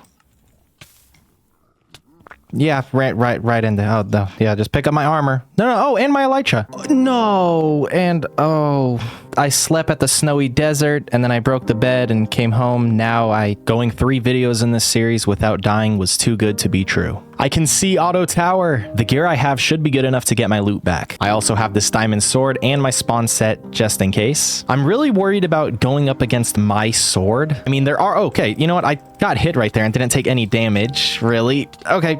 Oh, all my loot is right here. That's nice. Oh, no one took my sword. That was generous of them. Thank you. Dang, my armor is pretty tough. I mean, my armor should be tough. It's all prot 4, and I believe some of it has thorns. I will leave the nether for now and regroup. I somehow left look up and boo in the nether. I found look up. Okay, there's boo. Perfect. Well, I can get back to clearing out this area. This room has been fully cleared out, and I'll begin with the floor, which will be grass. I don't know what it is, but I really like the idea of having grass in here. With this now growing, it's time for the walls. These will mainly be deep slate tiles with some stripped crimson stems where I want entrances and exits to be. The ceiling will begin with upside down stairs going all around.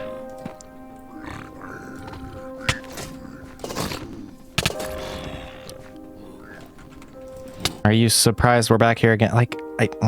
They caught me off guard while I was building, and the reason I went forward is because I was trying to go down the stairway to give day 780 with the stairs in place. I follow through with slabs. Finally, it's time for the lighting, which will be done with sea lanterns. I think something like this with the stairs going around looks very nice. This is the base of the nether hub. On more open spots like this, I will be adding in windows. In fact, this is the only wall that can have windows. I'll also randomly break out some blocks and replace that with quartz and even gold ore. These are the last of my rockets, and I don't have any gunpowder, so day 781 will go to, well, the guests. I'm heading back to spawn to make another portal over there. I'm doing this because I break and place my beds a lot, and if I die again, I wouldn't want to have to run all the way back. So just in case, I'll have a fast way to get home. I think this is everything I'm going to need for the highway. The first path will be broken off in this direction, and because I want this to be a 3x3 tunnel and not a 4x3 tunnel, I will shift over this direction just a bit. That way it doesn't look super uneven from the entrance. I need to go 300 blocks straight this direction to hit the Guardian farm. Packed ice will be the floor and glass panes will be the railing. I'm doing glass panes because they can act as a wall while giving me some extra space when I'm on a boat. I'm fine with using sea lanterns as the lighting through these tunnels just because I have the Guardian farm. This is the first bit of lava that gets in the way, although it all came from just one single source. I am placing torches as this pathway goes because when I came back from the overworld, there were a bunch of hoglins already starting to spawn here. As far as what I'm going to do in a situation like this where it's very open, I will just make myself a tunnel out of netherrack until I hit a spot like this where I will have to dig again. This might seem a little dangerous, but with a running head start, I believe I can just run forward, and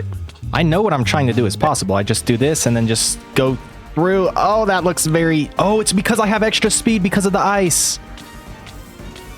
I don't have an ender pearl. Can I fly? The reason I said this might seem a little dangerous isn't because I thought I was going to die. It's just because, you know, I was running off into the lava. I did lose all of my blue ice.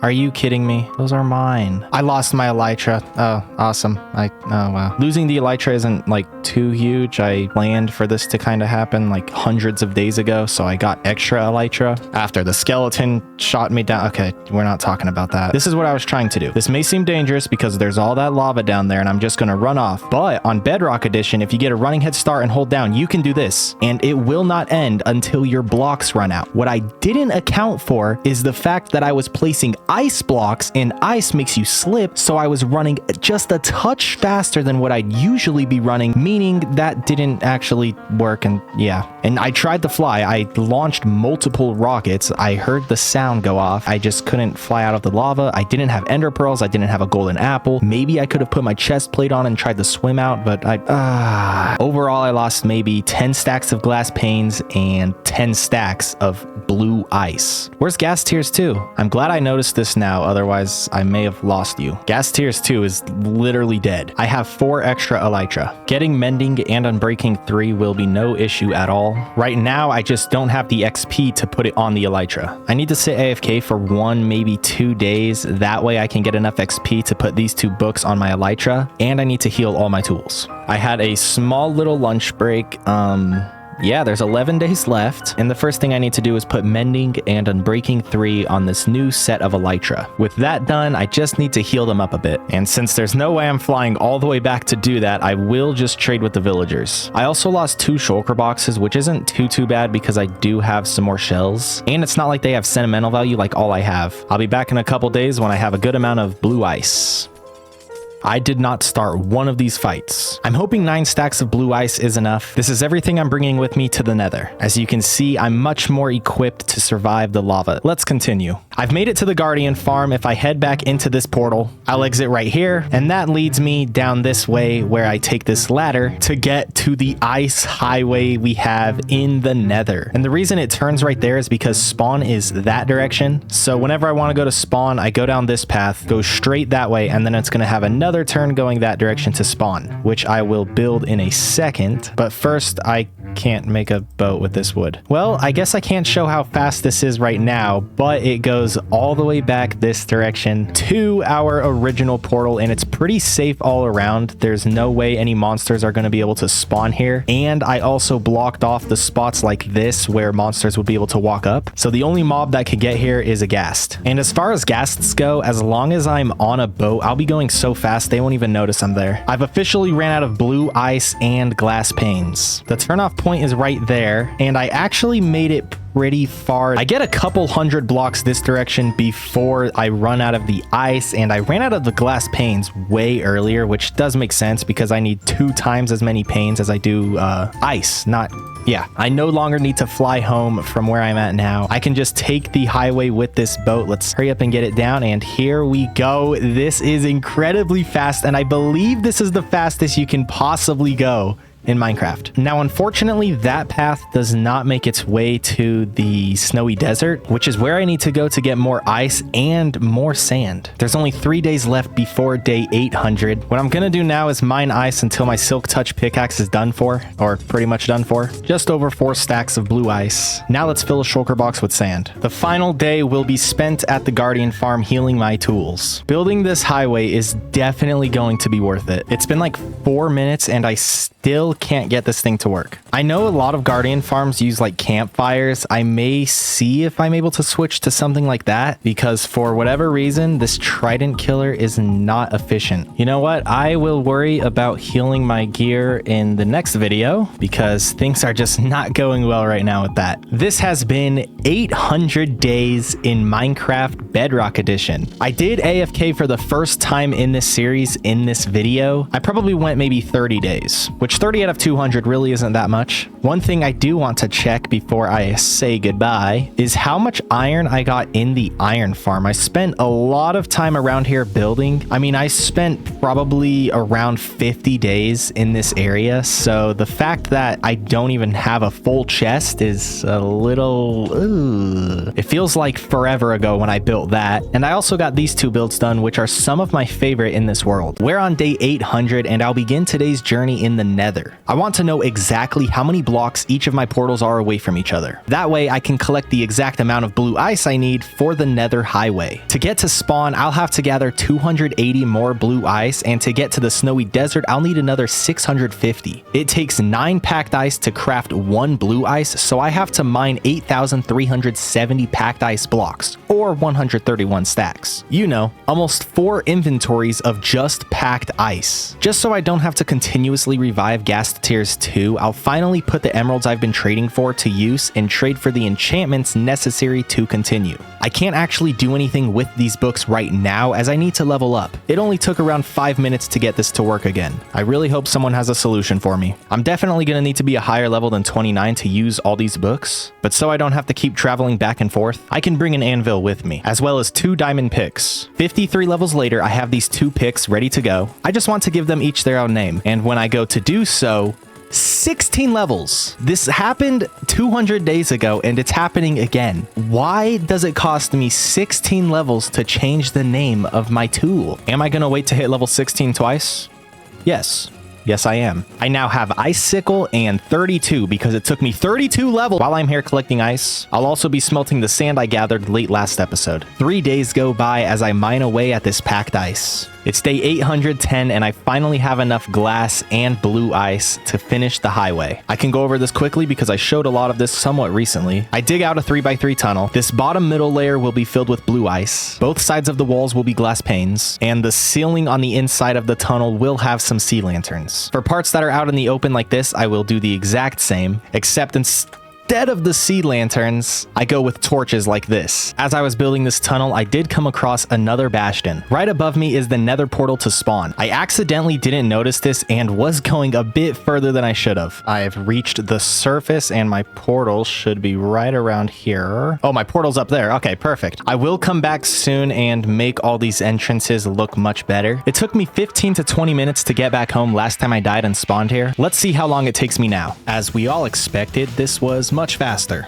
I honestly probably spent more time just getting to the highway than spent on the actual highway itself. The final highway will be going off in this direction. It's pretty much a straight shot from where I'm at now. I just need to go 600 blocks this away. My window's open and there's someone right outside. But what are the chances of this? I dig off into this direction, of course, because, you know, I'm on my way to the snowy desert, which we literally just talked about, and I dig into a bastion. I won't do anything with it right now. I just want to get through it safely. And I should also put on my chest plate just in case. I'm pretty sure it took me a while to find my first bastion, and now I've come across two just while building this highway. And one of them was less than 100 blocks away from where I spawned in the nether. Okay, it looks like I made it through safely. I'm actually 2 stacks short of blue ice, meaning I'm 18 stacks short of packed ice. Day 816, I mined even more packed ice. My math could have been off for 2 reasons. I accidentally went too far earlier, wasting valuable ice. Reason 2, my brain has been infiltrated by walls. Day 817, I get to finishing the highway. The highway is finished and the snowy desert portal is under this lava. Are you kidding me? I have to get rid of the lava by doing this with the sand. And for whatever reason, these 2 blocks just do not end. There has to be some sort of block that's right under here that's destroying the sand. And it's not the lava, because you're allowed to stack the sand through the lava and it just keeps going. But for whatever reason, this one will not come up. It took me maybe 30 sand for each of these 3, and for these 2, I've used well over a couple stacks, and it literally does not do anything. I can just try to push it back 1 block. This one already finished, and so did this one. Okay, all I have to do now is dig straight down, and I should be completely safe from all the lava. Ow, how, what? What are you doing down here? Before day 1000, I will make builds around each of the portals I set up, but right now I want to get away from everything that involves the nether. I can finally get to and from the snowy desert incredibly fast. I'm completely out of cobblestone. That being said, before I do anything else, I want to gather some. Day 822, I feed the cows and trade with the villagers. My plan once this chest got full was to just place another chest right next to it to give myself more space, but I completely forgot you could just craft blocks of emeralds. My supply is looking so strong right now. I guess that house took a lot more wood than I thought it did because I'm actually pretty low on spruce. I can spend today and tomorrow just chopping away. I just realized I only have efficiency 4 on cool name, which, speaking of cool name, apparently Minecraft somewhat recently made an update where the more enchantments you have, the more it's going to cost to name your tool. I don't know when this change was made, but it had to have been recently because I've never noticed it before. It's always only been 1 level to name your tool, even if it's an enchanted tool. It costs 16 levels to make this into efficiency 5, so I can't do that just yet. 4 is gonna have to do for now. Now that I have plenty more spruce wood, I can also grab some more cherry. My tools definitely still have enough health to be useful, but I'd rather heal them now in case I need to dig a lot soon. It shouldn't take too long at the Guardian farm to get these up to full health. You gotta be kidding me. Actually, before I head to the nether, I don't know how, but I keep running out of rockets. I know I use a lot of rockets, but I feel like I always grab enough gunpowder to actually last me quite a while. But as we can see, that's not the case. Cool name now has efficiency 5, and this will be just under 12 stacks of rockets. Day 828, I'll take down this tree. I think the idea of having a large custom tree here was nice. I just executed it terribly. I got helpful feedback on how I can improve this tree, and I think I'll use some of that when I start fresh. I tried fixing it in a creative world and wasn't able to make much progress. With that gone, I'll now build some temporary pillars. This is the same design I used in the Better on Bedrock video. Eventually, I'll come back and make a much better custom tree. I just need more practice. Now that I think of it, that would look pretty cool around a beacon. Although I have other plans for the beacon statue. I got the Wither Star hundreds of days ago and I still have yet to use it. That will finally change now. Eventually, I think it'll be a pretty cool goal to have an all diamond beacon, but right now, iron's gonna have to do. I believe a full beacon starts starts at a 9x9, meaning even with the iron I've collected, I still need a lot more. It's day 836 and a smaller beacon is what I'll be going for, which really doesn't bother me at all because I wasn't planning on using the beacon for its effects. I just think it'll look cool over here. The beacon. I plan to eventually get two more. One that can go on the spruce side of the base, and then one that I can kind of carry around with me when I need to do mass mining trips. I'm pretty sure the range that you can see the beacon on Bedrock is only 50 or 80 blocks. The surrounding build will require a lot of glass. I don't think 4 stacks will be enough, but it's a start. The only other block that's going to be used will be deep slate. Before I begin, I want to make sure I know how to build what I want to build. It's been a day and I think I have it how I want. I just need to take this one down and build another 4 surrounding the beacon. Before I do that, I'll start the base of the structure. And this is what I'm left with. Now time for each of those pillars to go on each side. I have the first 2 done and it looks great so far. All 4 are in place and I use this dirt to see how the glass would line up, so I can just get rid of all of this and fill it in just like that, but with this glass. This first corner is done and it's actually different than how I had the dirt lined up, but I think this is even better. Day 840, everything is in place, including the beacon. I think there's a way that you can mix the colors of the beacon. I'm not sure if it only changes colors based on the first stained glass that's on top or the last. I believe placing the pink will make it pink, and then if I place purple, will that mix it? That's what it looks like with the purple on top. I can get rid of the pink and let's see if it gets more magentified. So the colors are able to mix. Time to make some sort of orb up here. Before building this, I googled cool beacon designs and found this picture. As you can see, what I've done is very similar, but it's also come out very different at the same time. I believe that does it for the cherry base beacon. Maybe the final step I can do will be to break some of these lower blocks and replace them with more deep slate. Eventually, maybe I can make the surrounding floor the same as I did with the enchantment setup and sword. I definitely won't be doing that now as it does take a lot of time and resources, although coming back and doing that I think would look very cool. That's another step forward for the cherry base. I wonder what the spruce beacon will look like. Day 841, I collect sugarcane so I can craft more rockets and trade with the villager. Look who it is, our friend. He made his own dirt hut. That's a little strange. Oh no! I've been in this creative copy of my survival world trying to figure out how to make this farm better, as half the time the trident killer doesn't work, and when it does, it doesn't seem too efficient. I've gone through and moved some of these top blocks, got rid of some of the water source blocks, and placed in some fences, with of course a campfire, as this is normally what I see whenever I see someone build a guardian farm. The problem with the campfire is I have not been able to find a way for me to gather the XP. I don't know if it just burns on the campfire and there's no way I can grab some. I've already tried this where I have some stairs, so there's a little gap here where I can collect the XP, and that has not worked. I did also add 4 minecarts with hoppers instead of just the one to make sure that it does gather everything that's being dropped. After everything I've done, I'm still not sure if this is faster. And since it doesn't give me XP at all, I don't think it's worth it to switch. I'm level 50 again, and it does look like Stabby Stick may have helped. I haven't been crafting any dark prismarine just because I don't have any black dye on me. I got a pretty good haul this time around, and I no longer have to fly all the way back home. I can't fix this right now, so this is going to have to do. Ghast, please don't do it. Oh, gosh darn it. Well, that's gonna be there when I go back. First time exiting the portal with the beacon in. Pretty soon I'll be able to start building with this. It's finally time to finish the lighthouse. I will work my way from the bottom to the top. And after every time I'm done getting XP and done with the Ghast farm, I need to put the chunks back to 12, or the simulation distance.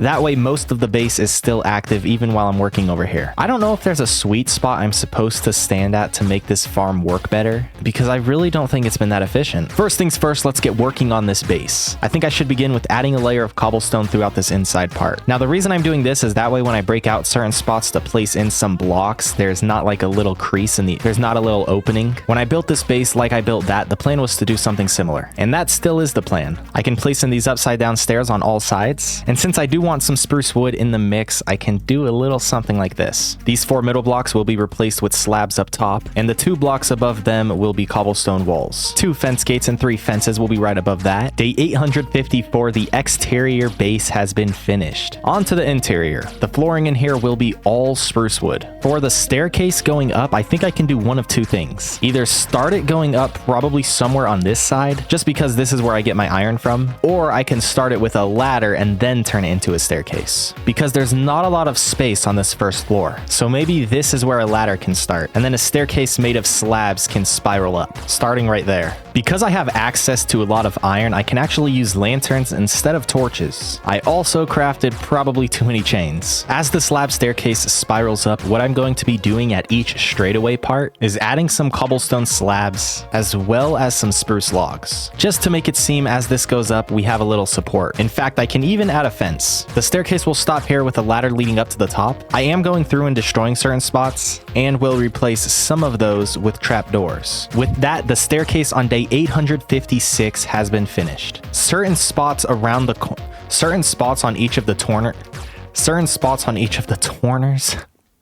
I was gonna say turns on the corners. There are certain spots on each of the flat sides, so technically it wouldn't even be the corner, because this is, oh my gosh. What I'm trying to say is there are certain spots where it gets a little wonky like this. As long as you're paying attention as you go up, you shouldn't fall. Before I make the entrance to the top, I actually want to get the top ready, and that includes taking this down. I like how it looks, but it's just too small. It's very noticeable when you look from down here that the dome needs to be bigger. There goes the original dome that holds the light, and I left the original blocks where I started the build. I did that just so I know how much I need to expand. I think just extending this one block on each side will be enough, especially if with these 3 blocks I turn each side into 5 and then cut in diagonally from there. I still have some space to walk out here from the outside, and the proportions of this will hopefully look much better from the bottom. I'm going to try to make this very similar to how I had it before, just because I do like how it was. Of course, it was just too small. In fact, since there's so much extra space on this front side, maybe I can get away with adding another layer to enlarge this just a bit more. Instead of placing the windows on the corners on the inside, like before I did this so the windows can flow through,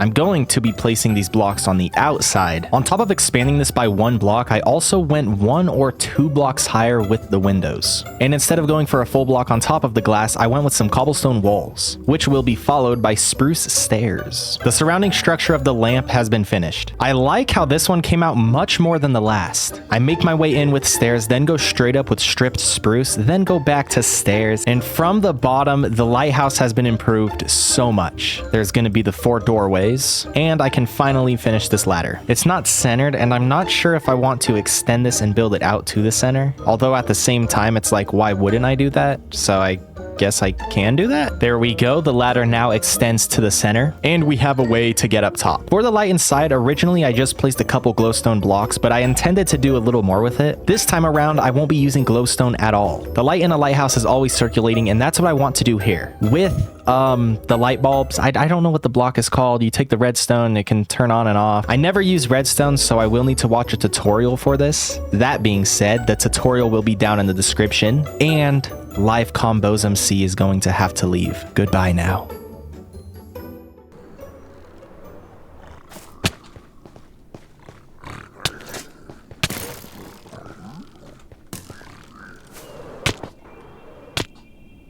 I get to use the spawn highway for the first time. Oh my gosh, I actually almost just died again. Look how close I was to making it home. And I'm in the nether because I needed more glowstone for the redstone lamps. Let's just look ahead into building the lamp. This was very straightforward with the tutorial, and on day 864 it was done. There's a day-night setup I can use if I choose to. I'm happy the redstone works from a fairly solid distance. I could have avoided that death by wearing gold. I just thought I would be in and out. I'm pretty sure kinetic energy is not on the menu.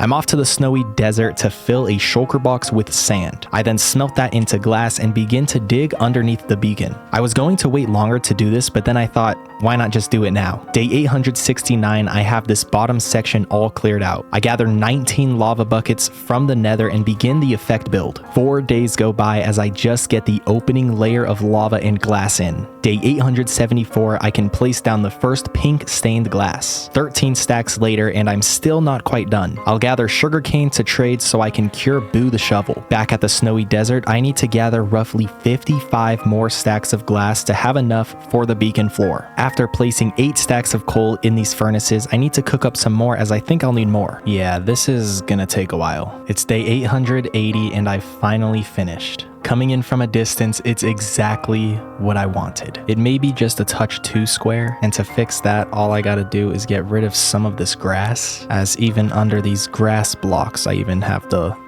glass coming up. Yeah.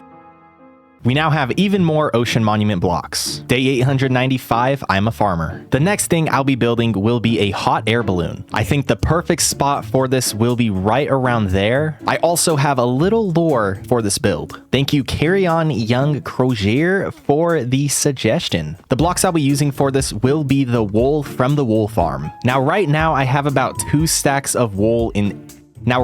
Oh, wow. Yeah, we have like 5 stacks in each. I forgot. The reason why there's a little less red and a little less white is because I used some for the lighthouse. So other than red and white, I have around 5 stacks of each, which should definitely be enough, especially since I plan on using multiple colors for just one balloon. Cyan, lime, and yellow will be what I go with. I've never built a hot air balloon before, so I'm going in this a little blind, but I honestly think the most difficult part will just be like building it awkwardly in the sky. I do need to grab some dirt so I can pile up and see if this is where I want it to go. And I think right about there is where I want it to begin. Now, can I land on this one block? Yes, I can. This will begin with a little platform, and I also need some spruce wood. A stack should be more than enough. I think this is the perfect height as far as how it looks with the base. This build will begin with a small wood platform surrounded by some upside down stairs. Some barrels and logs will go in next with some trapdoors. Some stairs and slabs can get in the mix. And finally, just a bit more to connect this to the actual balloon. I won't be using scaffolding because it can't go out more than 6 blocks, so dirt will have to do. With everything connected up top, I can begin to place in the wool. 3 will go up on each corner. The entirety of this first section will be yellow. From the second block high, there's going to be 2 more wool. And of course, every single step will follow on all 4 sides. Now to connect everything with 1 piece of wool on top in the middle, it's time to go 1 block higher across the board and adding 1 outer piece of wool on each corner. I'm explaining everything as if, this is my idea. I'm looking at a picture right now and just trying to, some more go along like so, with the middle block being extended outwards 1. From here, this goes up 1 and out 2. And these corners also get brought up. You can kind of see it start to take shape. And this is out of wool, but I don't have fire spreads on, so if any lightning does strike it, it won't be all burnt down. It's finally time to leave the yellow behind and move over to green? Lime? I'm going for the classic striped hot air balloon. 3 green wool blocks go out on this outer part, and then 2 will go like that, followed... Okay, no. With those 3, it goes in 1, out 1, in 1, out 1. And now across 5 from each of these straightaways. With our first time actually using the corner block. Oh, I already messed up. Oh, no. I somehow messed this up. I don't know where. I only did 4 here. I was supposed to do 5. There. Beautiful. Fixed. Another 2 go this direction with a singular block on the corners, followed by the front going out 3. Okay, I really don't know if explaining this is actually doing anything. Just, yeah. The first new layer is in and it's starting to go in. I will slowly start to close this. The final step is just filling in this top layer, and on day 899, I have my hot air balloon, which looks kind of strange because of the color combo, but from a distance, it looks much better. Now to get rid of my dirt. I really like how it came out. I can always change the color combo in the future. It'll be much easier to change it than it was building this, just because I would have to break a block and then replace a block, which won't be that tough. The reason I went with some colors like this is because I want it to be very fun, and it needs to be fun for the lore, which I will get to after I gather some materials. The resources I need is some iron, these armor stands, a campfire, and a lot of leather, which luckily for me, I have plenty due to the cow farm. I also want white dye. It's a rainy day here on day 900. I need this campfire right here, as this is how this hot air balloon flies. I also want some ladders. Some of this iron will go towards lanterns. There's our first... That's not even centered. There's our first light. Is that centered? That's not... What am I doing? There's our first light, and we have another 2. We have our first armor stand right there, and this armor stand will have iron armor and an iron sword. These other 15 armor stands will all have leather armor. This is how the lore ties into this build. The people of the spruce base, after getting attacked, are deciding to go with the classic Trojan horse. They know they're outmatched, but they also know that they have history books on their side. That's why I wanted this entire build to be very colorful, because the people of the spruce base have decided to look like they're trying to be friendly. The Trojan horse. So this is a very fun, colorful, happy hot air balloon that they're sending to the cherry side of the base, only to have a bunch of soldiers on the inside ready to take revenge. Now, the reason they're all wearing leather armor and not iron armor is because they don't have that type of equipment. Now, you may be thinking that the iron farm is in the spruce base, so shouldn't they have all the iron? That's not the case, because the production of the iron farm goes to the people in the cherry base. The cherry base just needed the spruce land, but they get all the iron. Now, what the white dye is for is so all of their armor can be... I thought I'd be able to dye their armor like while they were wearing it. I guess I'm going to... Wait, how...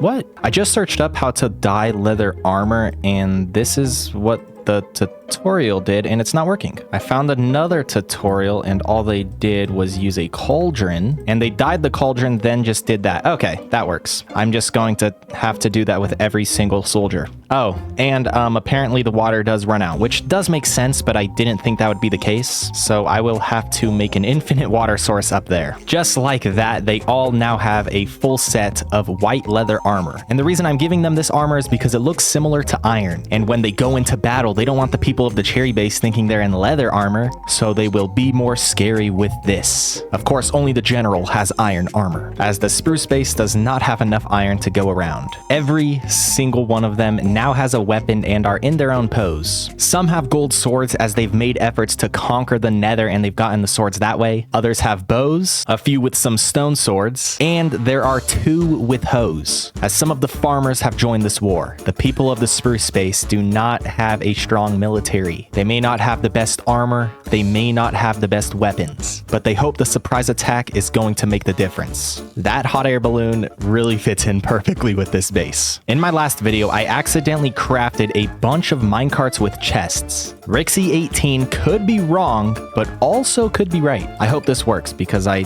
don't... Yeah, maybe if I break it with an axe? No. Okay, it looks like the minecart with a chest is an item that is stuck together. I really just want my hoppers back, and these may never get used. I am completely out of coal. Well, not completely, I still have some left, but this is basically nothing, especially with how much I cook steak and smelt sand. That being said, I need to go mining. I have gas tiers too, but I will mainly be using lookup. I can leave behind cool name, and I should also bring some extra wood with me. I've lost so many shulker boxes, not just from death, but I place them in places and I forget where they're at. Earlier, I did find the purple and red one, and look at all these resources. This could have actually been useful when I built that. I think I also have a pink one, yeah, left over here, and this has been sitting here, I believe, since I built the damn wall and made this, which I have not used in hundreds of days. Literally, since I've gotten my elytra, this has not been used. I want more than 1 shulker box when I go mining, just in case I get more than 1 shulker box worth of loot.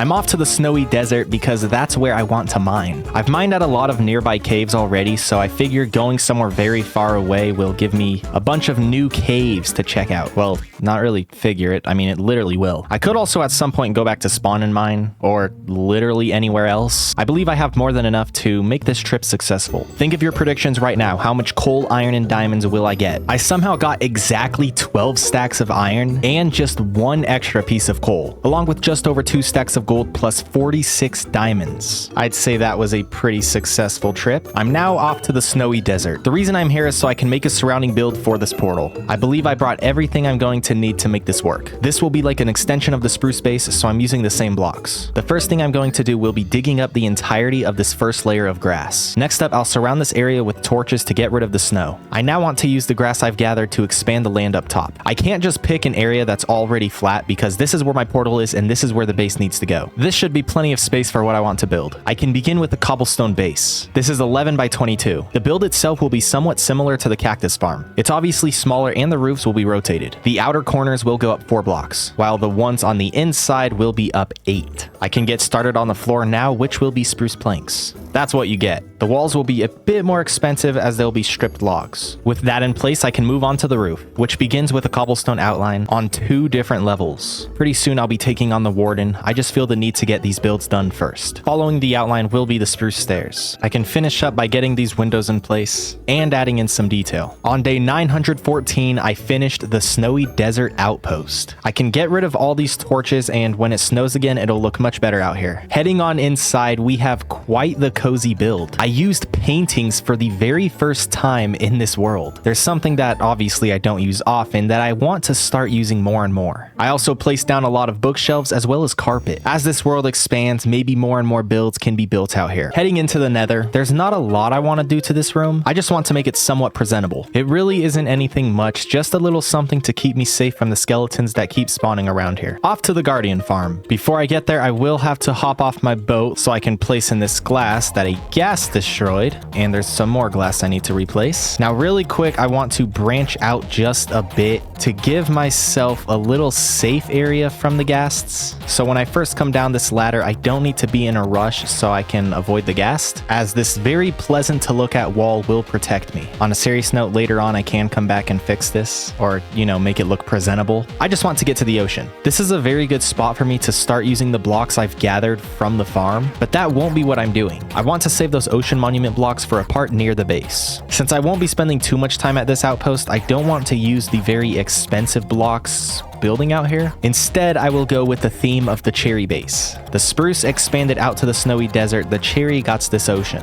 The idea I have for out here will be having paths, and stairs will get used quite a lot because they can be waterlogged. So whenever I want to branch out like this, what I'll do is go around like that. To give myself an extra layer of water, I can also place stairs like this. I think some cherry wood in the mix like this looks pretty nice. Day 919, I'm finished for now. I say for now because there's plenty of space to branch off in the future. It's just right now I really don't need to. I have the area lit up with sea lanterns, and there's not much else. This really is just the start of this outpost. Just like I did on the inside of the nether at the snowy desert, I'm going to do the same here. I can give myself just a little bit of a safety room. Day 920 needs to go to chopping down trees, as building that house somehow took away all my wood. The walls will be a bit more expensive as they'll be stripped logs. I actually spent 2 days chopping down trees, and since I have so many extra saplings, I will expand the spruce forest. I am so sad. A new Minecraft update just came out and it got rid of the swimming. And by that, I mean being able to stand up like this and go full speed. In my Vibrant Visuals video, I played on the preview edition and noticed it was gone. I don't know when, but Minecraft Bedrock recently made it so you can no longer swim like without swimming. And for the last couple of weeks, it's been fine on this, but it looks like we just hit the update where they got rid of it. Now you have to swim like this, which I mean, obviously, it makes more sense. But when you reach shallow water like this, there's no way to like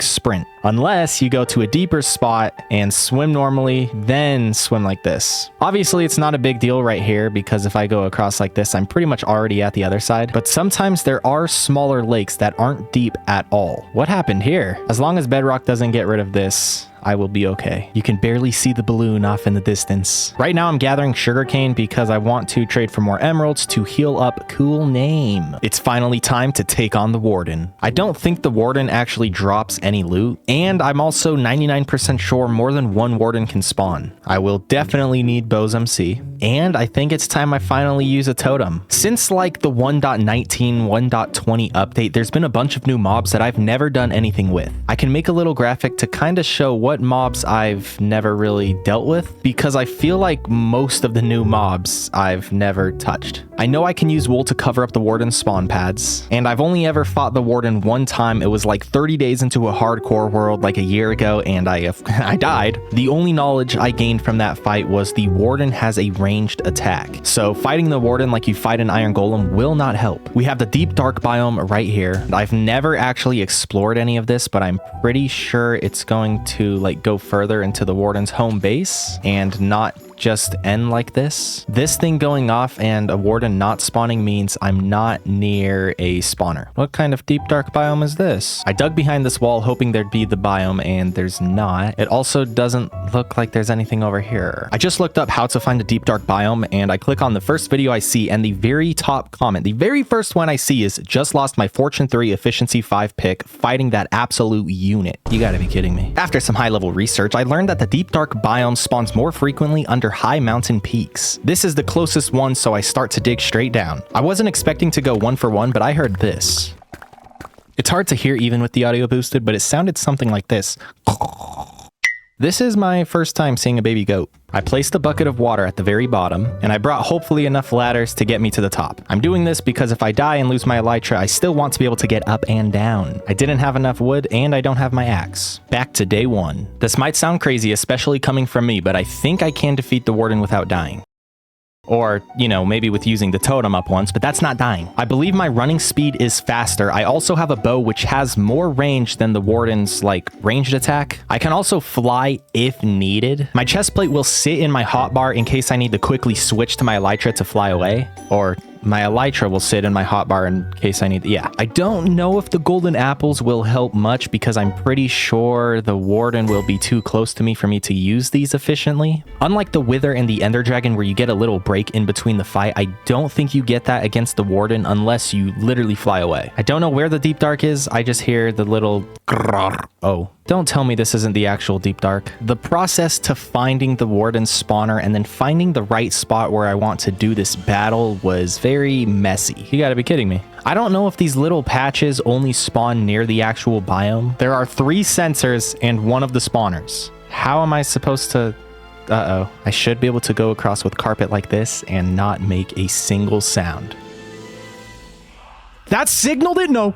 I'm not ready yet. I'm not ready yet. It didn't get dark though. What does that affect? Oh, it did get dark. Okay, I'm safe here though, right? This is a terrible battlefield. It's so enclosed. I don't know what I'm supposed to do. The biome does go deeper. There's another one of those this is even worse than where I was before. This is like a horror movie. This is what I was expecting to find. There's a lot of sensors, but I don't see any spawner. These sensors are useless. Is the only spawner in here seriously the one I found earlier? The warden has spawned, but I don't know where the warden's at, and I don't know where the warden spawned from, so I'm safe over here, right? I found the spawner. This is still not the ideal location. I also don't know if it stays dark the entire time you're fighting the warden. How am I supposed to beat the warden? I don't know. Yeah, it's stuck in a wall somewhere. It's attacking it. If this fight wasn't bad enough already, I'm in such an awkward position. It's somewhere in a cave this direction. Oh gosh, ow, what? Okay, I didn't have my chest plate on, so it does make a little bit of sense why it did that much damage. Oh no, ah, what? I'm full health. The warden is a straight shot that way. Through the wall, you gotta be kidding me. Step forward, shoot, then back up. I honestly can't tell if I'm doing any damage. Is he still there? Okay, I know how to beat the warden. All I have to do is run forward, shoot, and then back up. Oh, I saw the warden. I think that connected. Oh, that connected, yeah. Yeah, every time my arrow lands, it makes a sound.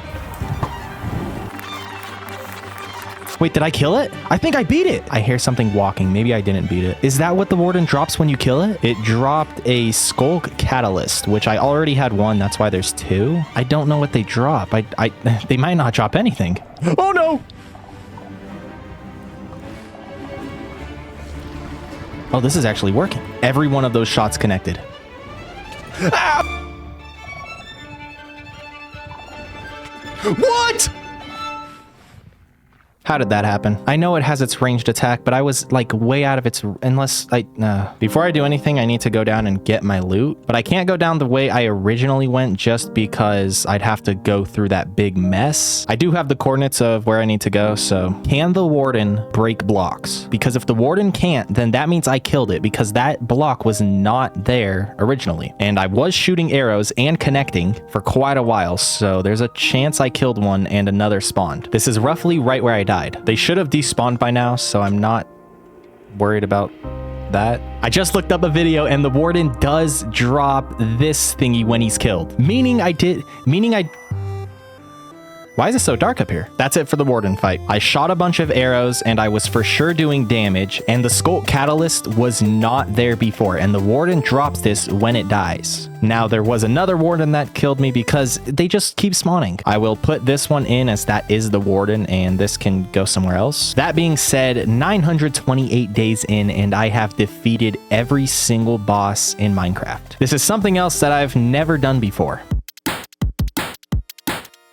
I've been a little unsure if I defeated the warden, so I have done some research. I went into creative on an older copy of this world and went to those coordinates and looked around but did not see one of those catalyst blocks, meaning that it wasn't somehow broken and was sitting there because maybe I broke it or because a warden broke it. So that means a warden did die right there. Also, I was a little confused on why I didn't get any XP. I know it's not like the Ender Dragon, but I thought I'd at least get a couple orbs. So I spawned a warden, got rid of the warden, and there was XP. I spawned another warden, but this second one did not drop XP. I don't know how all this works, but I 100% defeated the warden. Day 929, it's time to improve the efficiency of the Guardian farm. I gather all 5 tridents, and back home I need to get an Impaling 3 villager. After 9 minutes, I got Impaling 5. I didn't even know it went this high. 52 emeralds usually would be a problem, but I think I'll be fine. It costs 5 levels to add it to a trident. I'll trade until I'm level 5 again. Add the enchant and repeat. With the 5 Impaling 5 tridents, I hope this farm takes 5 steps forward. Impaling 5 definitely has something to do with this, but I don't know if it's just Impaling 5 or if I got lucky with the timing, but the Guardians are getting taken out faster than ever. I might sound dumb right now because, you know, obviously I just put Impaling 5 on, so why wouldn't this be happening? But usually they get dropped in and they bounce up. Now, maybe they don't have a chance to get bounced back up because Impaling 5 is working so well. What you see now is what usually happens. They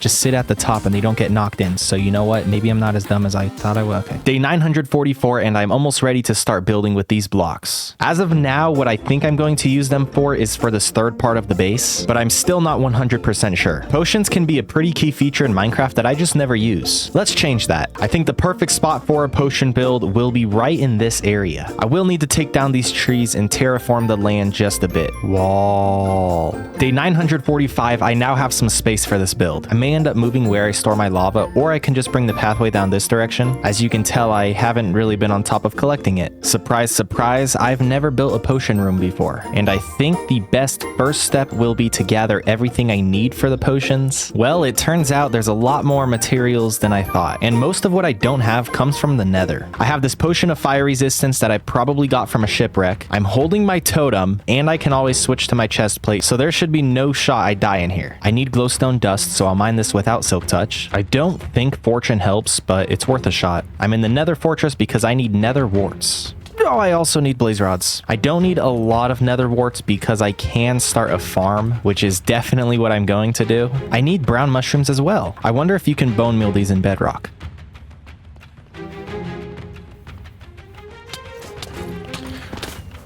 Wow. What? No!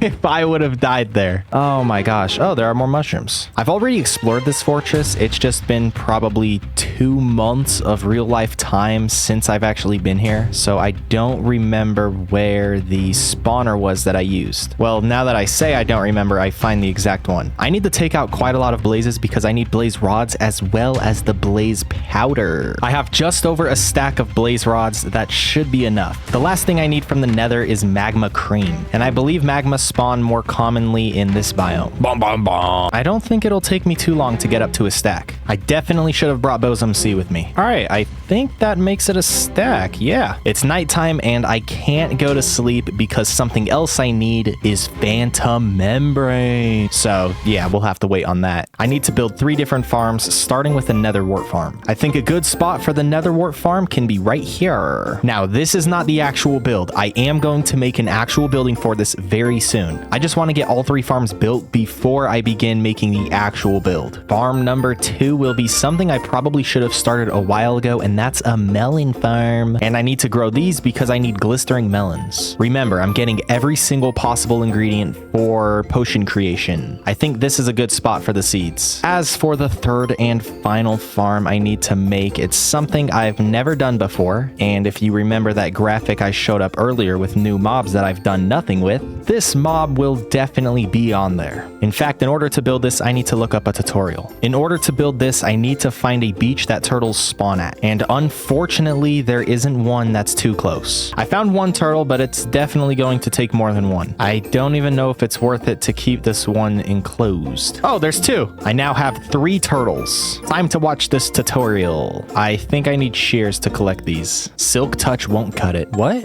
What happened to my turtles? Seriously, what happened? They were completely enclosed. I thought if you trap a mob in an area smaller than a certain amount of blocks, which this definitely is, that they can't despawn. What the heck? These ones better not despawn. While I wait to get 6 to 8 turtles, I will start building the farm. The phantoms have started to spawn. Don't leave me. The turtle farm is finished. I just need 6 to 8 turtles, and I still only have 2. Maybe they need some more space. I can only feed one of them right now, and there still is no egg in here. It's been like 10 or 15 minutes since I've given both of these turtles seagrass, and this one will not move. It also won't eat any more seagrass. Don't know what's going on. I'm back home. Hopefully those 2 turtles despawn so I can start fresh. I came back because I need Bosom C for the phantoms, and while I wait for the turtles, I will be fishing because there's one more thing I need. Both turtles are still here, but this one's finally moving. With those eggs, I'm pretty sure I can pick them up with Silk Touch. While I wait for this, I need to gather pufferfish. I've been fishing for the last day, and I've been able to get even more turtle eggs. After going through the comments in the YouTube video, because the tutorial didn't explain this, I've learned that I actually need to place the eggs in here. I think if you take a step back, this would be much easier. I mean, you obviously don't have to take a step back. Eventually, maybe...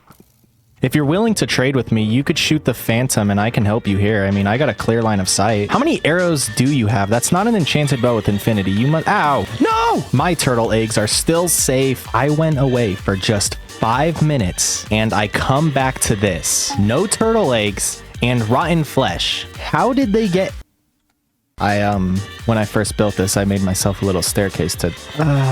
Since I have to place the eggs and don't need to bring the turtles, I can actually build this farm at my base. In order to do that, I do need to collect at least 6 turtle eggs. Day 957, the turtle farm is built with 8 eggs. Once they hatch, I can get rid of this top layer of sand and the farm will begin. Wall. I was originally going to start 3 or 4 blocks off, but instead I can make this glass the first part of the wall. Not that wall. I can go up on each corner with some spruce wood and begin the roof with an outline of cobblestone stairs. Day 259, the turtle farm is ready. Besides, of course, the turtles actually hatching. Now that the turtles are grown up, I can get rid of this and feed them seagrass. Now they can start to lay eggs like this one. This was supposed to be the last thing I needed for every type of potion ingredient, but there's one thing left, and that's a rabbit's foot. I think the snowy desert is where I'll have my best luck. Wow, I've been here for 2 days and I've only managed to get 11. Even with looting 3, rabbit's feet do not drop often. This is every possible ingredient for potions. There's already so many turtle eggs in here and that number is about to increase. Day 971, I just finished my first automatic potion brewer. All I have to do is click this button and then the chat, that's not supposed to happen. I just double checked and this is exactly how it's built in the tutorial. I mean, I think either I missed something somehow or it doesn't work in this version. I checked back again and I still think what I have is correct. I have the first 3 ingredients in these 3 dispensers, and what's supposed to happen is I click this lever and the dispensers are supposed to shoot the ingredients in there in order, and they go down into this, which brings it into this, and then here, my potions. But for whatever reason, when I click this, everything just gets shot to the side. It doesn't actually enter into the hopper or the chest. I don't think dispensers can put items in this way anymore. I just watched a much more recent tutorial and it was very similar to this one, slightly different on the bottom, but the main component of dispensers going into chests and hoppers was the same, and for whatever reason that just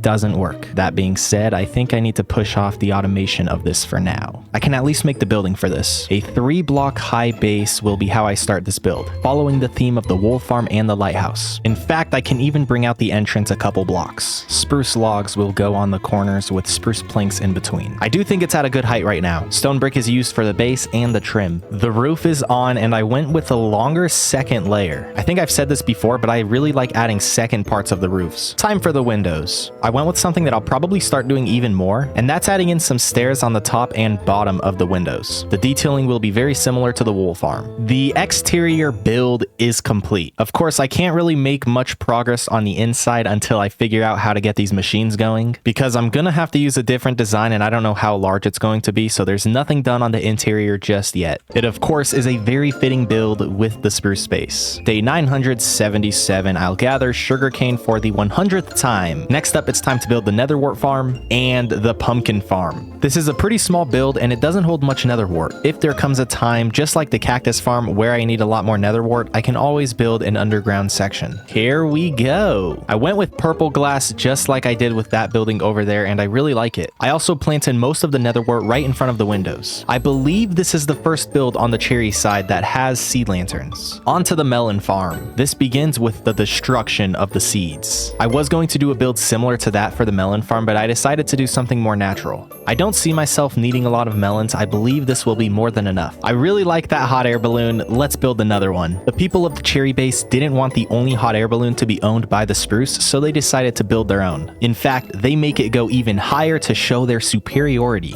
On day 983, the cherry base has their own hot air balloon. The campfire they have is a soul campfire, unlike the regular one over there, and as of now, there is nothing on the interior. This is just them saying whatever the spruce can do, we can do better. And because I wanted to build another one. With only 16 days left before the massive 1000 mark, I don't have enough time to start any new big projects. What I can do is polish up our base. There's plenty of little parts that I've left unfinished while building this, like the interior of the windmill. Not much will be done with the dam as I'm still unsure how to continue. This is one of those spots where being able to sprint swim would be very useful. Why, Bedrock? Why? How could I ever forget to continue the wall? I feel like this empty patch of land really stands out when I look at the base from a distance. To fill this space, I think I'll go with something like a cabin. I must first cover this lava. Hopefully I don't forget and dig up this grass at some point and fall in. I went really heavy with the logs and I really like how it came out. There's not too much going on. I used some other blocks to kind of break up just the spruce wood. And on the inside, we have quite a lot of chests. Maybe some flower pots can go in here. And there's also a chance I can make an extension for a fireplace. Speaking of unfinished, I completely forgot to add to these two walls. A long time ago, I said I wanted sea lanterns in this hall, and I can finally do so. Something else I can do is make sure that every single building in this world has a bed in it. I'm doing this just so it's easy for me to sleep at any place in my base. Maybe not every building can have a bed, as there's really no space in here, and I'm sure I have a couple other builds like that one that I don't want a bed in. I believe a small-ish boat will fit pretty nicely right around here. Siler Plays VG made a suggestion that I like. I won't be getting to it now, but I do believe I'll come back to this. The ship I'm building at this moment will be a smaller scout ship. I've never really made a boat before, so I did look up a picture and was trying to learn a layout while of course just building this how I wanted. Day 999, the scout ship is finished. I think I might have to expand the sails just a bit. They might be too small compared to the rest of the boat. Whoever is steering this ship, good luck getting home. And in the captain's quarters, we have the bed, a treasure map, and we have the pirate's booty with my first ever totem of undying. Don't go anywhere. I want to see you on day 1000. Before that, I will make the sails all 1 block taller. Just like that, I have now survived 1000 days in Minecraft Bedrock Edition. It's my first time ever getting this far into a world, and I'm super happy with the progress we've made. Every boss has been defeated, and I think we have a great base going. The start of this series was the start of my channel, and we're nearly at 75,000 subscribers. Thank you all so much. I hope you enjoyed this full Minecraft movie. Really quick before I leave, the first 600 days in this world were recorded on PlayStation 5, and these last 400 have been recorded on Windows 10. In the bottom right, there's like a little mic icon and something else, and that's just because I'm using screen cap right now instead of game cap. That way you can see my mouse. And I'm showing you this to prove that through these 1000 days, I have never activated cheats on this world. I can click that, and then yeah, it gives me this option, which only pops up if you haven't activated cheats. Not that there's really anything in this world that seems like I've activated cheats. I just like the option in Bedrock Edition to show that you've never activated it. So yeah, I guess I can leave. Yeah.